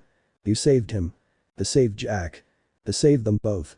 Michael sighs and runs a hand down his face. Winchester. What about him? This is his fault. Michael grits his teeth. This instinct came from him. He has the need to save Sam, and that is affecting me. This, he gestures to his vessel's body. This is a sick cosmic joke. The empty thinks it can play games with me. Well, when I get my powers back, I am going to burn the empty down to the ground. Michael looks at his alternative sister. He expected a horrified reaction from her. Instead, Annel looked tired. Tired of the same old threats and villain monologues. Most of all, she was tired of archangels blaming others for their actions. Annel sits in the chair across from his bed. She crosses one leg over the other. Dean's fault. This is all Dean's fault. Oh Michael, please, you can't blame a human for this. Can't you see? I can see just fine, thank you. She huffed an annoyed sigh. I don't think this is a joke. Dean is your sword, you both share some certain qualities. Dean is an image of the old you. Not this again. Michael groaned. It's the truth. Yes, Dean is a pain in the ass, but he is heroic and he cares about his family. The empty probably did this to remind you of who you are. Michael really didn't want to go through this again. He could make Anna leave, but for some strange reason he wanted her to stay. He wanted some company. He liked her company. He will never admit that out loud. Also, Annel continued. You have regrets. Maybe Dean is one of your regrets. This is a perfect opportunity for you to fix that. Michael laughs at that. You might not realize it now. Annel stands up. One of these days you will. Saving Lucifer, that was a start. The smile fades from Michael's face as he considered her words. After a few moments, Annel clears her throat. Right, she clasps her hands. I'm done. I am gonna leave you alone now. Michael sat up as he watched the angel leaving the room. Joe. Yes, Michael. Here he hesitated. You're not like the other angels, you're unique. Is that a good thing or a bad thing? The former archangel licks his lips. He then blinks. Don't ever change. Annel's eyes widen. So it is a compliment. Her face turns smug. Wow, I never expected to hear that from you. I think I heard someone calling your name. Michael quickly said. Annel couldn't keep the smile off her face. She knew the former archangel said that as a way to get rid of her. The angel decided to humor him and go along with what he is saying. I better get going then. Annel grinned. Annel leaves and goes down the hallway. Lucifer comes round the corner. What was that all about? He asks with a questioning brow. Annel frowns. You were spying on us. I promised them I would keep an eye on him. Joe, why do you talk to him? He's an asshole. He is trying to get into your head. He's not. Lucifer. She sighs. Michael cares about you, he won't admit it, but he does. You're telling me this because. He's not our Michael, but he is still Michael. With our Michael in the cage. Don't. Lucifer shakes his head. I would never replace my brother. I would never replace him with that. He points at the room where Michael is. Yeah, sure, he is Michael, but he is not my Michael, he is not the one who raised me. Lucifer bit his lip as memories of him and Michael flash across his mind. He pushes those memories to the back of his head and clears his throat. He's nothing to me. I understand. Anil nods. What I'm saying is you are both gonna be living in this world together, rather than starting another war. Could you maybe just make up? Get along. Be civil. Let this world have some peace for once. We are all tired of your family feud. You can't save our Michael, but maybe you can save this one. Michael looked after you, maybe now you should return the favor. Lucifer glances at the room. He saved me back there when Jack attacked us. He will do it again and again and again. The devil does dramatic sigh. See, now you just made all this really awkward. It's easier to see him as a villain, then that way I can hate him. He can't deal with this. Don't worry about it. Right now you focus on Jack, afterwards you deal with Michael, okay? Okay, but will you be there when I gotta? He gives her a pleading look. Begging her to stay with him when he and Michael have the talk. Only she will be able to hold him back, only she can put both brothers in their place. The brothers will not admit it, but they do admire her. She wasn't like the other angels, she understood the archangels, then Anil is the most human out of them all, so it would make sense that she would understand emotions and feelings. Maybe she could be the one to bring the brothers back together. Anil huffs a sigh. Fine, only because you are taking me to Paris. And I will. Lucifer grinned. Suddenly the devil froze. His eyes widened with shock. What? What is it? Anil asks with worry. I just received a prayer. A prayer? Anil frowns. From you? Lucifer looks at his sister. His face is puzzled. From Jack. He wants to see me. When Duma and Jack first entered the building, all the monsters immediately became on alert. One vampire showed his fangs and snarled at the Nephilim. Duma quickly ordered the monsters to stand down. He's with us. Duma raises her hands. He's on our side. I don't understand. Jake frowns. He is with. Not anymore. Jack nods. I am with Duma. I am going to stop Lucifer and help heaven. What about Michael? Jake asks. Who needs Michael? Jack smirks. When you got me. Before they arrived, Duma quickly filled Jack in on her plan. The Nephilim was taught to be open-minded. He knew not all monsters are bad. If there is a chance these monsters could be saved from Michael's influence, then Jack will be happy to help. To do that he needed to gain their trust, he needed them to believe in him. You? Marcin snorted. What makes you think we will follow you? Jack smiles and his eyes glow. The monsters take a cautious step back. Jack extends his hand and a tiny ball of golden flames appear. Can you feel it? Jack says. His grace, it connects us. Jake's eyes widen. He felt Michael's grace, he felt Michael's presence, it consumed him. Looking at Jack, it was like looking at Michael. You serve Michael. Jake told himself. Not the kid. We are gonna take the grace from Jack and Michael will be powerful again. I killed Michael. Jack nods. I can do it again. I'm the stronger one. I understand you monsters need to feed. While I don't agree with you taking human lives, he raises his eyebrow. I'm okay with you taking some specific types. Such as? Marcin asks. Bad humans. Jack replied. With my help I can guide you to those humans that deserve to be punished for their sins. With them gone the world will be cleansed and we can start over. Jack spreads his arms out wide. I can be your new god. God. Marcin laughed. You are nothing but a child. This is absurd. He looks at Duma. Did you ever think this thing could be a spy for the Winchesters? He could be here to destroy everything we have built. You dare to question me? Duma said with fury. I thought the plan was to kill the bastard. Suddenly now we're best buddies with him. Jack glances at the angel. Duma remained calm. She walks up to the vampire. Jack shares the grace. She says. He is part of your group and this is how you treat him. Jake frowns. One look from Duma made him go quiet. Marcin. Duma shakes her head. I am very disappointed in you. Excuse me? Marcin scoffs. He has brainwashed you. Turned you. The grace is not as he stole Michael's grace, it wasn't given to him, therefore he is not one of us. Also he narrows his eyes. I'm pretty sure it was you who said we should take the grace. Jake, back me up here. Jake hesitates. Jack looks at him, really looks at him, it was like the boy is staring right into his soul. Sweat pours down the werewolf's face and his hands trembled. He then felt a presence in his head. A voice ordering him to stand down. Jake glances and sees Marcin waiting for a response. The werewolf turns back to the Nephilim and takes a shaky breath. I'm sorry. He smiles nervously. My lord. He kneels down. Forgive me. What the fuck are you doing? Marcin asks. He looks at the angel. What the fuck is he doing? Uma didn't respond. She didn't know what is going on either. Jack cocked his head. A smirk forms on his lips. Flashes of Michael's face appear in Jake's mind. The werewolf is disoriented and confused. He tried to tell himself this is the Nephilim, but all he saw is Michael. His connection to the Archangel hasn't felt this strong in ages. It felt good to be in the presence of his leader again. Jake mumbled another apology and drops his head on the ground. Jack puts his hand on the werewolf's shoulder. "You're forgiven and please call me Jack." Jake groans. This whole situation is messing with his head. Again the voice spoke in his mind.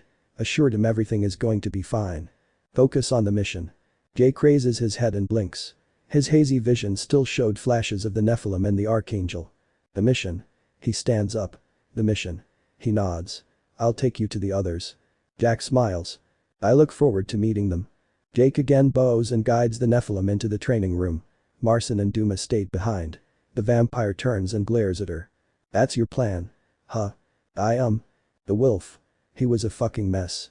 Marcin was warned about Duma's outbursts, but right now he did not care at this moment of time. The vampire is furious by the events that have taken place. "I underestimated the connection you all share." Duma sighed. "Understatement of the century. We can take an advantage of this." "Advantage? It is going to ruin our plans. Maybe your emotional outbursts will be the reason we fail." Duma glared. "Now I suggest you shut up, otherwise I will have to show you what happens when you disrespect your leader." Marcin growls and his fangs show. Duma took on her a defensive stance and her eyes glow. Suddenly Marcin goes up in the air. His eyes widen as he looks down at the ground. Jack comes out.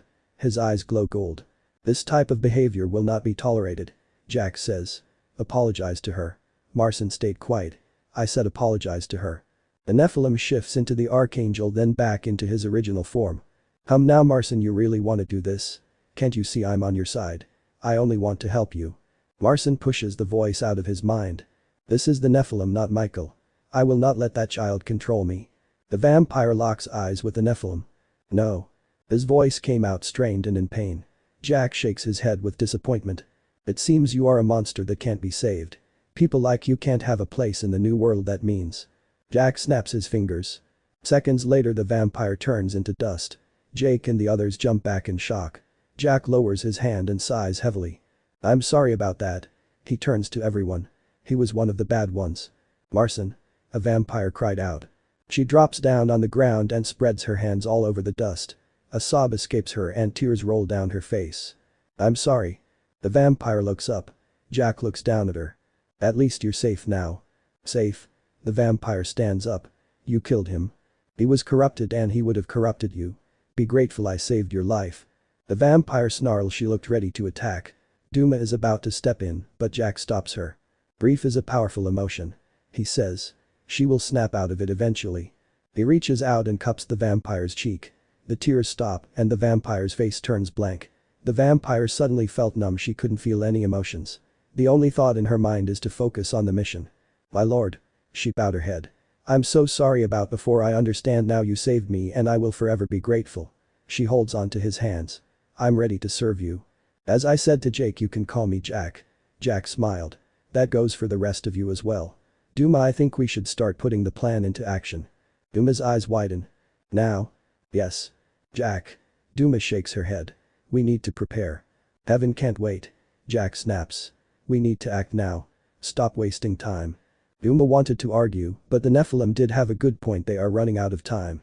With a werewolf being kidnapped by Sam Winchester and Castiel, sooner or later her plans will be revealed. Duma knew her brother and the hunter will do everything in their power to stop her from achieving her goal. "Okay." She nods. "I'll set everything up and you call Lucifer." Jack frowns. "Lucifer?" "Yes, we need him." But his frown deepens. "He's working with them." "So?"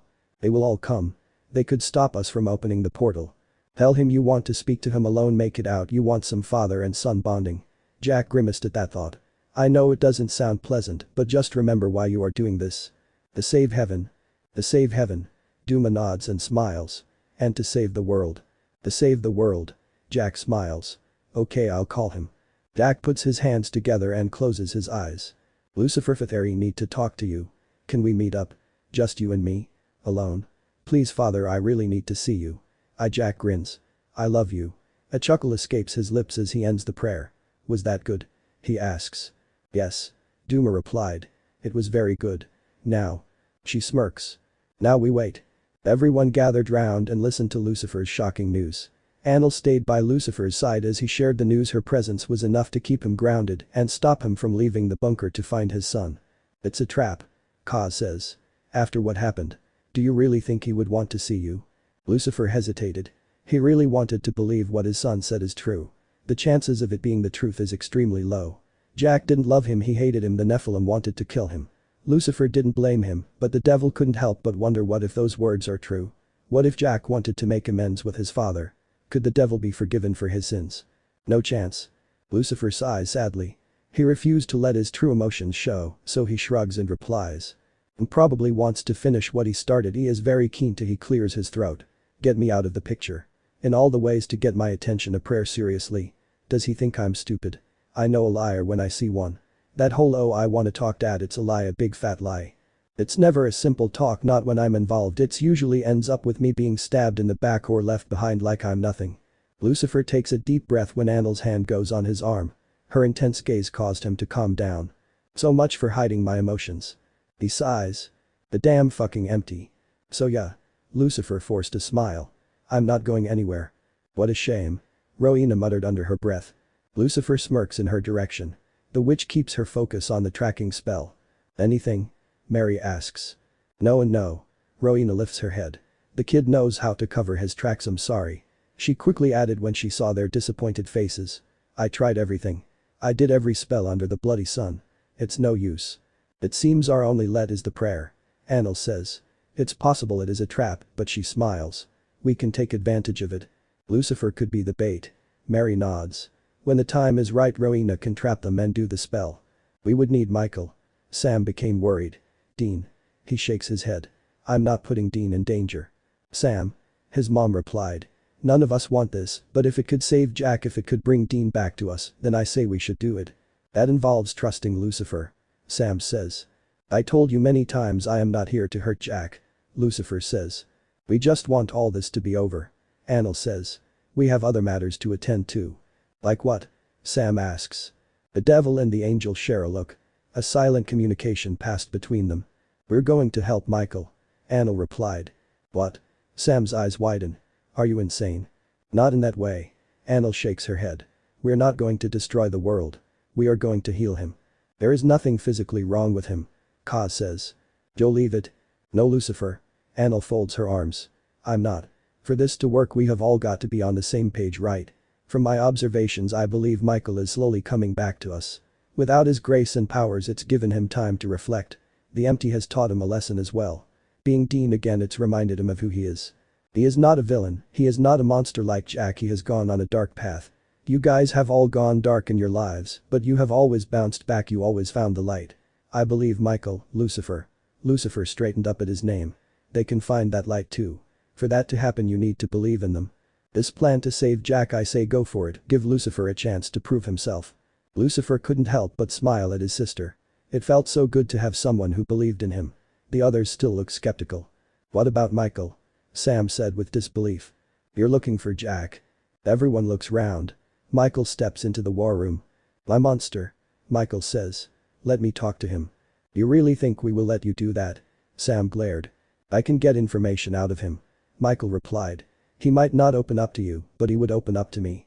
This will give an insight into what's going on and if Jack is leading the monsters. You going to plan an escape plan as well? Ka said, his voice bitter. This is exactly what I'm talking about. Annel glared at him. Ka shakes his head. He couldn't fully trust the former archangel, especially when it came to Jack. Do you really think this will work? Mary asks. We will find Jack. Everyone frowns at the huntress. Mary didn't care what the others thought, she is willing to explore every option. They have teamed up with the enemy before, this is one of those times where they would have to do it again. If Michael is willing to help, then Mary will take it. She might not like him, but he is useful. Michael shifts his gaze onto her. He then shrugs. We don't know if we don't try, right? You can't just walk in and talk to him. Ka says. We need a believable cover story. Mary says. How's your acting, Mikey? Lucifer asks. My acting? Can you be your vessel? Michael snorted. Course. He folds his arms. 100%. He raises his eyebrow. Are you thinking what I'm thinking, brother? Maybe. Lucifer grins. Jerk. A knowing smile appears on Michael's lips. Bitch. Sam cringed at the interaction. Then he shouldn't be surprised Lucifer knows this, he has been in his head literally. Well, would you look at that? Anil nods. You both finally agreed on something. It's for Jack. Both the devil and the former archangel replied. Don't get excited, Joe, he still has a long way to go. Lucifer added with a sigh. Same goes to you. Michael says. Me? Huh, no, I'm good as gold. Lucifer beamed. I guess we'll see. Michael grinned. The former archangel and the younger Winchester walk off. Lucifer puts his hands on his hips. You see what he just did? He says. No. Kaz replied. He's challenging me. Lucifer chuckles. He thinks I can't be the hero, but guess what, I can. Blondie. He turns to the huntress. Admitted I've been a saint. You have been useful. I'm an archangel, not a tool. Lucifer rolls his eyes. I'm just saying, who do you think is going to be the golden boy at the end, me or him? Mary frowns. Are we really discussing this? I want an answer. Lucifer grins. Call it more a bet, who you betting on? I'll bet with my fist if you don't shut up. Mary glared. Save that for Michael, I'm sure he would love Mama Winchester hitting on him. Lucifer smirked. Well, he wears her son. Anil does a yuck face, gross. My sister has a dirty mind. Lucifer smirked. Anil rolls her eyes. Haas also rolls his eyes and sighs heavily. He has seriously had it with his angelic family. Bryce didn't know what that explosion was. The impact was so strong it caused him to fall down on the ground. The werewolf couldn't help but groan when the chair didn't break. Then if the chair did break, Bryce would still be trapped. There is no way he would get out of this alive. He might have been smug to the angel and the hunter earlier and showed him he was confident, but without the others, without Duma, without Michael, Bryce felt weak, and he wouldn't admit it out loud, but he was scared as well. I need fucking backup like right now. Bryce huffs an annoyed sign. They better get their fucking ass down here and save me. Bryce then rolls his eyes when he heard footsteps approaching. Those assholes should know by now they will get nothing from me. His mind goes to the explosion. Wait. Do they think I was behind that? Another thought came to his mind. This thought made him grin. Maybe it's them. This could be a rescue mission. Bryce looks up when the door opens. He then froze when he saw who was at the door. Michael? Are you sure about this, Dean? Sam asks. Dean? Bryce frowns. Where's Michael? Is Dean in control? Is Michael pretending to be Dean? Bryce shakes his head. What the hell is going on? I'm sure. Dean turns his head and smirks at the werewolf. I'll break the bastard. Sam nods and closes the door. The werewolf was left alone with the older Winchester. Dean pulls the chair up and puts it back into its original position. Bryce remained silent as he watched Dean step back. They both stared at each other for several moments. Bryce is the first to break the silence. Oh. Bryce forced a smile. Sam decided to send in his big brother. He laughs.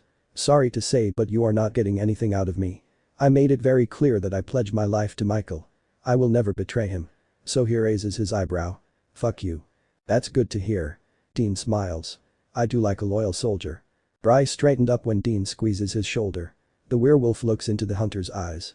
Michael? Michael smiles. That's right. Holy Bryce coughs. I mean, oh, you're here, you're okay, thank God. Michael frowns. Bryce laughs nervously when he realized what he said. Or maybe not. Anyway, it's really good to see you. The explosion, what was you? No. Michael replied. We had a little incident upstairs, it's nothing major, we sorted it out. So this isn't a rescue mission? It could be. Michael smirks. If you tell me everything that's happened during my absence. Bryce's eyes lit up. A boyish grin forms on his face. Of course, sir. I will tell you everything. I must say you have missed a lot. For starters, we're back. The monsters, we have come together as an army to help you get back to full power. Really? Yes. How are you going to do that? It's risky, but I think we can do it. No, we can do it. We will never let you down, boss. You are going off topic. Sorry, well, basically we capture the Nephilim, drain him, we call Lucifer, then we trap him, then we get the spell off him. Spell? Spell for what? To open the portal to the empty. Why would you do that? To save heaven. If we save heaven, we save the world. Heaven was never part of our mission. I know, but the angel said if we don't save heaven, there will be chaos and destruction, there will be no world left to rule. So she made a plan that can benefit us and benefit her. The plan is to open the portal, get the angels out, give you your grace, and either you kill Lucifer or send Lucifer into the portal. The Nephilim, we can kill him, but given that he killed you, I guess you want some payback, so. Wait. So the Nephilim is not in charge? No. Bryce frowns. We would never follow the devil's spawn. The angel, who is she? Her name is Duma. Duma? Duma? Michael taps his chin. Anyone else? No, just Duma. She's quite hot actually, you got a good one there, Michael. I have another question. What is Joe's plan in all this? Heaven. Duma sent us out into groups to capture the remaining angels on Earth. She wanted them all in heaven to increase heaven's power. And you failed to capture to Joe. He sighs. It won't happen again, I promise. If you let me go we can go and find Duma and start the plan ASAP. I missed you, boss. Michael smiles. I can't save you yet, Sam is outside and given my current state can be easily killed. I'll defend you. I'm not risking it. Michael shakes his head. Give me some time to form a plan. How long will that take? Not long. Do you trust me? I do, yes. Then just do as I say. Right now play along, pretend you are talking to Dean. Dean? Okay, sure. Bryce's face turns thunderous. Fuck off, you asshole. Fuck off. Bryce's head suddenly snaps to the side. He looks at Michael flexing his fist. Why did you do that? Bryce whispered. Ought to make this look realistic. Michael smirked. Oh right, yeah. Dean would definitely punch me. Bryce winced when he received another punch. Like I said. Michael grins. Realistic. The former archangel turns and leaves the room. Sam comes off the wall and gives Michael a curious look. Well? Michael taps his ear and points to the door. Sam nods and walks off. Michael follows him all the way to the war room. Once they are sure the werewolf couldn't hear them, Michael clears his throat and says. I was wrong. Jack is not leading the monsters. Who is leading the monsters? Sam asks. Duma. Did you just say Duma? Kaz asks. The angel walks up to them with Lucifer, Mary and Anil following behind. Michael nods. Yes, Duma. Why is Duma leading the monsters? Kaz frowned. She wants Jack. Michael answered. And Lucifer. She wants to open the portal to the empty. What? Kaz's eyes widen. Why? I might know why. Everyone turns to the devil. Lucifer puts his hands in his pockets and he smiles sheepishly. I ran into her before I found Mary. Her and Jack were working together, they wanted to open the portal and bring back the angels to give heaven a boost in power. Now you decide to tell us. Sam glared. I didn't think it was important. Lucifer shrugged. Jack found out Duma was using him for power and he got mad and tried to kill her. I stopped him. I don't know what happened afterwards cause I flew off, but I assume Duma would have learned her lesson and gone back to heaven. I can see now dear sister has gone to extreme lengths to save heaven. Teaming up with monsters. He laughs. That's low for an Angela weight. He grins in Michael's direction. You decided to lead an army of them freaks. Lucifer? Mary glared. Not now. Sorry, I couldn't help myself. I don't believe it. Kaz runs a hand over his face. All this time it was Duma. I saw her in heaven, I told her everything. The angel shakes his head. How did I not see she was hiding something? Don't blame yourself. Sam says. No one would have suspected her. How can I be so stupid? The angel replied. Just when I thought she has changed. Castiel thought he and Duma were on the verge of forming a relationship again. They both had a bad experience with the empty. Castiel thought perhaps they would have more of an understanding towards each other. He also thought being the leader of heaven Duma would mature and embrace the role, but no, Duma hasn't changed, she was still the same. She was still two-faced and a liar. She wants you as well, Joe. Michael says. She wants all the angels back in heaven so she can keep the power going. Wait. Anil's eyes widen. So all this is Duma's doing? Yes. Anil shakes her head. The bitch. Jack prayed to me. Lucifer says. What if this isn't Jack's doing, I mean what if? Duma? Sam says. This is Duma's doing. Jack was in a state. Mary says. That makes him vulnerable. Kaz's eyes widen. No, so that would mean. Duma? Lucifer sighs. Duma has Jack. No, she wants me. His face turns worried. And Jack is the bait. We need to find him. Now. And do what, Kaz? Mary shakes her head. Lucifer said Jack is bait, we'll all be walking straight into a trap. We need a plan. Simple. Lucifer says. I go in, stop Duma, kill her monsters, grab Jack and go. Simple. No. Sam says. The way Jack is, I don't think he will be willing to go with you. It needs to be us. We need to rescue Jack. What are you gonna do? Lucifer replied. Go in and kill everyone. Sam let out a little shrug. Dean would go in guns blazing. Kaz says. I think Rambo is out of the question. Michael sighed. Did you just say Rambo? Sam frowned. What? I'm sharing a body with a 80s movie nerd. I'm sharing a body with a psycho. Quit complaining. You and Nick are made for each other. No, Sam was made for me actually. Yet you kept going back to that psycho. Believe me, I didn't have a choice. Neither did I. The ruler forced me into this god-forsaken body. That god-forsaken body is your sword, so shut up and get your weapon ready, we're going to get Jack. Who said you both are going? Kaz says. Who said I was staying behind? The devil replied. But Sam said. I heard what he said. Lucifer snapped. And I don't care. I'm going. And putting my brother in danger in the process. Sam glared. Forget it. Michael has a connection to the monsters. Lucifer gestures to his alternative brother. He could convert them, bring them to our side. Kaz raises his eyebrow. Or use them against you. Lucifer does have a good point. Anil says. The monsters will choose Michael over Duma. And Jack. Sam frowned. Anil sighs. Jack is out of control. We can't let him get away. Michael, Lucifer and Jack in the same place, I think it would be a perfect opportunity to do the ritual. It's risky. Mary says. But Joe is right, Jack no longer trusts us, he is not going to come with us willingly. Once Duma is taken care of we should do the ritual straight away. Red better not screw up. Lucifer muttered to himself. Sam? Mary looks at her youngest and waits for a response. Sam shakes his head and runs a hand down to his face. Mom is right. Mary turns and raises her eyebrow. Dean? Yeah. Dean nods. It's me. Are you okay? Sam goes over to him. Dean steps back and raises his arms. I'm fine. Where's Michael? Mary asks. Still here. Dean grits his teeth. I heard everything. Everything? Yeah. Dean's eyes land on Anil. Everything. Anil kept a blank face. She knew Dean heard that conversation between her and Michael after the incident with Jack. She hoped Dean will realize now that Michael is not the villain. Michael is damaged like the rest of them. I don't like working with them. Dean sighed. But we are running out of options. Sam, you and Mom help Rowena set up the spell.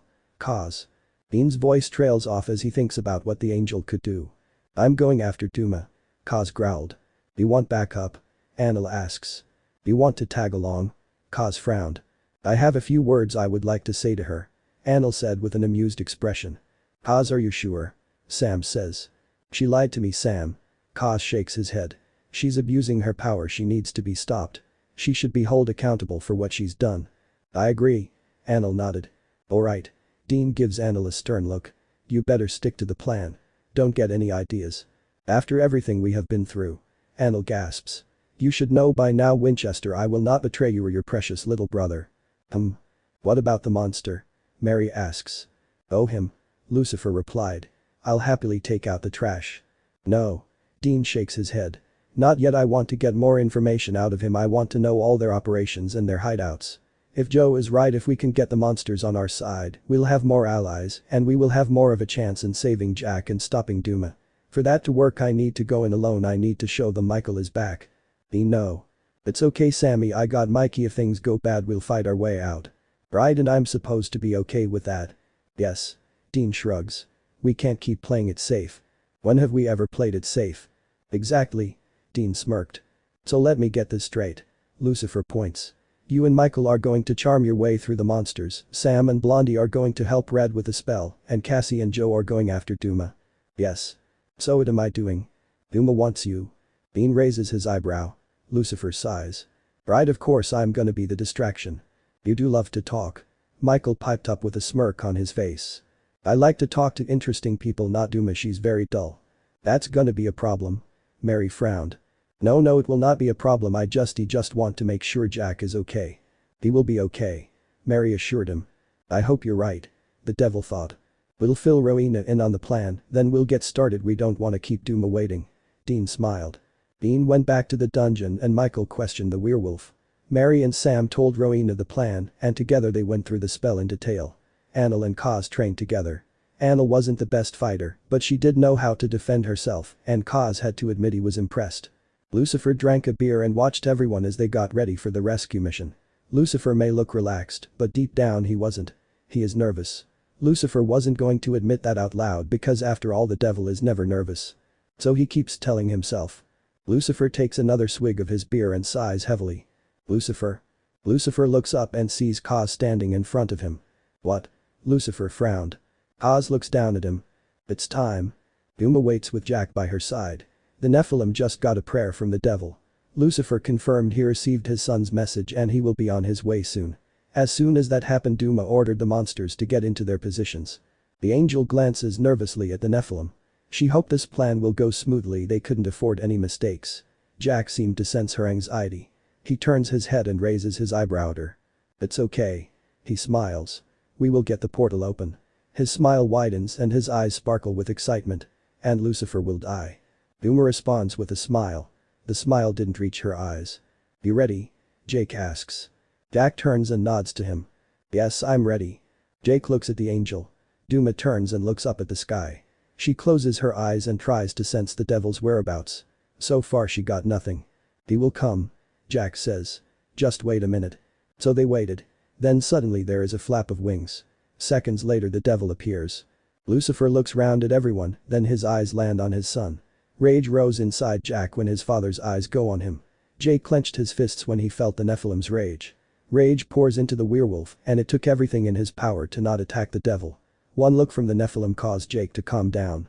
Jack didn't want to attack yet, so Jake and the others will stand down until the time is right. Jack takes several breaths to calm himself down. "Your time will come.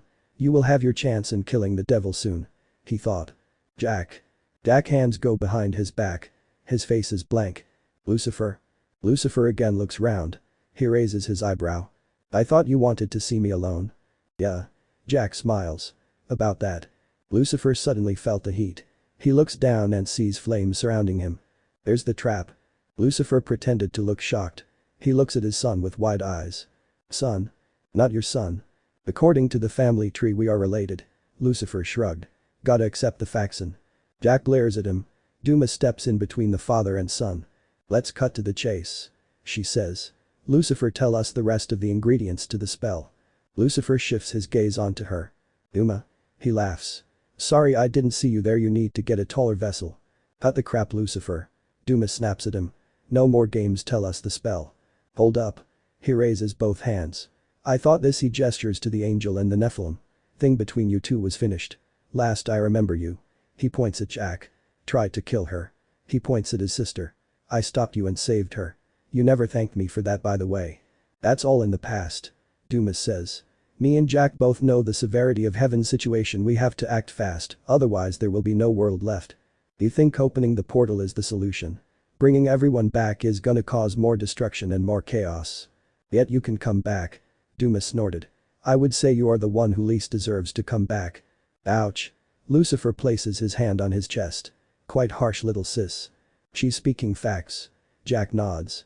"You're a monster and abomination to this planet." Yeah, chill out, Michael. I see his grace has got to your head. At least he knew what you were. Michael might be an asshole, but he has sense when it comes to you. You will never change, the devil will never redeem himself. You proved that to me the day you stole my grace." I said I was sorry. Sorry is not good enough. I mean it. Lucifer's face turned serious. "I said this many times and I will say it again, I'm sorry.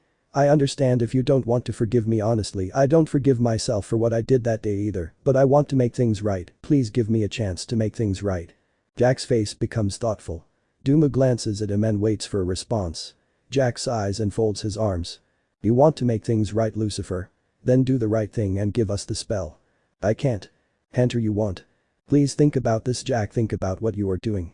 "I know what I'm doing. I'm doing what's right for my world. When heaven is saved I will take over and be the god the world needs." "God?" Lucifer snorted. "You? Nah.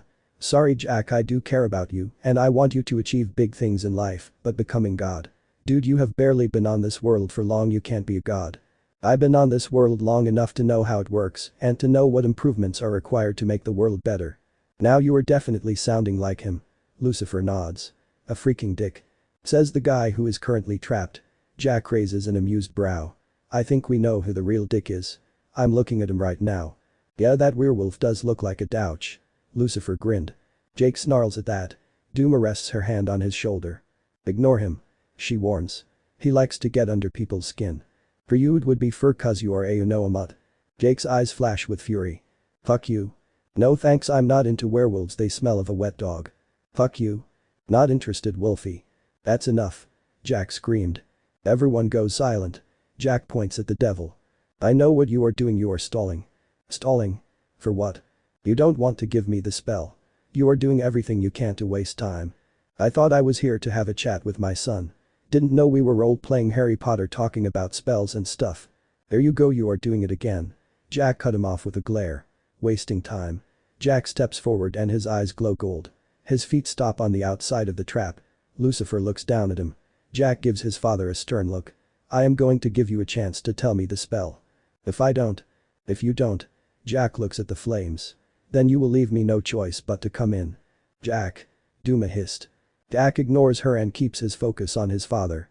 You're gonna come in here? That's quite reckless. I will do what is necessary. Jack. Silence Duma. It's your choice Lucifer, you either tell me the spell or I will go into your memories and find the spell myself. What's it gonna be? Both options sounded like a bad idea. Lucifer couldn't bear the thought of Jack looking into his memories. Jack will see everything. The fall, the torture, the pain and anguish.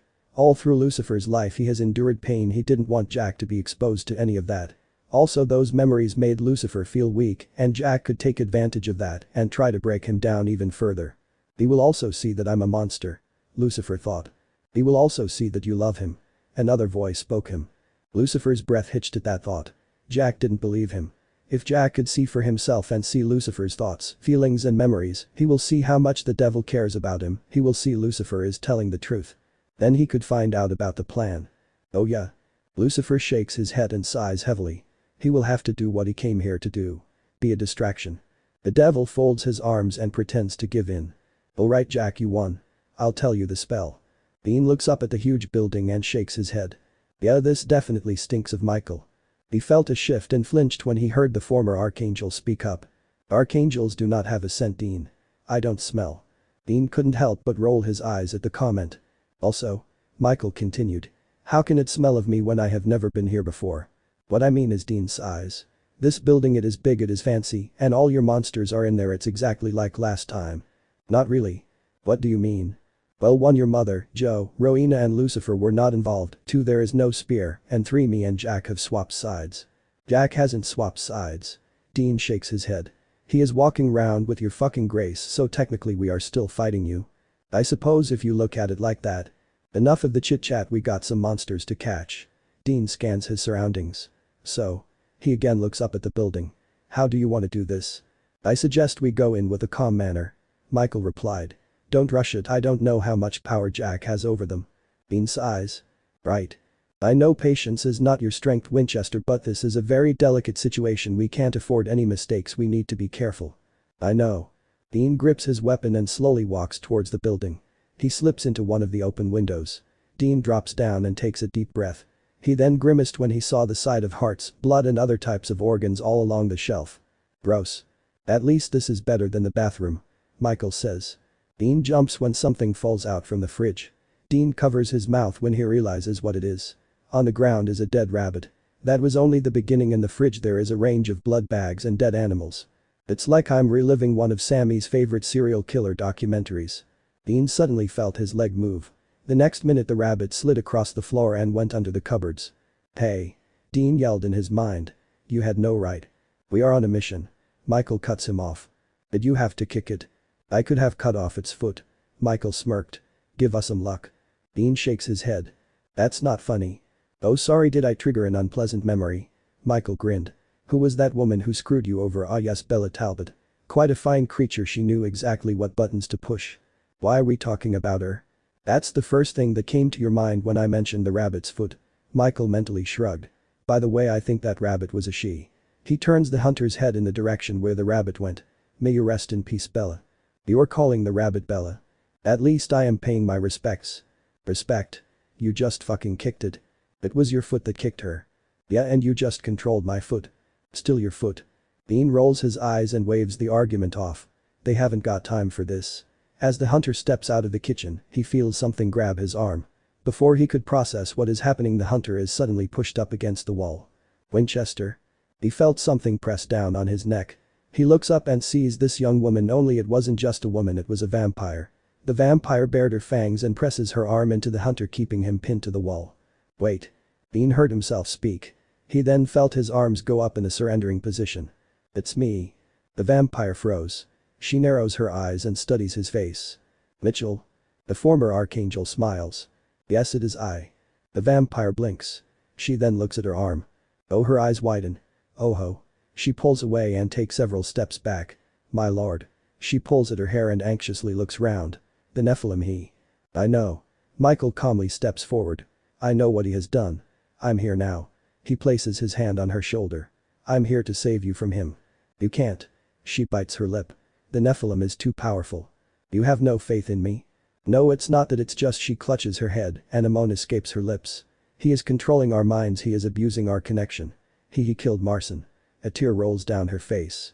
He blocked my emotions too, couldn't feel anything, but seeing Yaoi can feel again, but I don't know how long it will last. If he knows you are here, he will kill you. I'm not afraid of him. I could kill you. I won't be able to stop. Michael, we are screwed. I brought you back, right? Michael nods. You have control. For now, yes. We must alert the others, get them on our side, but we have to be discreet, we can't let the Nephilim know I'm here, you understand? I don't like to question you, my lord, but what are you going to do once we gather all the others? As I just said, the Nephilim is too powerful. I will take back what is mine. Michael growled. I will rip my grace from his throat and I will kill him. And Lucifer? Lucifer? He is here too. He is trapped. Trapped? Excellent, I can kill him after I kill the boy. It will be so satisfying watching Lucifer suffer as I rip his son apart. After they are all dead, he grins. We can resume our plans and make the world a better place. Don't know. Just focus on my face. Michael lifts her chin with his finger. Push the Nephilim out of your head and focus on me, remember I saved you, not in me, I am your leader, I am your god. You, the vampire stares into his eyes. You saved me. That's right. You are my leader, you are my god. You follow Michael, not Jack. Michael, remember my face and my name, our bond should be strong enough to overpower the connection you have with the Nephilim. Yes. She nods. Yes, to follow you, Michael, the first will follow you all the way. Michael smiles at that. But girl. He pats her shoulder. Now let's find the others. She again nods. Yes, Lord Michael. She turns and walks off. Well, that was easy. Dean says. Don't jinx it. Michael warns him. Something can still go wrong. Right now, best to keep your mouth shut.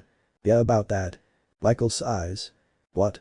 I can't keep my mouth shut because you are using my mouth. The hunter laughs while the former archangel's lips tug upwards into a small smile. The smile vanishes few seconds later as Michael turns his attention back onto the mission and hopes everything will run smoothly. Right, everything is sorted. Rowena clasps her hands and looks at her companions. You all ready?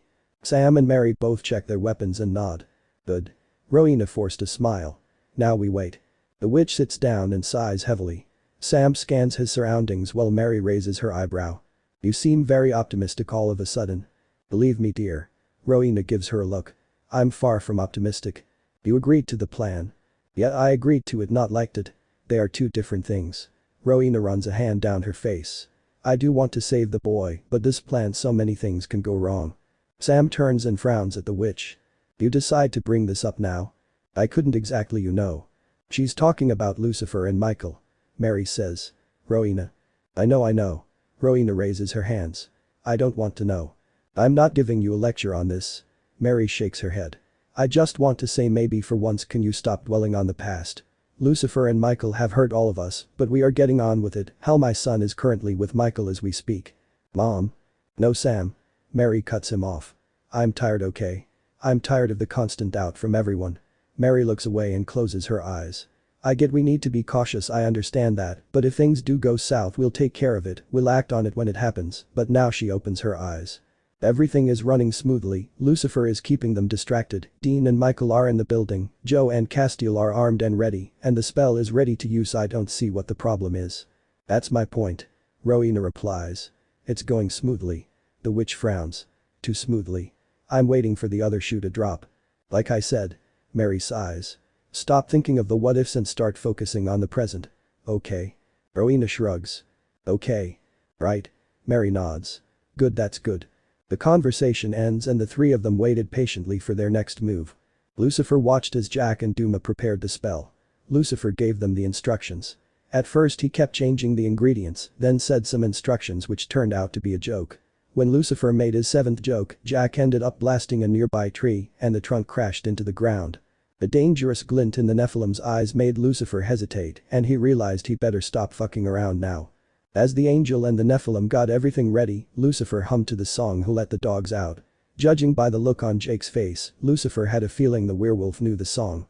It's a classic, right? Lucifer grinned. I know what you are doing. Jake held his head high. I'm not giving in, not this time. Dude. Lucifer frowns. I'm bored out of my fucking mind here. I don't care.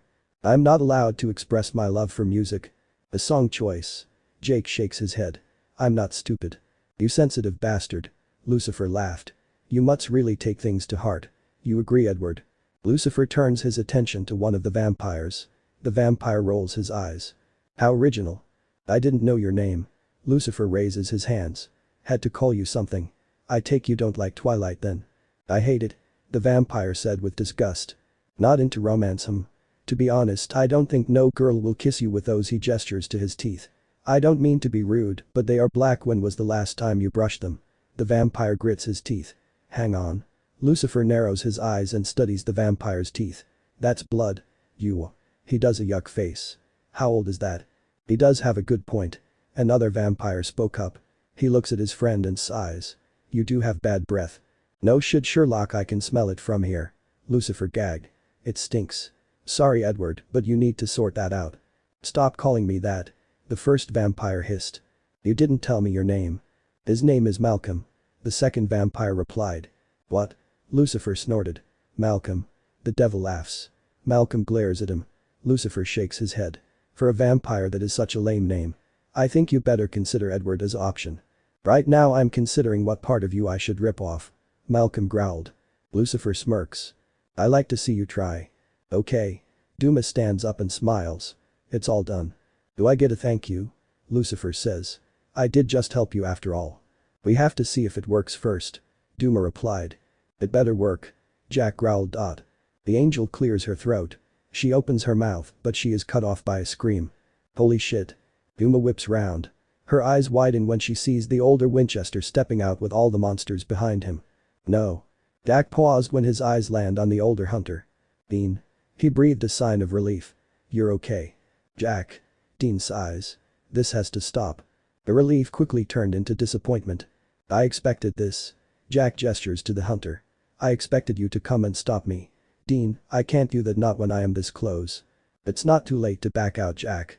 Don't listen to him, Jack. Dumas says. You can shut up, you son of a bitch. Dean glared at her. Don't talk to her like that. Can't you see she's using you? You used me in the past. Jack raises his eyebrow. Remember, you used me to open the rift and rescue your mom? No, Jack, that was. No. Jack raises his finger. No more lies. I do not want to hear it. You see, Dean, this is my choice. I chose to help Duma. I chose to help Heaven. I am going to save the world. I am doing a good thing. Why can't you see that? Dean opens his mouth, but Jack cuts him off. Don't answer that. He sighs. I already know the answer. The devil has manipulated you, corrupted you with his lies. Jack, that's not truth. It's the truth. You are working with him, right? It's okay, Dean, this will all be over soon. This will be the devil's last day on earth. The Nephilim smirks in his father's direction. Lucifer responded with a dramatic eye roll. He was so done with this bullshit. Duma. Jack nods. Do the spell. Jack. If you try to stop me, Dean, I will have no choice but to stop you. Two don't want to do that. I don't want to hurt you. So please, Dean, let me do this, please. Dean slowly shakes his head. Sorry, Jack, he can't do that. The hunter cocked his head. His lips form into a smirk. Jack straightened up as the older Winchester raises his hand and waves. Hello, Jack. It's nice to see you again. Michael. Duma whispered. My monsters. Michael looks round at everyone. You know what to do. Seconds later, the monsters lunge forward and grab Jack by the arms. Duma is pinned down to the ground. She struggles under the monster's heavy grip. She screams and tries to fight her way out. She looks up and sees Jake towering over her. Jake. Help me. She screamed at him. He looked lost and confused. The werewolf then walks up to the former archangel. Lord Michael. Are you? SHH. Michael puts his hand on the werewolf's shoulder. Everything is going to be alright. What about her? The angel. She's the enemy. Michael answered. The enemy? Yes. Do we kill her? Yes. Lucifer yelled. Jake looked conflicted. We'll deal with her in a minute. Michael nodded. First. Michael walks towards the Nephilim. Jack was on his knees being held down by a group of monsters. Jack looked at the former archangel with hatred in his eyes. Michael tilts his alternative nephew's chin up. This isn't you, Jack. My grace is doing more bad than good. You don't want to end up like me. You will end up alone, and I know we know that's not what you want. You want your family, your true family. I can give you that if you let us do this one thing. Jack pulled at the restraints and growled with frustration. Don't fight it. Michael says. You may not see it now, but you will eventually. The former archangel rose back up. This is for your own good, Jack. Jack stops fighting and narrows his eyes at the former archangel. A wicked smile forms on his lips. That was quite the speech, Michael. It almost sounded like you were here to help me. We all know that is not true. You don't help anyone. You are a monster that cannot be saved. You might have a bond with these monsters, but to have the power. The monsters suddenly loosen their grip on the Nephilim. Michael steps back as Jack rose to his full height. The monsters release Duma and help her to stand up. What the hell is going on? Lucifer frowned. He looks at his alternative brother. You said this would work. Michael shakes his head. He didn't know what to say. If anyone tries to betray me. Jack raises his hand. This will be the consequence. He then snaps his fingers. One of the monsters lets out a high-pitched scream as flames started to engulf them. Seconds later the fire vanishes and on the ground is a pile of ash. The other monsters gasp in shock. Their eyes are wide with fear. As I said, Michael. Jack says. I have power, you have nothing. Michael feels something grab his arm. He turns and sees it's the first vampire he met in the building. She looked guilty. I'm sorry, Michael. Michael was then pushed down onto his knees. It wasn't long before Mary, Sam and Rowena were found. The witch let out a series of curses as the monsters threw her on the ground. Dean took control and tried to fight out of the vampire's grip as he watched his brother and mom be dragged towards the Nephilim. I thought for Dean to be here, you guys must be here as well. Jack smirked. Any sign of Castiel? No, sir. One monster answered. He is covering his tracks. Don't worry, I'll find him eventually. Jack nods and again smirks. Jack. Sam shakes his head. Please. SHH. Jack places his finger on the younger Winchester's lips. It's okay, I am going to fix this. I will release you all from his control. We will start again. Jack. Mary. Jack smiles at her. When this is done, when the Lucifer and Michael are dead, we can put everything behind us. You're lucky I only sent you somewhere. It could have been worse. I could have killed you. The Nephilim laughs. All of you are making a big deal out of nothing, Sam. Dean, be grateful for what I done for your mom. I protected her in the other world. I always protected her. Yes, I made some mistakes, but like I said, she's alive. That's all that matters, right? At least I didn't abandon her unlike you guys. He grits his teeth. I can already think of a few examples of when you abandoned a loved one. Ah, you look surprised. Sam, Dean, I'm a god. I know everything. Another bonus to Michael's grace. He taps his head and grins. Gave me an insight, especially you, Dean. I can already see those dark secrets. He's lying. Michael spoke up. Am I? Jack tilts his head. So many told me I was turning into you. If that was the case, if your grace had an influence on me, then I would know everything you know. Michael didn't respond. I may have your power and your knowledge, but there is one difference between us. I'm the better one. I am the one who is going to change the world. You, on the other hand, you are pathetic, a disgrace, nothing but a discarded draft, a failed creation. Oh, did I strike a nerve? I'm sorry. I thought it was a good to bring up your insecurities. They say it's good to share your thoughts and feelings, as you are not a type to share. I thought I would do it for you. You're welcome, by the way. Wow. Michael chuckled. Just like looking in a mirror. I feel like I'm in the empty again, having a trip down memory lane. The former archangel raises his eyebrow. Anything else you want to share? I would love to, but time is ticking and I really need to get that portal open. Enjoy the show, guys. This is gonna be good. Duma, if you may. Duma quickly checked the ingredients over. She then starts chanting. Sam closes his eyes. He couldn't bring himself to look. Mary watched with fear in her eyes, while Dean's anger and worry grew by the second. All the Winchesters felt helpless as they watched Duma perform the spell. Eventually, Duma finishes the spell. Everyone waited for something to happen. After a few moments, Jake spoke up. So where is this portal? Just give it a minute. Jack answers. They waited another few minutes. There was still no portal. Jack's face twitched. He turns and glares at his father. Where's the portal? Where's the portal? Jack screams at him. About that. Lucifer grits his teeth. Suddenly one of the monsters groan and they clutch their chest. Their head then snaps up and their eyes glow bright blue. Seconds later another monster does the same thing. Eventually all the monsters started growling and roaring at each other. What did you do? Duma yells at the devil. This Lucifer smirked. This is my plan B. Plan B? Yeah, I sort of told you the wrong spell. I mean his grace was correct, but let's just say Omnion who has Michael's grace in their system. He blows out a sigh. You are truly fucked. Jake locks his eyes on the Nephilim. He snarls then charges at the Nephilim. Jake leaps and crashes onto the Nephilim. He raises his claw, but Jack grabs onto his wrist and snaps his arm. Jake roars and goes to use his other arm. Jack's eyes glow, then suddenly the werewolf explodes, his guts and body parts scattered everywhere. Duma's eyes widen as Jake's head rolls to her feet. His lifeless eyes stared up at her. Duma quickly goes back in shock and horror. Her wide eyes turn towards the devil. Lucifer shrugs. It is the source of their rage. Then all hell broke loose. The monsters charged towards each other. Vampires, werewolves begun to tear each other apart. Sam, Dean and Mary quickly scramble to their feet. Dean jumps out of the way as a monster speeds past him and leaps onto another monster. Rowena. Sam grabs the witch and pulls her up. Rowena stumbles slightly but manages to hold on to Sam's grasp. Hey. Lucifer yells. What about me? Can we leave him? Rowena asks. Mary gives the witch a stern look. Rowena rolls her eyes. Fine. She raises her hands and mutters a few words. The flash of lightning shoots past in the sky followed by thunder. Then it started to rain. The fire eventually vanishes and the trap is destroyed. Lucifer steps out and smirks at the witch. Thanks, Red. Rowena's eyes return to normal. She lowers her hands and lets out a huff. You're dead unfortunately. Eyes. Dean yells. We need to go now. Everyone runs off. Lucifer however stayed put. He looks over his shoulder. Jack is on the ground with a group of monsters on top of him. Every monster is desperate to destroy the grace. Destroy the very thing that was making them feel this uncontrollable rage. Lucifer. Lucifer turns his head round and sees Mary waiting for him. Lucifer sighs and glances back at his son. I'm sorry kid. Lucifer then runs and follows the others. The monsters ripped and clawed at the Nephilim's clothing. Jack tried to stand up but the monsters are pinning him down. Then the Nephilim's head snaps up. His eyes glow bright.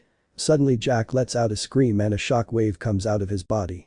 The force sent the monsters flying back. Jack slowly stands up.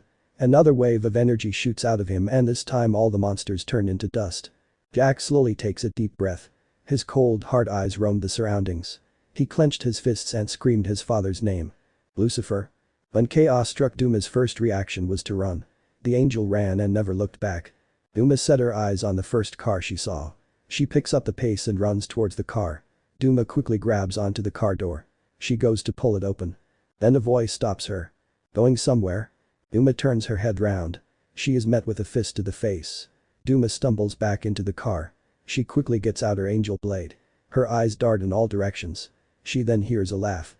Duma turns towards the owner of the voice. She then sighs. You got to be kidding me.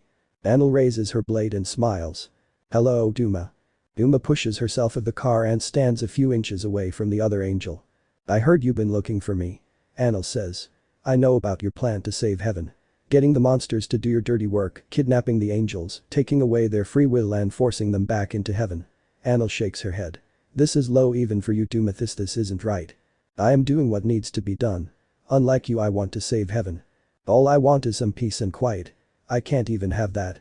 Peace and quiet on earth. Duma glares at her. Anil, you are angel. You serve heaven, it is your duty. Not anymore. Anil shakes her head. I don't serve God, I don't serve heaven, I certainly don't serve you. Duma laughs. You are still the same old Anil, the angel who thinks she's better than everyone else. Do I need to remind you of your place? You are still the same old Duma. Anil nods. A fucking bitch. Duma grips her blade. She gets into a defensive stance. You will be begging for your life once I'm done with you. Anil rolls her shoulders and aims her blade. We'll see about that. The two angels then begin to fight. Their blades clash. Both angels try to get the upper hand. Duma swings her fist. Anil blocks the punch, then she swipes her blade across Duma's arm. Duma hissed in pain. Anil then punches Duma in the stomach and sends another punch to her face. Duma stumbles into the wall. She raises her hand and wipes the blood from her nose. Not bad. Duma raises her head and smirks at the other angel. But Duma quickly hits Anil in the face. She then sends another punch to the stomach. Anil goes to block the next punch, but Duma grabs Anil's wrist and twists it. Anil let out a cry. Duma turns and kicks Anil in the chest. The force sent Anil flying backwards. Anil crashes into the car. The window from the car shatters and falls on the ground. Duma picks up Anil's blade. She grips the two blades. Her smirk widens. You are still not as good as me. Anil turns and spits the blood out her mouth. I'll make this quick. Duma smiled. Duma goes to attack. Anil spins round and opens the car door. She then grabs onto Duma's hair and pulls it back. Anil pushes Duma's head into the car. She then starts slamming the car door into Duma's head. Duma drops the blades and tries to grab Anil's arm. Anil smacks her hand away and continues to slam the car door into Duma's skull. Blood started to pour down Duma's head. Anil kept going. All the rage she felt towards God, towards heaven, towards her siblings all started to pour out of her. Then the car door stops. Anna looks down and sees Duma's fingers digging into the car door. The car door rips out. Duma stands up with the car door in her hand. She tosses the car door to the side. Blood caked Duma's hair and face. A couple of teeth are missing from her mouth. Duma moves her head left and right. Anil cringed when she heard the bone sliding back into place. Duma goes down and picks the blade up. Her eyes darken. Behind the glowing blue eyes Anil saw something much darker and much more sinister. Duma smiles. A manic smile. She looked unhinged. Anil sighs. Ah shit. 1 step. 2 steps. Duma slowly walked towards her sister. Her smile turned into a wicked grin as she saw Anil quickly backing away. There she is. Duma laughed. A high-pitched laugh. The scared little mouse of the coward. Duma increased in pace. Anil loses her footing and falls back.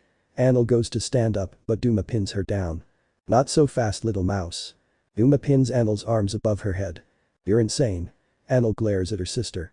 You're fucking insane. It's called power. Duma grins. And it tastes so good. Anil looks at her with bewilderment. Duma's eyes go on Anil's neck. The grace pulsed under Anil's skin. It tastes so good. Duma. Anil's eyes widen as Duma presses her blade against Anil's skin. Duma. Suddenly Duma is thrown to the side. The angel rolls away and lands on her back. She then felt something cold press against her throat. She looks down at the blade, then she looks up at her attacker. The angel laughs. Hastil, you took your time. Oz looks down at Duma with fury in his eyes. Duma smiles at his reaction. What are you going to do? Kill me? Just like the others? Oz froze. His mind goes back to every angel he has killed in his lifetime. All the fighting, all the death has led to heaven becoming the state it is in now. If this kept going on, eventually heaven will fall apart and the world will be thrown into chaos. Kaz looks down at his sister. He despised her for everything she has done to him, and his family part of him wanted to kill her right here right now. However, another part of him thought of heaven. Heaven needed the power. They couldn't afford any more deaths. Kaz sighs and removes his blade. A surprised laugh comes out of Duma's mouth. You can't do it. You haven't got it in you. Ha. Oh Castiel. Shut up. Kaz punches Duma in the face. The force was enough to knock her out. Kaz gets out the cuffs and slaps them on her wrists. Kaz stands up. His eyes remained on his unconscious sister. Anil joins his side. She also looks down at their sister. You okay? Kaz asked. Ichi. Anil turns to her brother. A look of understanding showed in her eyes.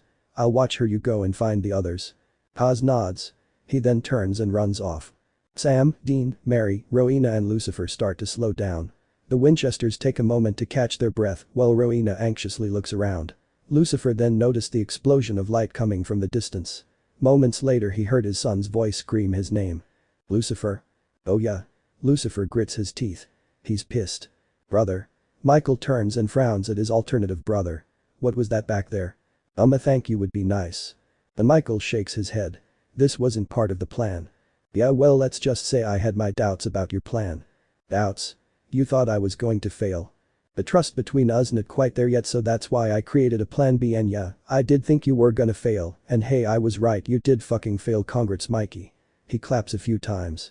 You got screwed over by the kid again. Michael glares at him. Lucifer, Michael. Mary shakes her head. Not now. Lucifer rolls his eyes. He then looks over and narrows his eyes. He then sighs. He's coming. As soon as Lucifer finished his sentence, Jack steps out from around the corner. He then walks towards the group. Too many chances. Jack said with gritted teeth. I have given all of you too many chances. No more. Jack shakes his head. No more chances. Dean, Sam, Mary, Rowena, I'm sorry, but you left me with no choice. I have to kill you. Don't worry, I'll make it quick and painless, just don't. He raises his hand. Fight it. As Jack goes to snap his fingers, Lucifer and Michael grab both of Jack's arms. Jack roars with rage, but Lucifer holds onto him tight. He turns and screams. Now dude, now. Rowena steps forward and raises her hands. Suddenly blue flames spread around Jack, Lucifer and Michael. Lucifer holds Michael with his hand. The three of them form a circle. Then Rowena starts chanting. Jack goes to move but he couldn't. He is frozen. What? He looks at his father.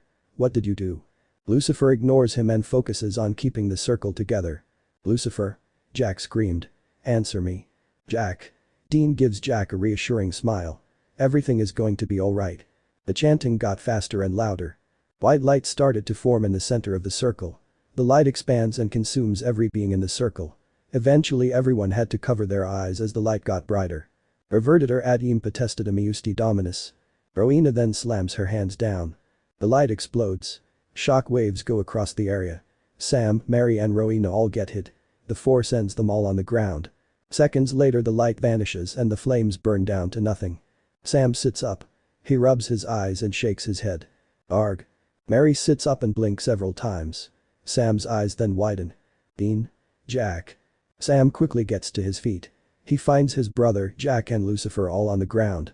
Sam checks up on his brother and Jack. The younger hunter sighs with relief when he finds a pulse on both his brother and the Nephilim. Rowena stands up. She brushes her outfit down and joins the mother and son. Did it work? Mary asked.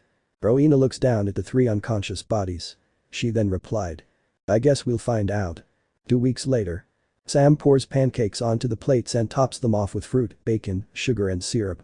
He then pours himself a coffee and sips it. He sighs heavily when the phone started ringing. He picks up the phone and answers it. Hello? Hi Sam. Joe hi. How's the kid? Yeah he is himself but not himself at the same time. Yeah you could say that. That's understandable after all Jack still doesn't have a soul he is relying on the echo of his grace. You could say he is half full, but hey at least he is not on a murderous rampage. Sam huffs a laugh. Yeah. That's why I am calling you. I found something that might help Jack. Really? What is it? What's going on? Sam turns and sees Dean has entered the room. Dean swipes a piece of bacon off a plate and chews it. The older Winchester swallows and gestures to the phone.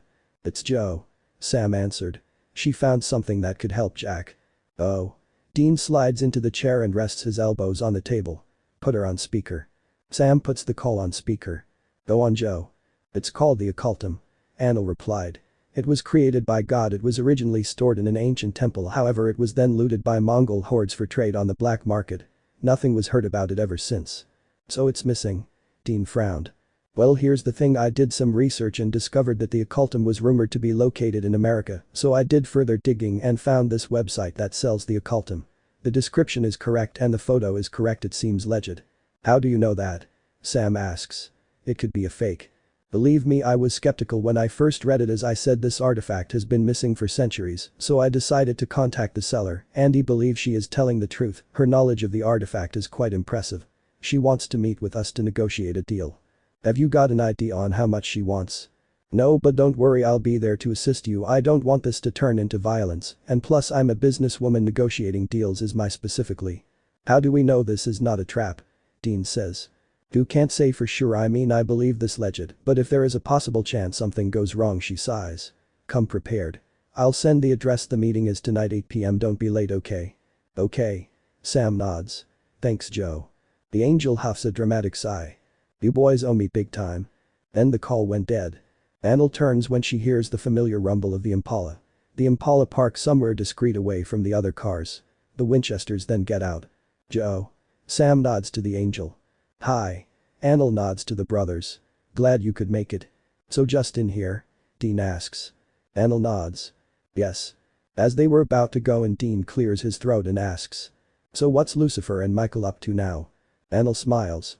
But actually Lucifer is keeping hell under control, while Michael is helping Naomi in heaven. Naomi is leader again. Better option than Duma. At first I was there to help Michael, like I said I would. We worked together on settling him down and regaining the angel's trust. His power is a temporary solution until we find a more permanent one. Of course I can't stay up all the time, I have a life down here on earth. You left Michael up there alone with Naomi? Lucifer is alone in hell. Anil raises her eyebrow. The world is still standing. Boys, this feud between the brothers, we are working on it. Once heaven is stable, Lucifer promised me a holiday, and I'm getting that holiday saves me buying a plane ticket. Once we are all back together, we are going to sort out some serious business, family business. Also maybe Jack can join us once he has returned to his normal self. Lucifer wants to make amends with his son. Dean shakes his head. Yeah, we're not going there. It's not your choice to make, Dean. Anil shakes her head. It's Jack's choice. If Jack says no, Lucifer said he will understand, he won't force Jack to join him. Lucifer just wants to fix his mistakes. Both brothers look conflicted. Anil thought now is the time to change the subject. We better get going, we don't want to keep her waiting. Before the brothers could respond, Anil turns and walks into the bar. The Winchesters follow shortly afterwards. Anil's eyes scan the room. She then paused. Her eyes land on this woman who was sat in the corner of the bar. The woman's eyes suddenly go on the angel. They both made eye contact with each other. Annel forced a smile and she walks over to the table. The woman quickly stands up and puts on a big smile. "You must be Joe." She beamed. The woman sticks out her hand. Annel's eyes lower to the hand. She then looks up and smiles. "Cut to the chase, I know what you are and you know what I am." The woman raises an amused eyebrow. "You know what I am yet you still decided to meet up with me?" "I had my suspicions." Annel nods. "I can also see you are like me and businesswoman, all you want to do is make a living for yourself, so I would very much hope that we come to an agreement, we both get what we want and we both get out of here in one piece." "Sounds like a good plan." The woman grins and nods. "Absolutely glad we are on the same page." "Joe?" "Ah." Annel turns and gestures to the Winchesters. "These are the Winchesters." The woman smirked. "Long time no see." Sorry, do we know you?" Sam frowned. "Oh, we go way back." The woman's smirk widens. "Yes, I have changed in appearance, but surely you can't forget the one who stole your car. Sweet ride, by the way. There was also the time with the rabbit foot." "Rabbit's foot?" Bean's eyes suddenly widen with shock. "Bella?" Bella Talbot's eyes turn black. A grin spreads across her face. "Hello, boys. Do you know each other?" Annel clicks her tongue. "From what I heard, I assume you guys were not exactly friends." "No." "What?" Bella pretended to gasp. "Come on, boys, we had some fun." "Fun?" Dean snorted. "You screwed us over." "Do had my reasons." "Look where it got you." Dean huffs a laugh. "A demon. Have to say it suits you. You were always a fucking bitch." Says the person who was recently an Archangel's bitch. Dean glares at her. "Fuck you. I offered, you declined." Bella places her hands face down on the table. "Now shall we get down to negotiating a deal?" "What do you want, Bella?" Sam asks. Bella gestures to the seats. "Have a seat." The Winchesters and Annel cautiously sat down. Bella sips her tequila and clears her throat. "The occultum is not for free." Bella shakes her head. "Like your Halo friend said, I'm just trying to make a living for myself." "Even now? As a demon?" "Oh yes, the situation hasn't changed. I don't get involved with what happens downstairs. As soon as I got off the hook and worked my way up, I got the hell out, not pun intended. I now go by my meat suit's name Kathleen and started my business from scratch, and well, here we are." "You are basically carrying on like nothing has happened." Dean laughs. "You haven't changed, not one bit." "Why should I give up the very thing I am good at?" "I mean, you carried on hunting after the angel pulled your ass out of hell." Bella scoffs as she picks up her drink. "Such a hypocrite." "Excuse me?" "Well, everything you do is for the greater good, meanwhile everyone else, we are bad." "I did what I had to do, it is called survival. I worked for Lilith because I wanted out of my deal, but you both of you have done some fucked up things to get out of situations, yet nothing bad is said because the Winchesters are heresheros." Bella laughs. "People are blinded by the truth, but not me. No, I know what you are, I saw it with my own eyes." She increases her grip on the glass. "And you are no hero." Dean forced a smile. He leans over the table and stares at the demon. "I get it, you're jealous because I got out while you had to stay down there and rot. That's because no one gives a fuck about it. You, after all, you did make a deal to kill your family and you inherited their money." Dean's face turns into disgust. "To this day you still make me sick." Bella flinched. Her mask slowly started to crack. She then puts on a shaky smile. "Like I said, Dean, survival." Dean shakes his head. "Well, right now you are gonna give us the occultum, if not," he presses the angel blade against the demon's stomach. "I will kill you." "You wouldn't kill me in a public place, not with all these civilians here." "Maybe not here, but I will definitely kill you." "Dean. You can't trust her, Joe." "And we agreed that everyone will come out in one piece." Annel glared at him. "Now stand down and let me do the talking." Dean sighs and leans back in his seat. Bella turns her head towards the angel. "Here's the deal. I don't have the occultum on me at the moment, but when I receive my payment, I will get it for you and give it you, then we go our separate ways." "How much do you want?" Sam asks. Bella told him the price. Sam immediately shakes his head. "Are you crazy? The occultum was made by the big man himself. I can't let something so precious go at a cheap price." "But you don't understand, we need the occultum." "That only makes me keen to bump the price higher." Bella smirked. "Look, Kathleen, Bella, whatever." Annel sighs. "Are you aware of Lucifer's son?" "I think the question is who isn't aware of the devil's spawn." "Well, you see, the Nephilim has no soul and the occultum might be able to get the Nephilim's soul back. If you refuse to give us the very thing that can help the Nephilim," she grits her teeth, "Lucifer will not be happy. You know, I can always call Lucifer, tell him to come and join us. I'm sure he would love to be part of these negotiations." Bella raised an eyebrow at that.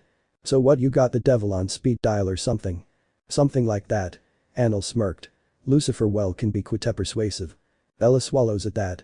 She then forced a smile. That goes against everything you said, you know, the everyone coming out in one piece part. He won't even need to get his hands dirty. Anil smirked. He will get the location from you and he will find the occultum and Yao Yu will be the one who gets nothing. So let's try this again, shall we? Ella scowls. She folds her arms and lets out a dramatic sigh. Okay, fine. Whatever price I offer you boys will not be able to afford it. So you will have to pay me in a different way. Forget it. Dean cuts her off. Sex is off the table. Wasn't going to suggest sex, Winchester. Bella rolls her eyes. She then turns to the angel. I want to talk to Dean alone. Not happening. Both brothers said in unison. Why? Anil frowned. Let's just say we have unfinished business. Bella the first swear to God. No tricks, no games, just want to talk. Bella's face turns serious. I mean it. Dean narrows his eyes and studies her face. He couldn't find anything that suggested she is lying or hiding something. It seems the demon is being truly serious about this. What is it you want to talk about? Dean asks. Bella shakes her head. I said alone. Dean glances at his brother. He gives his brother an reassuring look. Sam sighs heavily and stands up. We'll be outside. Sam then gives the demon a stern look. You try anything and I will. Yeah, I know. Bella waves him off. Now be a good boy and wait outside, okay? Sam glares at her. Anil stands up and places her hand on the younger hunter's arm. Let's go. The angel guides the hunter out of the room. Once they both left, Dean turns to the demon and asks. So what is it you wanted to talk about? Ella takes another sip of her drink. She then straightened in her seat. Dean could have sworn she looked tense. Why has she suddenly become tense? Where the hell is this going? Ella licks her lips. She then narrows her eyes. I said you were no hero, and you and I both know I am right. You have done fucked up things in the past, and you always get away with it. Really? I made mistakes, yes, but I always do what I think is right, and the decisions I made, I had my reasons. But you are only thinking about yourself. You don't think about how your decisions have affected others. You don't think about all those around you. Dean laughs at that. I save lives, remember? I am pretty fucking good at it. I'm not talking about that. I'm talking about your darkest decisions like hell. Dean's eyes widen. He leans forward. He becomes suspicious. What about hell? What you did down there? The souls you tortured. Dean closes his eyes. Why are you talking about this? You know why, Dean, you know why. Ella, I'm not playing a game here. I already said this wasn't a game. Then what the hell is this? Ella looks at the older Winchester's face. She then huffs a laugh and shakes her head. You don't remember? Remember what? The souls you tortured. Your victims. Victims? Demons were bad, but you, Bella grits her teeth. The souls feared you, some feared you more than Alistair. How do you know all this? Ella looks away. She then sighs. Looks like I am going to have to jog your memory. Ella reaches out with her hand. Dean slaps her hand away and glares at her. What are you doing? Ella uses her other hand and rests it on Dean's cheek. Opening your mind. Ella's eyes then turn black. Dean's world suddenly went spinning. The older Winchester quickly tumbles out of his chair. He stumbles back a few steps and covers his eyes. Then Dean loses his footing and falls backwards. The hunter screams as he falls down and down into the dark abyss. 1 minute Dean was falling, then the next minute he found himself hovering in midair. He tries to move, but his body refused to budge. As Dean looks round, he finds himself wrapped round in chains. The thick chains held him in place. When Dean tried to move, the hooks would sink deeper into his flesh. So in the end, Dean decided to stop fighting it and instead focused on his surroundings. Streaks of fire flash across Dean's eyes. Hot smoke blurred his vision. The heat burned against his skin. Laughter broke the deafening silence. Seconds later, a figure approaches the older hunter. Dean blinks a few times to clear his vision. Hello? He called out. Bella. The figure comes closer. Dean glares at the figure. Bella, what the fuck did you do? The hunter then froze when he saw the figure's face. The figure's eyes are glowing white. A smirk forms on its face. Dean's face paled as those familiar wide eyes look deep into his soul. Alistair. Alistair's smile widens. Good morning, Dean. He then frowns and looks up. Or is it afternoon? I can't say, time files in hell. The demon chuckled. This isn't real. Not real. Alistair touches his chest. I feel real. Dean suddenly gasps as he felt something sharp go into his skin. Alistair rips the knife out of Dean's shoulder. Dean grits his teeth to stop himself from screaming. The demon flips the blade and gives Dean a curious look. Judging from your reaction, you felt that. You still think this isn't real? What do you want? Dean yells, although he already knew what the response is going to be. What came out of the demon's mouth surprised the older Winchester. "I want you to remember." "Remember?" Dean frowns. "Remember what?" Alistair steps back. He then answered. "Everything." Dean endured the torture. He bit back the screams as Alistair abused his mind and soul. Part of him kept telling himself it wasn't real, and Sam will stop Bella, and this will be all over. However, another part of Dean was slowly slipping, falling into the demon's hands, and accepting the fact that he never left hell, and all those years were just one big lie, a story to fuck with his mind. Then a hand rests on his cheek. Dean closes his eyes and refuses to look into the wide-eyed demon's eyes.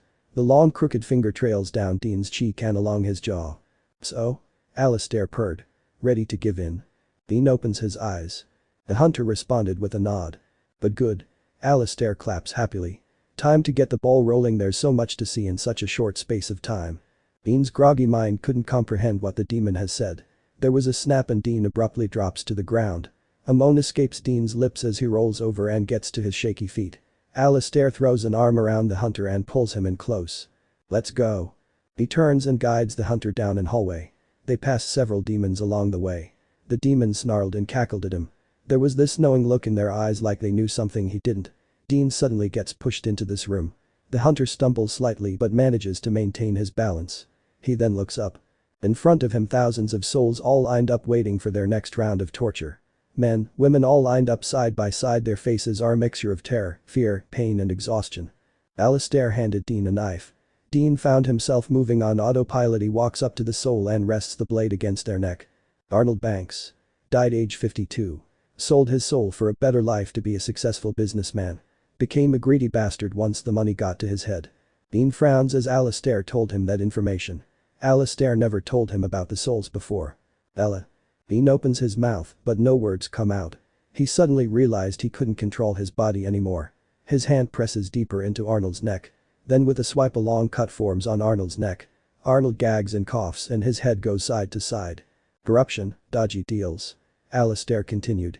Arnold didn't give a fuck about his employees. Dean continued to slash the soul. He tortured Arnold until his soul was shattered. When there was nothing left to torture, Dean moved on to the next soul. Bruce Wilson. Died age 43. Sold his soul for an extra few inches down below. How vain and desperate.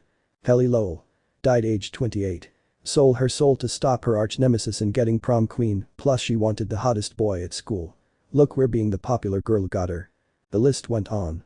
Dean tortured every soul Alistair read out. The job became easier as it went on. Dean was doing this to survive, but also part of him started to enjoy what he was doing. The adrenaline, the feeling of making these bastards suffer, it was thrilling, exciting. Dean didn't want it to stop. Sheena Shawn. Died, 26. Sold her soul to save her dying sister. Alistair snorted with disgust. How honorable. That's when Dean froze. He looks into Sheena's wide eyes and swallows. Why stop? Alistair waves his hand. We are just getting started. She doesn't deserve it. Deserve it? Alistair gave him an amused look. That didn't bother you the first time you tortured her? First. I didn't know. The stories went round. Bits and pieces here and there. You didn't care. Alistair laughs. The pain you inflicted on her caused you great pleasure. You may have not had the black eyes and twisted soul, but oh, you were most certainly like us. No, I'm not. Yet Dean didn't believe what he said. Deep down the older Winchester knew the demon was right. He was Alistair's best student for a reason. Alistair taught him the basics, but Dean went above and beyond that. He unleashed all his rage and anger out on the souls. The emotions he built up through the years has exploded, and the souls suffered because of it. The hunter turns back to Sheena. He wanted to apologize, he wanted to grab onto those chains and set her free, but he didn't. His feet remained planted on the ground, his fingers curl around the knife, and he found himself twirling the blade across her eye. "Please," she pleaded. Tears streamed down her eyes. He should take it easy on her, but Alistair is watching. The demon would punish him if he refused. Then Dean would always put the others before himself. On Earth when he was alive, he would have saved this girl and took the hit, but down here it was different. Dean has endured the abuse and the torture. He couldn't go through that all over again, no way. So Dean chose to be a coward. He chose to be Alistair's student. He chose to torture all these victims, all because he didn't want to feel any more pain. Instead, he wanted to inflict the pain. He wanted these souls to go through what he went through. "Please," she again begged. "I don't belong here." Those words made Dean's lips form into a snarl. That familiar feeling of rage and fury burned in his eyes. Sheena trembled as Dean leans into her face. "You think you are special?" He glared at her. "Huh? You think you don't belong here? Well, guess what, I don't fucking belong here either. In that moment her story didn't matter. Sheena might be a good person, but so was Dean, but Dean had to suffer, so why should Sheena avoid it? No one gets a free pass in hell, no one should be treated differently. They have all made a deal, so therefore they all needed to be tortured. Every single soul here needed to suffer. You're not special. Dean repeated. You are just another soul waiting in the line. Dean suddenly strikes the knife in her eye and twists it round. Sheena let out a scream as Dean pulls back. The eyeball flies out and rolls on the ground. Dean crushes it with his boot, feeling the need to ensure that every part of the soul is damaged. But in the next few seconds Sheena was completely shattered to pieces. Like the good old times. Alistair grins. I used to feel that rage from a mile away. You channeled it with every soul you faced. The hunter part screamed at him to save Sheena, screamed at him to fight Alistair. The screaming went on for a while until Dean finally switched that side of him off for good. He disconnected from himself, buried his feelings deep down. Dean looks at Sheena's crumbled form.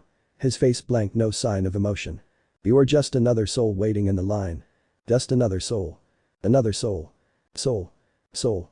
When Dean opened his eyes next, he found himself surrounded by other demons, all performing their work on their souls.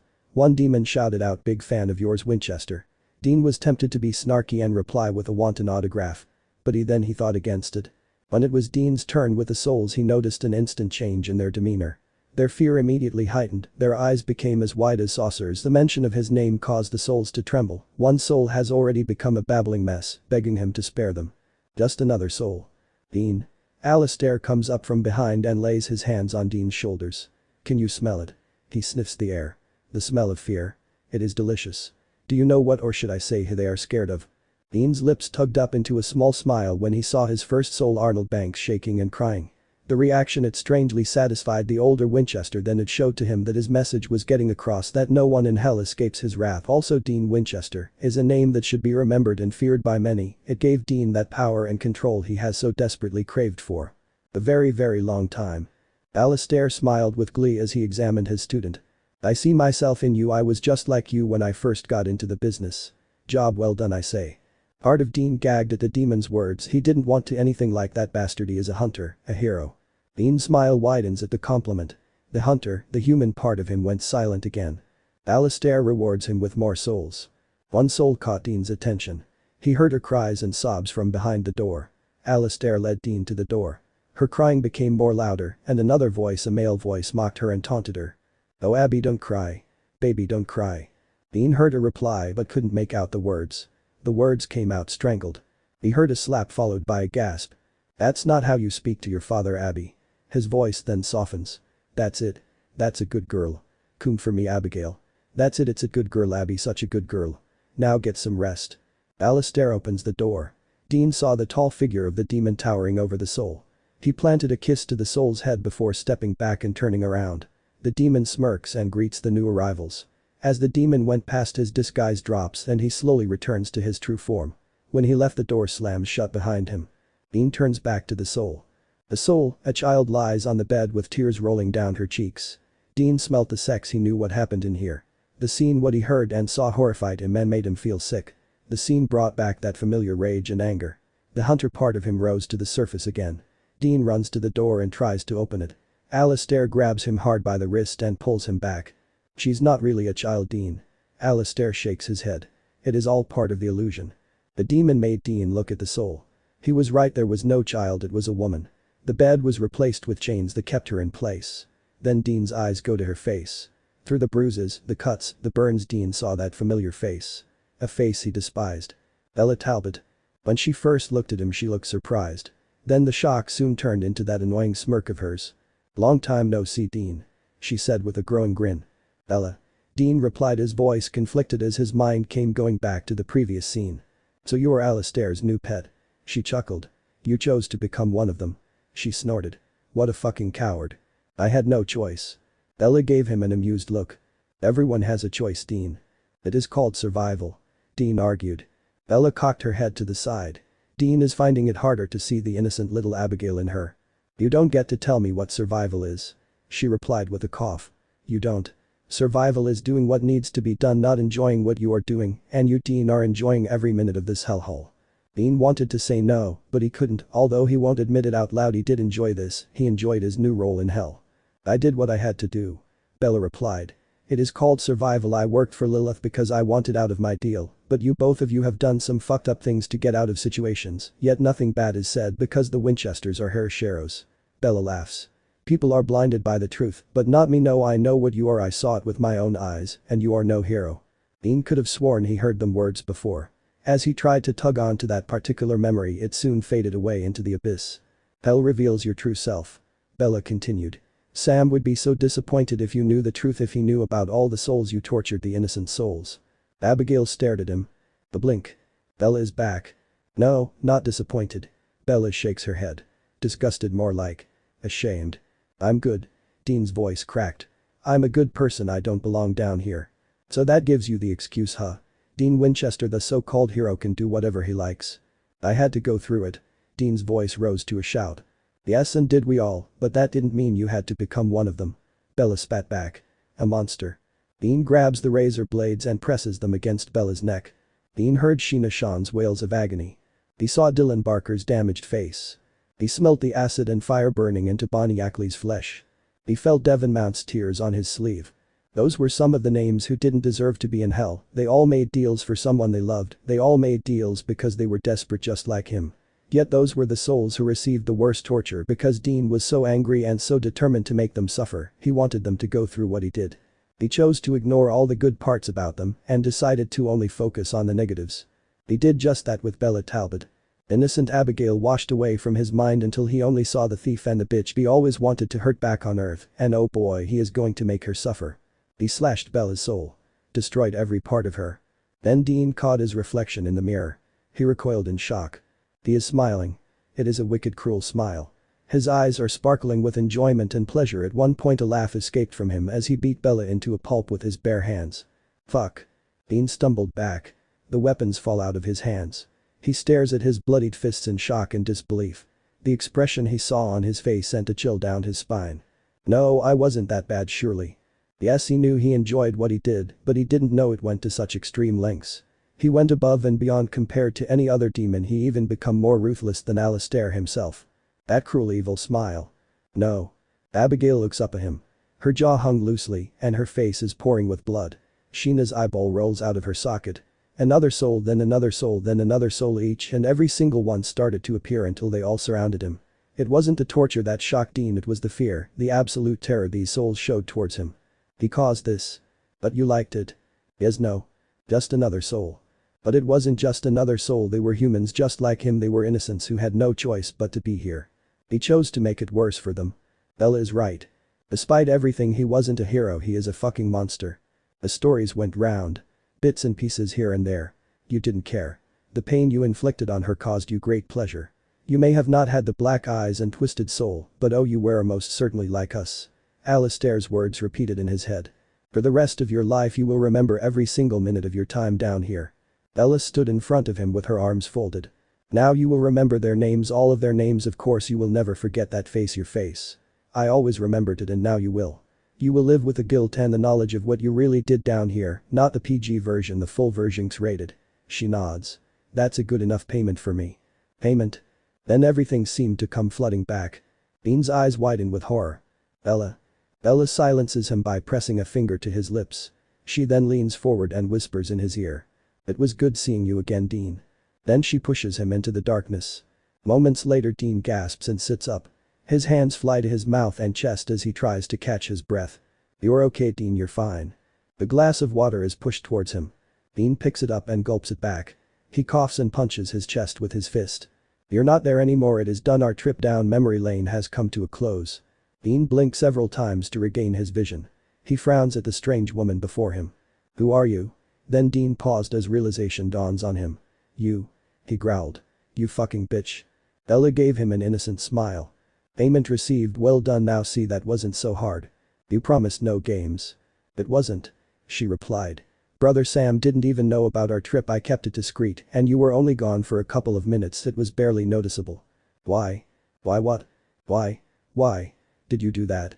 Bella didn't answer because she didn't need to. Dean knew the answer to that question. She wanted him to remember everything. She wanted to prove her point that the Winchesters are not the heroes everyone thinks they are. I know some of the souls. Bella suddenly admits. They turned like me and they hate you, they want you dead. What do you expect me to say? Sorry. No, I just want you to be aware if Sheen or Bonnie any of them find you, at least you will know why, and you will know you are the reason they became the way they did, monsters. Bean gulped at that. He never thought of it in that way. Those souls, they would be demons now. He played a part in destroying their innocence. That only helped to increase Dean's guilt even more. Bella noticed the shame on his face but didn't comment on it. If you felt that strongly about me, why haven't you killed me? Dean asks. Death is not for you, Dean, we both know that. Also I think you being alive and suffering is a much better punishment. It was silent for several moments. Then Bella clears her throat. Anyway, better not keep your brother waiting any longer, and I need to speak to the angel to discuss arrangements. As I said, I don't have it on me at the moment, but I will give it to you. I always do my end of the deal. Bella. Dean looks at her. Abby, that was you? Bella didn't reply. Dean plants his hands down on the table. That's why you made the deal, because of what your dad did to you? Still no reply. Dean shakes his head. How did I forget? You chose to forget. Dean closes his eyes. The guilt showed on his face. Bella, why didn't tell us the truth? What would that change? She asked. Maybe, then he sighs. Maybe we could have helped you.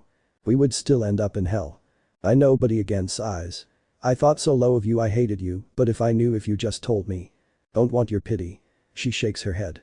That's why I never told you. You didn't want to be weak. Dean frowns at her. Bella. Bella stands up and raises her hand. She cuts him off. She didn't want to talk about this anymore. Dean closes his mouth and looks down. Well, now you know. She says. Let's just leave it as that. Is he a demon? Dean asks.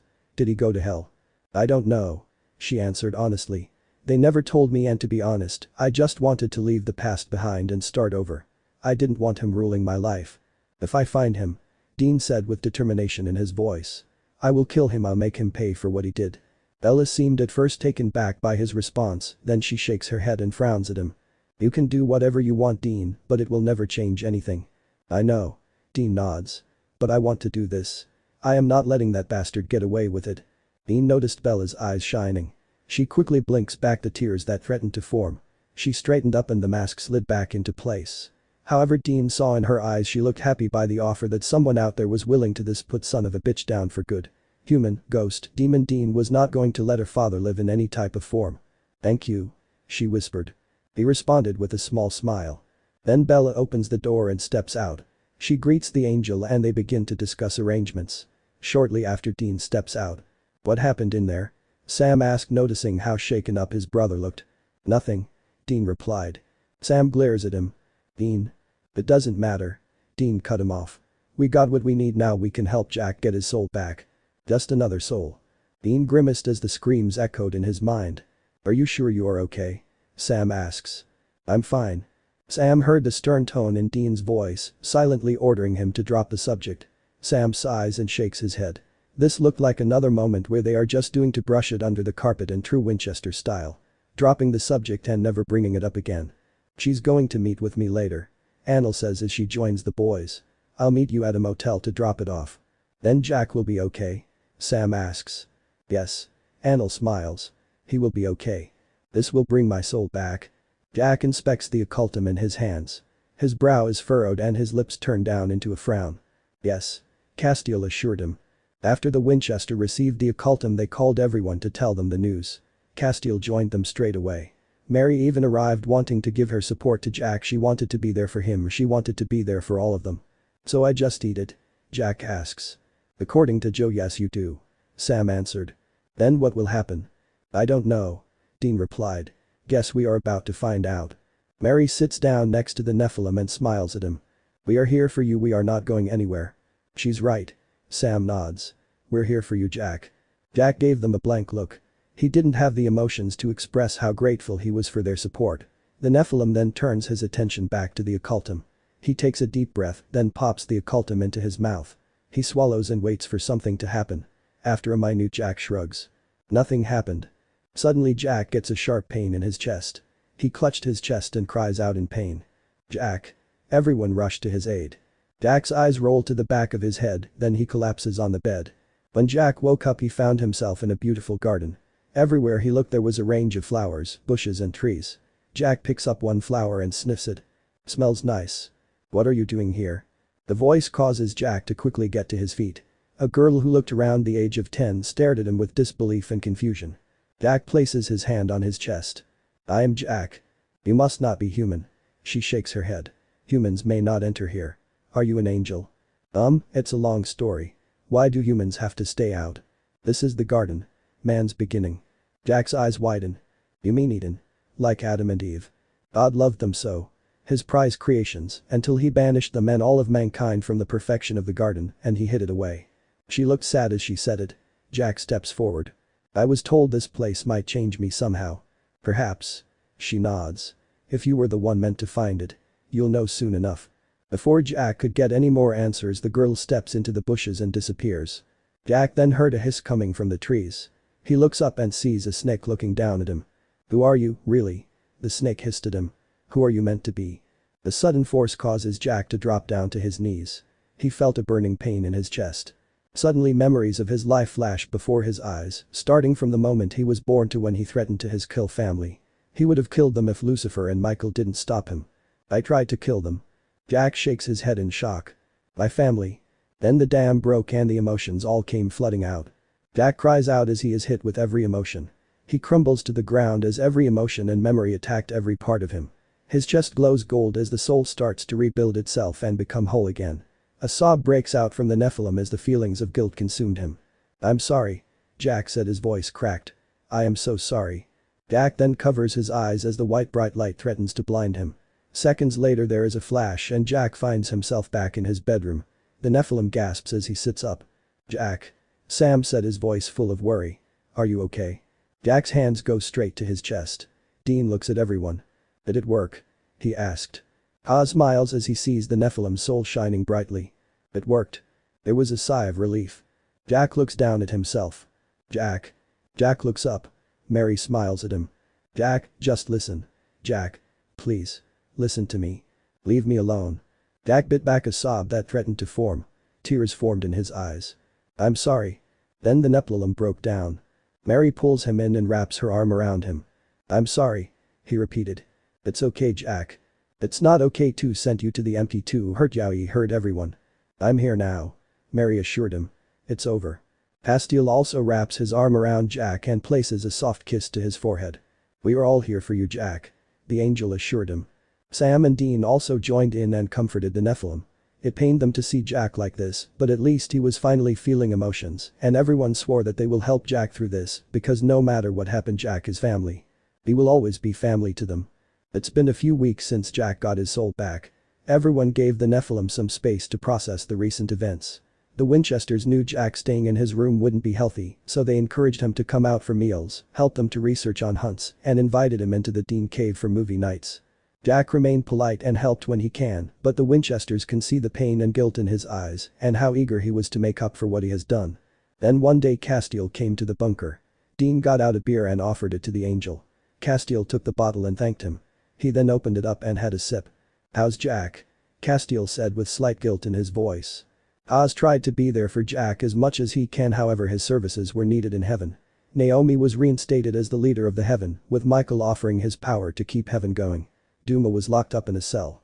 Michael Waswell was not the evil asshole he once was. He is bearable to work with now. Castiel kept their relationship mutual. They are just two beings working on saving heaven, that is all, nothing more than that. Sam sighs. He's getting there. He's just in his room putting his clothes away. He prefers to keep busy, distract himself from Right. Kaz lowers his head with shame. I'm sorry I haven't been here for him. No Kaz, you have nothing to be sorry for. Sam shakes his head. You're needed up there. I wish I could do more. Kaz looks down the hallway where Jack's room is. I wish I can take the pain away from him. He doesn't deserve this. I know. Sam said sadly. All we can do is just be there for him and will hope for the best. I should go and see him. Kaz replied with a nod. Sam smiled slightly. He would love that. Hey, Dean sits on the table with a beer clutched in his hand. How's Dumb and Dumber? As I hate to admit it. Kaz sighs. Michael has been a big help. Also, he and Lucifer have started to see a therapist. A therapist? Both brothers said at the same time. Anil did say they needed to, I quote, sort their shit out and get their act together. She found them a therapist who specializes in the supernatural. She helps supernatural beings. The brothers looked like they wanted more information. The angel just shrugs. All I know is the therapist is called Linda. Right? Dean grits his teeth. Bet that is going well. I wouldn't know, the sessions are kept confidential, but Lucifer and Michael are not killing each other, so that's a start. Better than nothing, I guess. Sam shrugged. Castiel. Jack smiles as he walks down the hallway. He wraps his arms around the angel and gives him a hug. It is good to see you. Ha smiles and hugs him back. It is always good to see you, Jack. The angel then lets go but keeps his hand on the Nephilim's shoulder. How are you feeling? I'm good, I feel great, yeah. Kaz gave him a look. The angel can see the kid is lying. Jack then sighs. I just want to make up for the things that I have done. I want to do something good for once. Jack, you have done a lot of good. Kaz assured him. But not enough. Jack shakes his head. That is why I would like to ask if I can join you in heaven. The room fell silent for several moments. The hunters and the angel looked like they were going to protest, but Jack cuts them off with a raised hand. I'm powerful, Castiel. My power can help heaven, and maybe I can offer some fresh ideas that could help us. I love being here, I really do, but I am tired of feeling useless. I want to do something, make a difference to the world. If there is way I can help heaven, then you have my support. But what about Michael? Duma. Jack looks up at the angel. I have to face them eventually, Castiel. It is the only way I can move on. Please, Castiel. Jack takes a deep shaky breath. I need this. Castiel looks at the brothers. Dean steps forward. He places his hand on Jack's shoulder. If that's what you want to do, kid, won't stop you. Whatever decision you make, we'll back you all the way. Jack smiles, feeling grateful by the older hunter's words. What he said. Sam agreed with a slight smile. The Winchesters knew they couldn't keep Jack here forever. Jack is a Nephilim, one of the most powerful beings in the world. Kelly, Klein, Castiel, they all believed Jack was born to make a difference to the world, to make the world a much better place. Deep down they all thought maybe Jack is the key to saving heaven. With the right guidance, Jack can be on the path towards his destiny. Don't forget to come by and visit us. Dean ruffled Jack's hair. There's still many movies I got to show you. Jack laughs and smiles. Of course. Are you sure, Jack? Kaz asked. No one is forcing you to do this. Yes. Jack nods. I'm sure. Once Jack was ready to go, he joined Castiel at the bunker door. Jack could fly them to heaven, but the Nephilim didn't mind taking a road trip with the angel. He saw as father to him, that way they can spend some quality time together before they got down to business in heaven. After giving everyone a hug, Jack then clears his throat and says. Castiel, Sam, Dean. Jack looks at everyone with tears shining in his eyes. Thank you for everything. They smiled at Jack's words. Also. Jack nods. Give my love to Mary. We will. Sam nodded with a smile. Are you ready? Kaz asks. Jack again nods. I am. Kaz opens the door and leads the Nephilim out. Sam and Dean followed shortly after and bid farewell to the angel and the Nephilim as they went off together in the car. Dean shakes his head.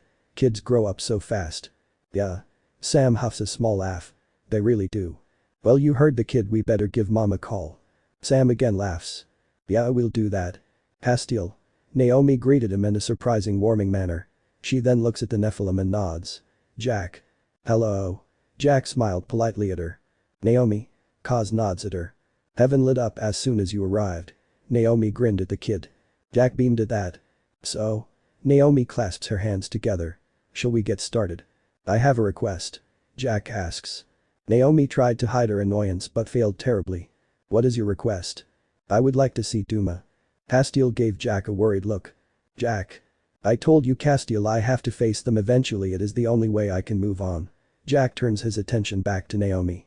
Can I see her, please? Fine. Naomi sighs. I will say Duma is not the angel she once was. Her mind is fractured, the damage is beyond repair. I doubt you will be able to form a conversation with her. The shadow did this to her. Naomi sadly nods. Well, I still would like to see her. Very well. Naomi angles her head towards the hallway. Follow me. The two angels and the Nephilim went through several hallways. They eventually reached the cells. There is the sound of singing coming from the cell. Duma. Naomi taps the bars of the cell. You got company. The singing abruptly stops. There is a shuffle of footpaths. Then a figure stumbles out. Jack couldn't help but gasp at the sight of her. Duma looked a mess. Her vessel still appeared damaged, with her hair messy, her clothes ripped and torn, and the teeth were missing in her mouth. Jack looked through her and saw that her grace barely flickered. The black mass from the empty has consumed her mind. Despite her current state, she is still an angel, a power source to heaven. It was better than nothing. Duma presses against the bars. Her eyes are wide and childlike. Duma. Jack said, his voice cautious. A spark of recognition showed in Duma's eyes, then her vision clouded over again and her face became blank again. I told you. Naomi sighed. This is pointless. However, Jack disagreed. I would like to talk to her alone, please. Naomi looks at her brother. Castiel sighs and squeezes the Nephilim's shoulder. We'll be outside. The angels go outside and leave Jack alone with Duma.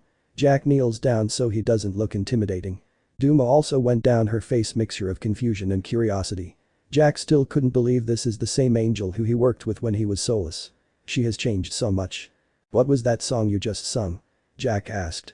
It sounded beautiful. Duma cocked her head as she slowly registered his words. Singing? She replied, her voice small. Yes. Jack nods.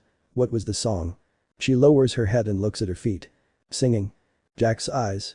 Maybe this is going to be harder than he thought. Then he had an idea. My mom used to sing to me. Jack smiled at the memory. She had a lovely voice. It used to go like this. Jack takes a deep breath. Then he begins to softly sing the song. Duma looks back up at him. She looked like she was generally listening. When Jack finished the song, Duma formed a shaky smile. Nice. Jack grins. Thank you. Duma looks up. Her face is sad, like she is remembering something. Song. Heaven. Jack tilts his head. The song you sang, is it what the angels used to sing? Song. Heaven. A tear slowly rolls down her cheek. No heaven, oh heaven. Duma. Jack reaches forward and gently takes her hands through the bars. The angel didn't pull away, she let Jack take her hands. She closes her eyes as she felt the warmth from his hands, the power that reminded her so much of home, her old home, the good old days before everything fell apart. Duma missed that feeling so much. I can't forgive you for what you did. Jack shakes his head. Your intentions were good, you were only trying to save heaven, but the way you did it was all wrong. People got hurt because of you. You took advantage of me and manipulated me. If we opened that portal, we could have caused a war, you know that, right? What we did was dangerous. I didn't see it then, but I see it now. Duma made a small sound of pain. I could blame it all on the empty, like I could blame it on me having no soul, but we can't. Despite all that, it was still our choices. We made those choices, Duma. What we both did was unforgivable. I have to live with what I done. He looks into her eyes. Maybe deep down you do as well, but now I am going to do this the right way, what I should have done from the very beginning. Hopefully this time some good will come out of it. Duma blinks. Heaven. Heaven. Jack smiles. I am going to save heaven. Duma suddenly looked emotional. Home saved. Your home will be saved, the world will be saved. That's a promise, Duma. Her lips trembled. Jack squeezes her hands and gives her a gentle smile. Goodbye, Duma. Jack slowly lets go of her hands. She whimpered at the loss of contact. As Jack goes to leave, a voice suddenly stops him. Thank you, Jack. Jack looks over his shoulder. Duma stared at him. The tears pouring down her eyes now. Jack gives her a small nod. No problem. Duma then shakes her head. The confusion is back on her face. The connection is gone. Jack has lost her again. The Nephilim sadly sighs and leaves. The silence is then filled with the singing from the broken angel. However, this time there is hope in her voice, hope that one day the heaven she knew will return and her home will be saved. Heaven will return to its former glory. She just needed to have hope. The Archangel Michael is back. An angel informed Naomi. Jack froze when he heard his name. Castiel noticed his reaction. You okay? Jack looks up at him and nods. I have to do this. Michael came round the corner. The Archangel froze in shock when he saw the Nephilim. Castiel put a protective arm around Jack and gave Michael a stern look. Jack focused on Michael's new vessel. He heard the vessel is someone from Raphael's vessel's family. The bloodline are strong enough to be able to contain the Archangel Michael. However, without his sword, Michael couldn't reach his full power anymore. So he is slightly weaker than before, however still strong enough to put up a fight. Jack. Michael's dark eyes widened with surprise. You are here? I am. Jack said, his voice neutral. Michael nods. He looked uncomfortable. Sensing the tension, Naomi steps in and clears her throat. Shall we resume business? Yes. Jack answered with a nod. Once everyone was seated around a table, ideas started to spring of each other. Jack listened carefully and made notes. He wanted to ensure he understood everything about heaven, its condition, the souls and the angels. He avoided Michael. When his eyes scanned the room, he would always quickly look away when his eyes met Michael's. Every time he saw Michael, it reminded him of who he was close to being. So many told me I was turning into you. If that was the case, if your grace had an influence on me, then I would know everything you know. I may have your power and your knowledge, but there is one difference between us. I'm the better one. I am the one who is going to change the world. You, on the other hand, you are pathetic, a disgrace, nothing but a discarded draft, a failed creation. The Nephilim flinched as the last conversation he had with Michael played in his mind. They all warned him, they all told him what Michael's grace was doing to him, they all told him how having no soul was affecting his mind and judgment, but Jack didn't listen, he let the paranoia, rage and power get to his head, and he responded by hurting them. This isn't you, Jack, my grace is doing more bad than good. You don't want to end up like me. You will end up alone. You will end up alone. Jack bit his lip. If he did kill his family and friends that day, then he would have ended up alone, he would have ended up like Michael. What would have Jack done then? Gone on a rampage. Turn the world into the apocalypse world and become the most fearful being in the universe. Without a soul and just power, who knows how far Jack would have gone. I'm a god, I know everything. Those were his words he said on that day, words Michael would say, but Michael didn't say them, words Jack did, and it scared the hell out of Jack. Part of Jack fears that he could go down that path again and become the very thing he swore to destroy. A monster. A monster. I'm sorry. Mary, Sam, Dean, Castiel. I'm sorry. You hurt them all. I'm sorry. A monster. A monster. A monster. You are a monster. I'm sorry. Jack. Castiel rests his hand on the Nephilim's shoulder. He sensed the kid's stress. He felt Jack's breath quicken and his heart banging against his chest. Castiel wasn't an expert, but judging from Jack's appearance he knew the kid is having a panic attack. Squeezed Jack's shoulder and told him to breathe nice and slowly. Eventually Jack did calm down. Jack loosened his grip on the pen, letting it fall on the table. He then stands up and backs away from the angel. Do need Jack swallows. May I be excused, please? The Nephilim suddenly felt uncomfortable as all eyes went on him. Naomi folds her arms and nods. You can leave. Jack thanked her and quickly left the room. Castiel is about to go after him, but he is stopped by Michael. No, Castiel. Michael shook his head. Give him some space. Castiel glares at the Archangel. I knew this was a bad idea. You did this. This is all your fault. He growled. Michael lowers his head as Castiel leaves the room. The remaining angels turn and look at Michael. Michael ignores them and focuses on Naomi. What were you saying about the souls? Jack stops outside a door. He looks up at the door and sighs as he sees his mother's name. Jack wanted to go in right now and let his mother hold him. He wanted her to sing to him and take the pain away from him, but no, he didn't deserve that, he doesn't deserve his mother's love, he doesn't deserve anyone's love, he should be punished for what he has done. If he told his mother what happened, would she still believe in him? Would she still believe he is good? Would she reject him? Jack's eyes filled with tears at that thought. He then places his hand on the door. I'm sorry, mother. I'm sorry I let you down. He lowers his head with shame and guilt. Suddenly he heard footsteps and heard his name being called. It is Castiel. Jack didn't really want to talk to him right now. So the Nephilim turns around and searches for somewhere quiet. The Nephilim stumbled upon some gardens. The garden looked like the one from the Garden of Eden, but it wasn't that garden. Jack knew he has stumbled into someone's heaven. He can see the soul of the man Jonathan Wilkes reliving a memory, playing tag with his children, and the wife sat on the grass watching with a big smile on her face. This is a happy memory, a peaceful memory. Jack liked this memory. Watching children play and interact relaxed him. It reminded him of how innocent and pure they are, like he once was, before he was exposed to the horrors of the world and before he lost his soul. So since then, after every meeting with the angels, Jack would come here and watch the children play. He would let the laughter and joy temporarily drown out the guilt. Jack still avoided Michael. He would only talk to Michael if he had to, such as discussing ideas and plans regarding heaven. The Nephilim tilts his head back and lets the sun shine down on his face. He then heard someone clear their throat. Jack's eyes fly open up as he felt the familiar surge of grace.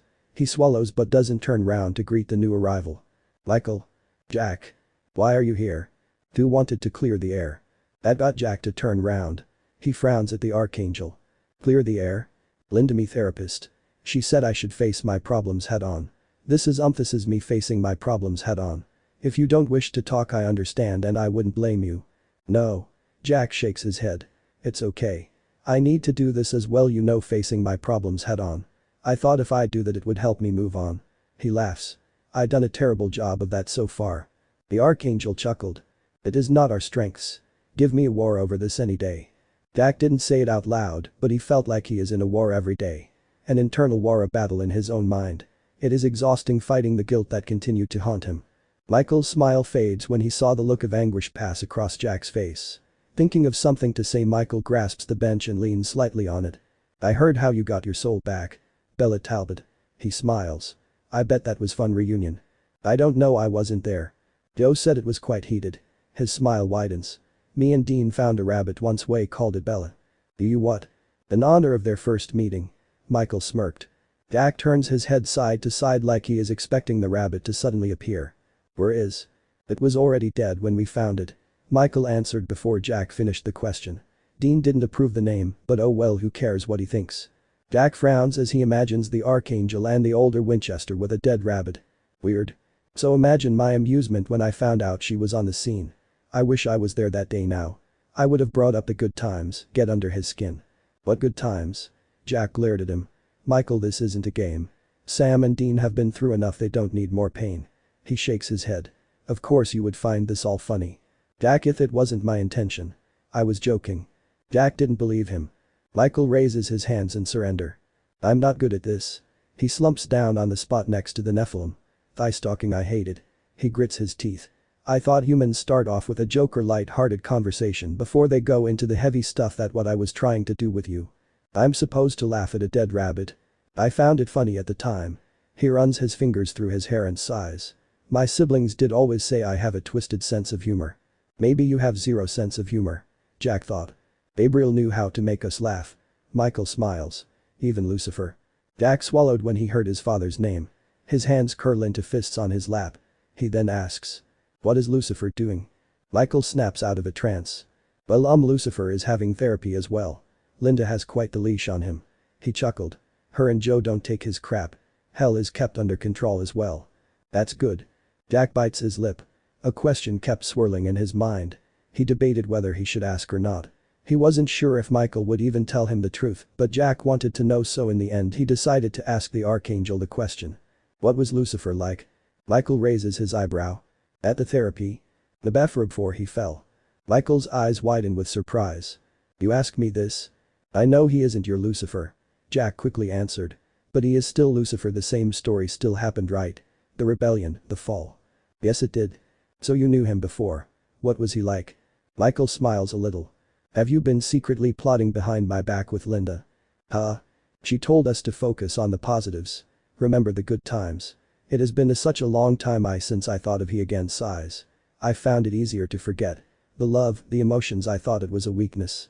Linda told us we needed to rediscover who we were. Joe said being Dean again was a start. Rest I had to find out on my own. The empty certainly brought up some memories. He grimaced. I guess I have been reluctant to go there again. My past, I have shut it out for so long. Jack suddenly regretted asking the question. It seemed the Archangel wasn't going to share anything. Then Michael turns his head towards the Nephilim. Why are you suddenly interested in your father? I thought you despised him. Don't know. Jack admitted. I'm just tired of being angry. Michael slowly nods at Jack's words. His face then softens. You remind me so much of him, how he was before. Jack raises his eyebrows. Michael smiles, but Jack can't see the pain in his features. Bright just like him. The brother I raised, the brother I taught to fight, the brother who came to me whenever he was upset. I saw it all when I saw you. The door to my past threatened to open. I couldn't let that happen. He needed to be strong, so I decided it was easier to hate you. Jack was taken back by them words. Look how that turned out. Michael's smile is tight. I failed Lucifer then and I failed you. You both fell and I played a part in it. I should have been supportive, instead I fought against you both all the way. Lucifer became the devil and you used your soul to kill me and you were turning into me. He huffs a laugh. They say Lucifer is the bad one. At least we got you back before it was too late. Jack looks at the ground as he slowly processed Michael's words. He then slowly looks up. Do you think it is too late for Lucifer? Michael raises an eyebrow. Do you think it is too late? I said this many times and I will say it again, I'm sorry. Lucifer's words echoed in Jack's head. I understand if you don't want to forgive me. Honestly, I don't forgive myself for what I did that day either, but I want to make things right. Please give me a chance to make things right. Jack shakes his head with confusion and frustration. I don't know. Honestly. Michael replied. My brother has been in the darkness for so long I thought he was past saving, but the way he talks about you in therapy, the happiness he shows whenever you are the topic of conversation, I see that light in him again, just like how he was before. You saved him, Jack, you also saved me. But two didn't do anything to instead cause pain and suffering. And hope. You gave Lucifer something to fight for. You made me realize what I was doing to myself. Joe, your friends gave me a nudge in the right direction, but seeing you that day acting like me made me realize that it's time for change.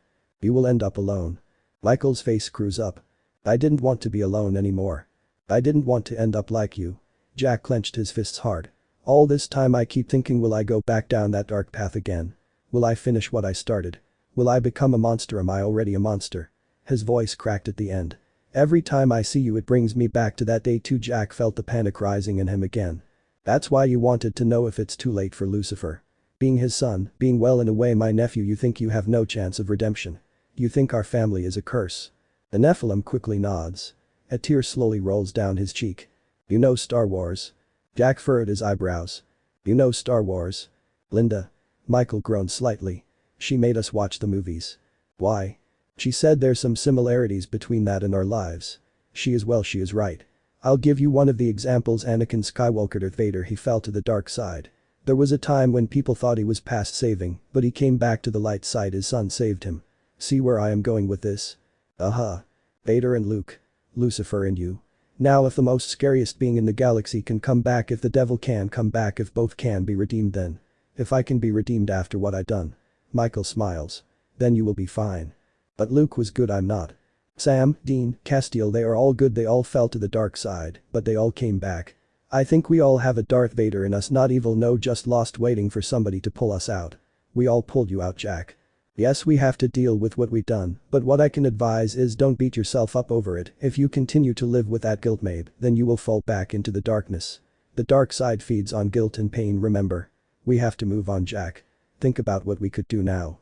You make that sound so easy. Jack said with frustration in his voice. It is not the memories, the pain, it's always there. It will never go away. Michael agreed. Eventually it will become manageable. It will just become a part of us, a reminder for us to stay strong and to ensure we never go down that dark path again. It helps us learn from our mistakes, Jack. Have you learned your lesson? Have you learned from your mistakes? Michael smiles. I'm slowly getting there. Jack looks back down at the ground again. It helps us learn from our mistakes, Michael's words remind him. Don't fight the guilt, accept it. It is part of who you are. Jack thought to himself. Stay strong for yourself and your family. Then you will never go down that dark path again.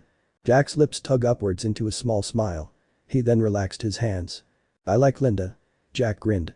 She sounds like a great therapist. She is. Michael agreed. She is a very wise for a small human being. Can I see her? I think some solo sessions with her would be very helpful for me. I'm sure she would love to see you. You will have to ask Castiel. I'm sure Castiel will be fine. I'm glad you are seeking out the help you need, Jack. Maybe once you feel comfortable you can join the group sessions. Michael's voice trails off when he realized what he said. Yeah, maybe. Jack said, the atmosphere suddenly becoming awkward again. Say Michael sighs.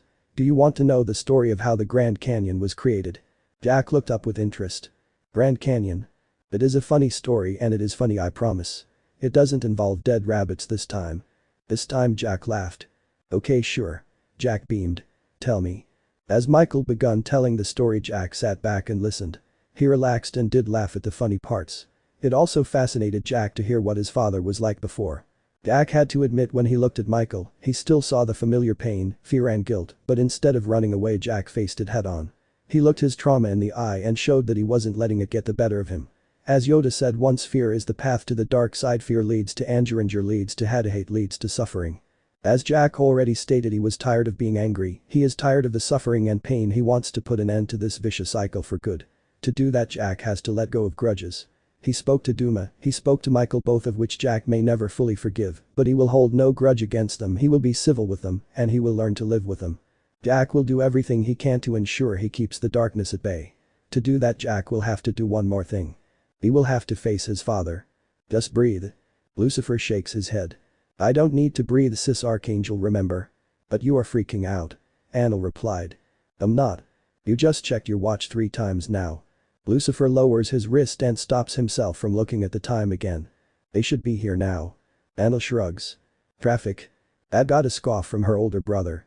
My son has wings, he can fly here. He runs his fingers through his hair and sighs. Maybe he is having doubts. I'm sure. Maybe he has changed his mind. Lucifer continued. I'll admit I was surprised when you told me Jack wanted to talk to me. I thought you were joking. No way Jack would want to talk to me after everything that's happened after I. Lucifer.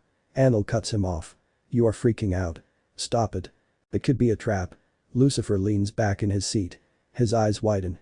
It actually could be a trap. It is not a trap. How do you know? They wouldn't tell you. Anil's face twitched with irritation. She then gets her phone out. I'll call them. As she goes to press the button, the infamous Impala suddenly arrives. Annel shoves the phone back in her pocket and smiles. Talk of the devil. Lucifer rolls his eyes at her. Moments later another car arrives. The car parks next to the Impala. The door to that car opens. Mary steps out. She slams the door shut and walks towards the two angelic beings. Blondie. Lucifer raises his eyebrow. Fancy seeing you here.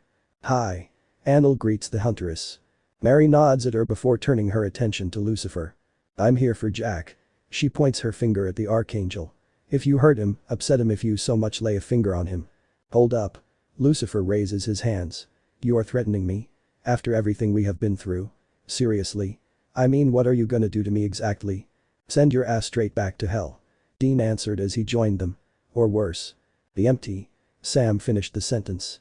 Lucifer groans as all three Winchesters circle around him. We got our eye on you. Dean warned him. I just want to talk to my kid. Lucifer sighed. Okay, you made your point. Annel glared at the hunters. Lucifer promised he will be on his best behavior, don't worry. I don't like this. Sam muttered to himself. But it is not your decision, Sam. Annel replied. It is Jack's and Jack chose to meet up with his father, so you must respect his decision. Well, we are here for him. Dean nods. That's what family does. Dean spat out the word to Lucifer's face. Lucifer opens and closes his mouth as the three hunters take a seat across the park. They kept their eyes on the archangel at all times. Lucifer sighs and runs a hand down his face. Just need Castiel now to come and be a pain in the ass. Jack couldn't help but groan when he saw the Winchesters glaring daggers at his father. Castiel. Jack raises his eyebrow. Was this necessary? Castiel parks the car and nods to the Nephilim. Hopefully Lucifer will behave, but well, we feel taking extra precautions is needed. Anything could go wrong and we don't want to see you hurt again. I am still very annoyed that you spoke to Michael behind my back. That wasn't planned. Jack defended himself. He just turned up and he didn't hurt me, Castiel. I was fine and I'm sure I will be fine now. Castiel shakes his head. I only just got you back. He turns and looks at the steering wheel. I can't lose you again. Jack places his hand on the angel's shoulder and gives him a comforting squeeze. I'm not going anywhere, Castiel. Haas eyes. Jack opens the car door and steps out. He waves at the Winchesters before going over to the table where his father and the angel Joe are sat. Jack. She greeted him with a smile. Hello, Joe. Being polite, Jack extends his hand and shakes her hand. You look lovely today. Joe beamed at him. Why, thank you, Jack. Jack smiles at her. He then turns his attention to the archangel. Lucifer quickly stood up, nearly knocking the chair over in the process. He brushes himself down and clears his throat. He umps Jack. He quickly corrected himself at the end, remembering how angry Jack used to get when Lucifer referred him as his son. Lucifer? Jack responded. He sounded awkward. His eyes are on the floor. Lucifer can feel Castiel's eyes on him. The angel stood with the others, all of them waiting to strike if necessary. The archangel ignored them and kept his full focus on the Nephilim. I'll be over there if you need me. Joe nodded. She goes off and sits on another bench. Would you like some ice cream or a drink? Are you thirsty? Lucifer asks. I'm fine, thank you. Jack remained polite, but Lucifer can see the kid is wary and nervous just like him. Nice weather today. Lucifer mentally shakes his head. Why did he start a conversation about the weather? Like, who cares about the damn weather? Lucifer didn't care about the weather. It is sunny and warm. Jack said with a nod. I like that. Much better than the cold. It was always cold in the other world. Yeah, well, that world was a dump. Lucifer thought he said the wrong thing, but the Nephilim actually agreed with him. Yes, but it was also sad. Damage had so much death, so many painful memories. There was a haunted look in Jack's eyes. A look Lucifer knew too well. A look he has seen in his brothers after the countless wars they have been through. They were all exposed to so much horror. The war against the darkness scarred the angelic beings for a long time. Lucifer can still remember the poison seeping from Michael's wound after the darkness attacked him. It sucks you had to go through all that. Lucifer replied awkwardly. It wasn't all bad. Jack mustered a small smile. At least those people have a home here now. Yeah. You obviously do not care about that. Jack said coldly. What? Nobody. Jack raises his eyebrow. Lucifer blows out a big sigh. It has been such a long time since I cared. He thought. Jack. Lucifer looks over at the others. Jack also glanced over his shoulder. It is hard to talk with them all staring at us. Jack says. Lucifer agreed with the kid. He felt like he's walking on eggshells, fearing he will say the wrong thing and he will never get to see Jack again. We could leave. Jack suggested. Lucifer's eyes widen. I don't think that's a good idea. This is my choice. Jack nods. I wanted to see you, so it should be me that makes the decisions around here. I wish to speak to you alone. Easy for you to say. Lucifer scoffed. It will be me that gets the blame as usual. Jack steps forward. He curls his hand around Lucifer's arm. Jack. Castiel calls out. Jack turns his head towards him. I need to do this alone. I will be back, I promise. The Winchesters start to run towards the father and son. 1 minute Lucifer found himself in the park, the next minute he found himself standing in a forest. Jack is sat on a log. He swings his legs and frowns as the Archangel looks around. What are you doing? Looking for traps. Lucifer narrowed his eyes. Waiting for ambush. You believe this a trap? I have thought about it. Yet you came anyway. Well, you didn't really give me a choice. Lucifer pointed out. This wouldn't be the first time you lured me into a trap. Jack's face fell at that. Lucifer cursed to himself. Sorry, Lucifer can already imagine Linda scowling at him now. So far he is doing a terrible job at this. I deserved that. Jack nods. What I did, playing with emotions, that was wrong. It was fortunate I already knew you were lying before I arrived. I knew you didn't love me, you already made that quite clear in the past, even before you lost your soul. Right, Jack? You called me a monster, said I wasn't your father. Lucifer didn't apologize this time. He needed to say this, he needed to make his feelings clear. He wanted the Nephilim to know how he truly felt. Lucifer knew he didn't deserve forgiveness, but he wanted Jack to know he was hurt and that everything Jack has said to him upset him greatly. Jack stands up. His face is blank. I remember that. I do also remember you lying to me about Maggie, and you said you only wanted me for my power. That was the start to all this. The reason why Dean said yes. Jack didn't raise his voice or show any anger that surprised Lucifer. I died, I was brought back through soul magic. Jack continued, I burned my soul to kill Michael, and Jack's face tightens. Well, you know the rest. Everything went from bad to worse. So it is my fault. All of us. Jack again nods. We all made mistakes that put the world at risk.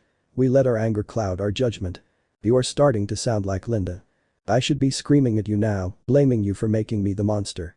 I should be beating you down until there is nothing left, but I want you started this off, but I made those choices, I chose to hurt you, Castiel, Mary, Sam, Dean, I nearly killed everyone, you tried to stop me, and I wouldn't listen because I was angry with you, all I felt was rage. Michael's grace, but my feelings were there underneath it all. Jack's eyes widen. It is not healthy, the anger, it causes pain and suffering, I am tired of it, I want to put a stop to it before anyone else gets hurt. So where are you going with this? I want to put this all behind us. Jack answered. I want to move on. Do you forgive me? Lucifer asked, sounding hopeful. No. Lucifer's face fell at that. Not yet anyway. No, I want to clear the air. Jack sits back down. I'm listening, Lucifer. I'm listening to you now. Tell me your side of the story. Lucifer sits on the other log. His hands are clasped on his lap. Okay, well, you are right about the anger. My anger led me to do things that I now regret. I wasn't thinking straight, then I lashed out. Those words you said to me, it hurt me. I genuinely believed we could have been something, you and me. I did want to explore the world with you, I did want to take you to see the stars, I even wanted to create that Wookiee for you.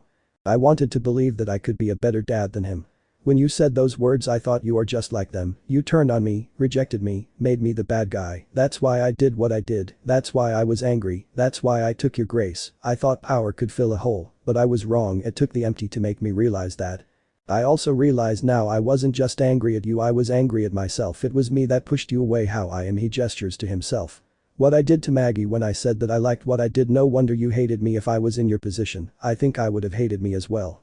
You didn't want to be around someone like me, someone who has these sick thoughts, fantasies, someone who enjoys inflicting pain onto others. It is not normal. Lucifer takes a deep breath. I should have approached the situation better that day, I should have been honest and told you that's who I am, that's what the mark made me into. Since then, since the fall, that darkness has always been in me. I tried to be better for you, I tried, but he laughs. As they say, old habits never die. That side that disgusts you, Jack, that will always be there, it is never going away. If this moving on thing is gonna work, then you need to accept the fact that this is me, this is your dad, and you will have to accept all of me whether you like it or not. I'm sorry I'm not perfect, I'm sorry I'm not like Castiel or your human friends, but I'm not gonna be someone I'm not, I am gonna be me. However, I am not going to nuke the world, I am leaving everything in one piece. My place is in hell. In hell I can embrace that part of me. At least the demons won't judge me. At least you wouldn't be there to see it.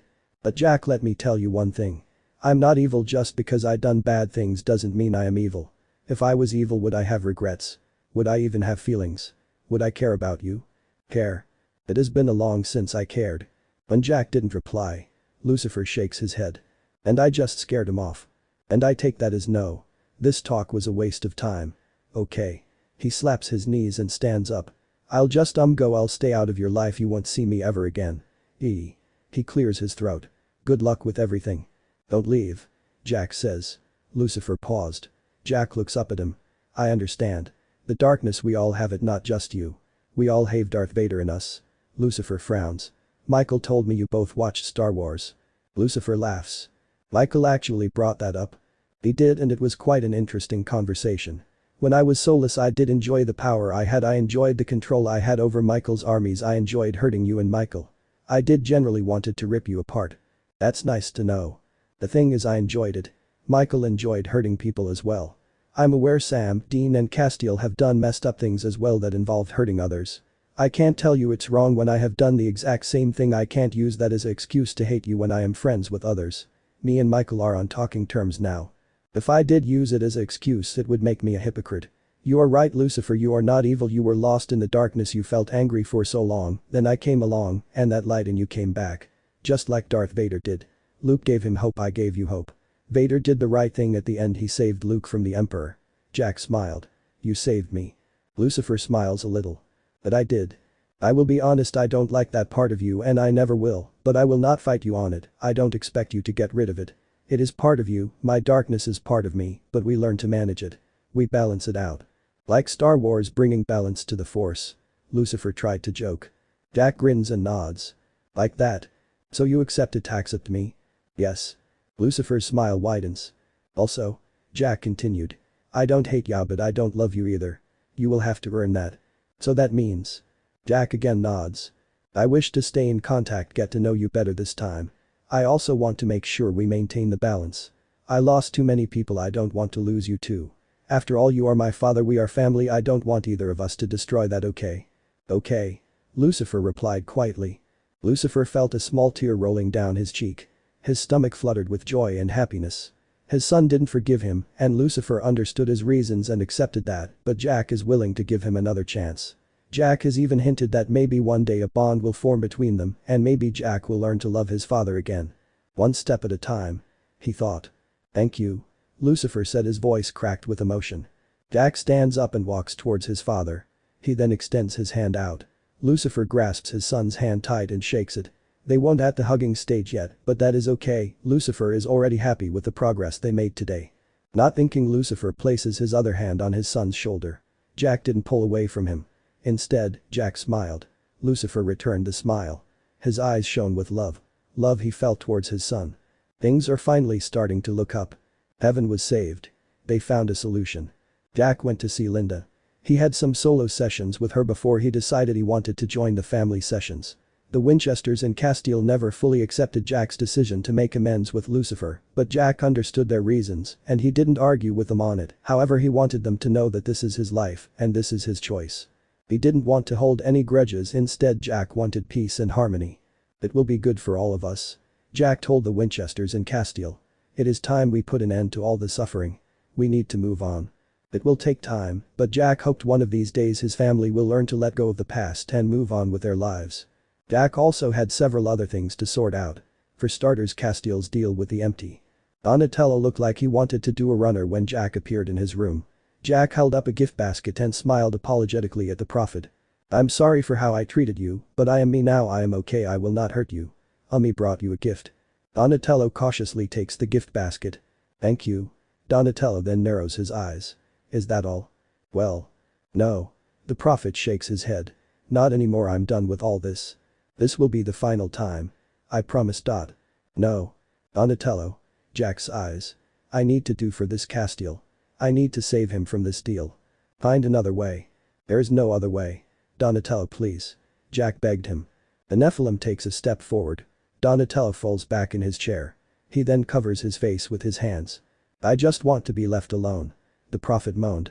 Jack felt a pang of guilt. The prophet feared Jack is going to hurt him. The Nephilim squats down in front of the prophet so he doesn't appear intimidating. If you do this. Jack said, his voice soft. You won't hear from me ever again, I will leave you alone, I promise. Donatello lowers his hands. He still looked wary of the Nephilim. No more. You swear. Jack nods. I swear. Donatello stared at him for several moments. He then shakes his head and sighs. I can't believe I am agreeing to this, but fine. Sooner this is done, sooner you can go and let me have some damn peace. Jack's face lights up. A big grin forms on his face. Thank you. Jack gets out the syringe. Donatello leans back and closes his eyes. I hate my life. The same thing happened as before. Jack waited once Donatello stopped shaking and went into a relaxed state. Moments later the prophet's eyes fly open and a look of fury shows on his face. What now? He snapped.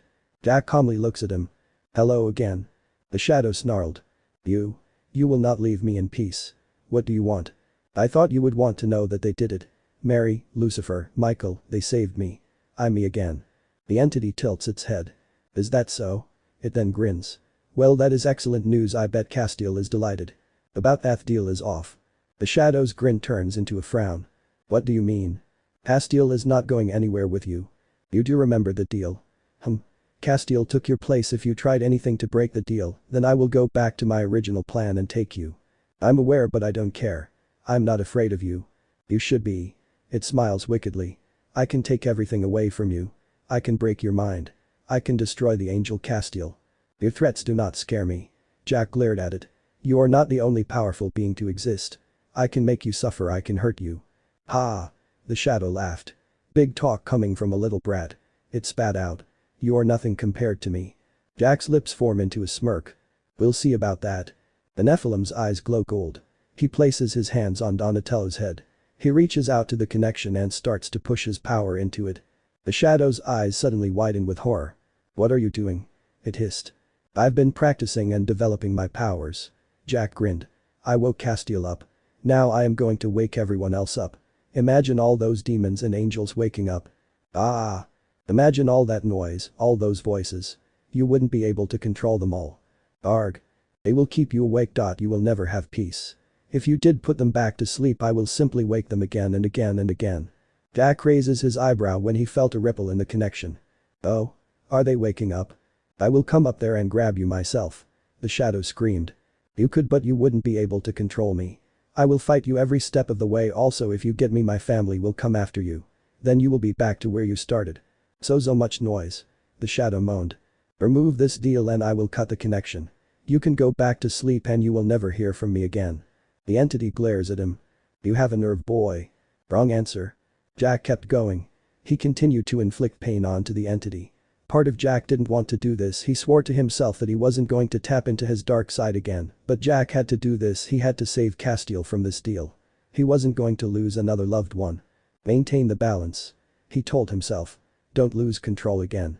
The shadow eventually shakes its head and screams. Fine. Fine, the deal is off. You can keep the angel. He is all yours. Now stop. On one condition. The shadow grits its teeth with anger. What now? I want you to bring someone back. The shadow sighs. It now sounded more tired than angry. Who?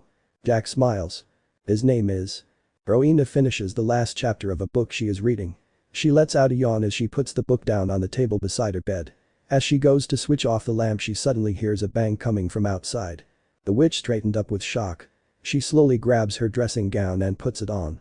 She then slips on her slippers and opens the door. She steps out, looks left and right. There is no one here. Then Rowena heard a voice. Mother. Rowena froze as that familiar voice hits her. She clenched her fists as she slowly turns round. Suddenly Rowena gasps with both shock and joy. Tears begin to form in her eyes. Fergus. Her son glares at her. It's Crowley. How many times do I have to tell you? The demon let out a gasp as Rowena throws her arms around him. Oh, Fergus. The witch sobbed. My boy, me dear boy. Oh, I missed you. Somebody has hit their head hard. Crowley muttered. Rowena noticed the ghost of smile on her son's lips. In his own way, her son is happy to see her as well. Rowena then pulls away. How are you back? She asked. Crowley shrugs. This kid called Jack. Rowena frowns. Jack. He said he was sorry and he wanted to make up for what he did. The demon again shrugged. He said you will understand. The witch smiles and nods. I do understand. When I see him I will thank him. Right now we shall sit down and catch up. You have missed a lot. I can see that. Crowley sits down on the sofa. Rowena goes to the cabinet. Bourbon? Her son nods. Rowena pours the drink into 2 glasses. She hands one glass to Crowley and sits down with the other glass. Let's see, ah yes. Rowena then starts telling her story. 3 months later. Woohoo. Lucifer pumps a fist into the air. I won. Michael throws the beach ball into the sand and glares at him. You cheated. No. Lucifer shakes his head. I'm just good at volleyball. Michael tuts and shakes his head. Anna lowers her sunglasses and sighs heavily. They are like kids. Big fucking kids. Jack laughs. It amused him that the two most powerful beings in the world are fighting over a game of volleyball. You haven't seen Sam and Dean. Castiel says. The two angels and the Nephilim turn their heads round. You cheated. Dean glares and points at his brother. You kicked my sandcastle over. Did not. Sam huffed with annoyance. When Sam looks the other way, Dean kicks one of Sam's sandcastles over. Sam turns back round and frowns. Hey. Wasn't me. Dean raises his hands. You must have kicked it with your Sasquatch foot. Sam gave him a bitch face. Dean responds with an innocent look. Boys. Mary walks down the steps with a tray of lemonade in her hands. Knock it off. He started it. The Winchesters said in unison. Mary rolls her eyes and mutters big kids. As she puts the tray down. Boys. She waves her sons over. Come and have a drink. Sam and Dean come over and take a drink. They both sit down and have a drink. Hey. A man stops in front of Anil. Enjoying the sun? He asked. I am, thank you. Anil said with a polite smile. I'm Darcy. Like Bridget Jones. Pride and Prejudice. Darcy grinned. My mom's favorite book. Ah. Anil points at herself. I'm Joe. Joe. He gives her a flirtatious look. Beautiful name for a beautiful woman. Anil grins. Hey what's going on here? Lucifer joins them. He points at the new arrival. Who's this? Darcy. Anil nods. Darcy, this is Luke. Lucifer grins. I'm her brother. Darcy looks surprised. Brother, huh? This is Cause, my other brother. Castiel awkwardly nods. And that's Michael. Anil points. The big bro. Darcy frowns as he looks at Michael. He's adopted. Lucifer says. That explains it. Darcy replied. That's my son Jack. Lucifer beamed at the Nephilim. My nephew. Anil smiled. Jack raises his hand and waves. Hello. Darcy waves back. Hi. Darcy then looks round at the angelic beings. So what do you guys do for a living? We used to serve in the army. Lucifer replied. Darcy's eyes widen. Really? That's right. Michael appears at Darcy's other side. We fought in many wars. Indeed. Lucifer nodded. We were very good at our job. Michael smirked. The best actually. We know some moves. Lucifer also smirked. We know how to deal with our enemies. That we do. Michael agreed. Right. Darcy laughed nervously. You know, it is actually getting quite hot. I think I'm gonna go and get a drink. No need. Lucifer raises an lemonade. On the house. He puts the drink in the young man's hand. Sit. Michael sits Darcy down. We have so many stories to share. Our greatest hits. Lucifer claps his hands. Right, brother. Lucifer jabs Castiel in the arm. Castiel glares at him. Darcy's smile is forced now. The two archangels sit down and begin sharing their stories. Jack watched as Lucifer made some punching gestures. At one point Darcy backs away as Lucifer pretends to swing at him. The young man started to look frightened. Anil huffs an annoyed sigh. I am never gonna get someone with these two scaring them off all the time. Jack looks at her. You will. He assured her. You will find someone. Anil gives her nephew a genuine smile. I hope you are right. You just have to believe. Jack nodded. Say Jack. Lucifer waves. Let's show Darcy our volleyball skills, come on. He grabs the beach ball. Me and Jack. Darcy and Michael. Sound good. You better hope we win, Darcy. Michael said with a stern voice. Darcy nervously plays with his hands as he stands up. I'll try my best. Show them what you are made of. Anil calls out with a grin. Darcy reluctantly goes off with the archangels. Jack looks over at the Winchesters. They are still arguing about the sandcastle. Mary sat between her sons with her head in her hands. Jack smiled at the family. It is nice to see them arguing over simple things and doing normal mundane tasks. All their usual worries have melted away. It is the first time in a while Jack has seen his family truly relax. Jack. Lucifer yelled. You coming? Castiel glances at the Nephilim. Jack nods at the angel. I'm fine. Jack waves at the archangel. I'm coming. Jack stands up and joins the others. Wanna go first, buddy? Lucifer asks. Jack nods. Sure, father. Lucifer looks down at his son. His eyes are widened with shock. Did he just? Lucifer thought he was hearing things. Father. Jack raises his hands. The ball. He did say it. Lucifer's smile breaks out into a big loving grin. He puts the ball in Jack's hands. Here you go son. Jack beamed as he took the ball. Lucifer ruffled his son's hair. Now go and kick their ass. Jack laughs a little and faces the opposition. I'll try heads up. Jack sends the ball over. Darcy yelps and jumps away from the ball. Lucifer bursts out laughing while Anil scoffs. Michael glares at Darcy. Darcy's trembling form picks up the ball. Just warming up. He says. Do not fail me a second time. Michael warned. Darcy nods. I won't, he squeaked. Michael turns towards Jack. Jack can't see the teasing look in his alternative uncle's eyes. They carried on playing. Eventually the Winchester brothers join in. At that time Darcy has managed to run off. The Archangels secretly fist pump each other in victory. You can do better than him, Joe. Lucifer nods to his sister. Anil rolls her eyes. Eventually everyone gets together to watch the sunset. As they watch the sun going down, Jack turns and looks up at his father. Thank you. Lucifer frowns at him. For what? For being here. Jack replied. For making this day a good day. I loved it very much. And I loved spending time with you, buddy. Same. Jack nods. Same. Lucifer places his hand on Jack's shoulder. Jack leans into his father's touch as they continue to watch the sun going down. Jack looks at everyone. His friends, his family here all together with him right now. Jack always dreamed of moments like this. Now his dream has come true. Perfect. Jack thought. This is perfect. The end. Thanks for being with us till end. Subscribe for new fiction like this. Join Dean's fandom. Have a good day.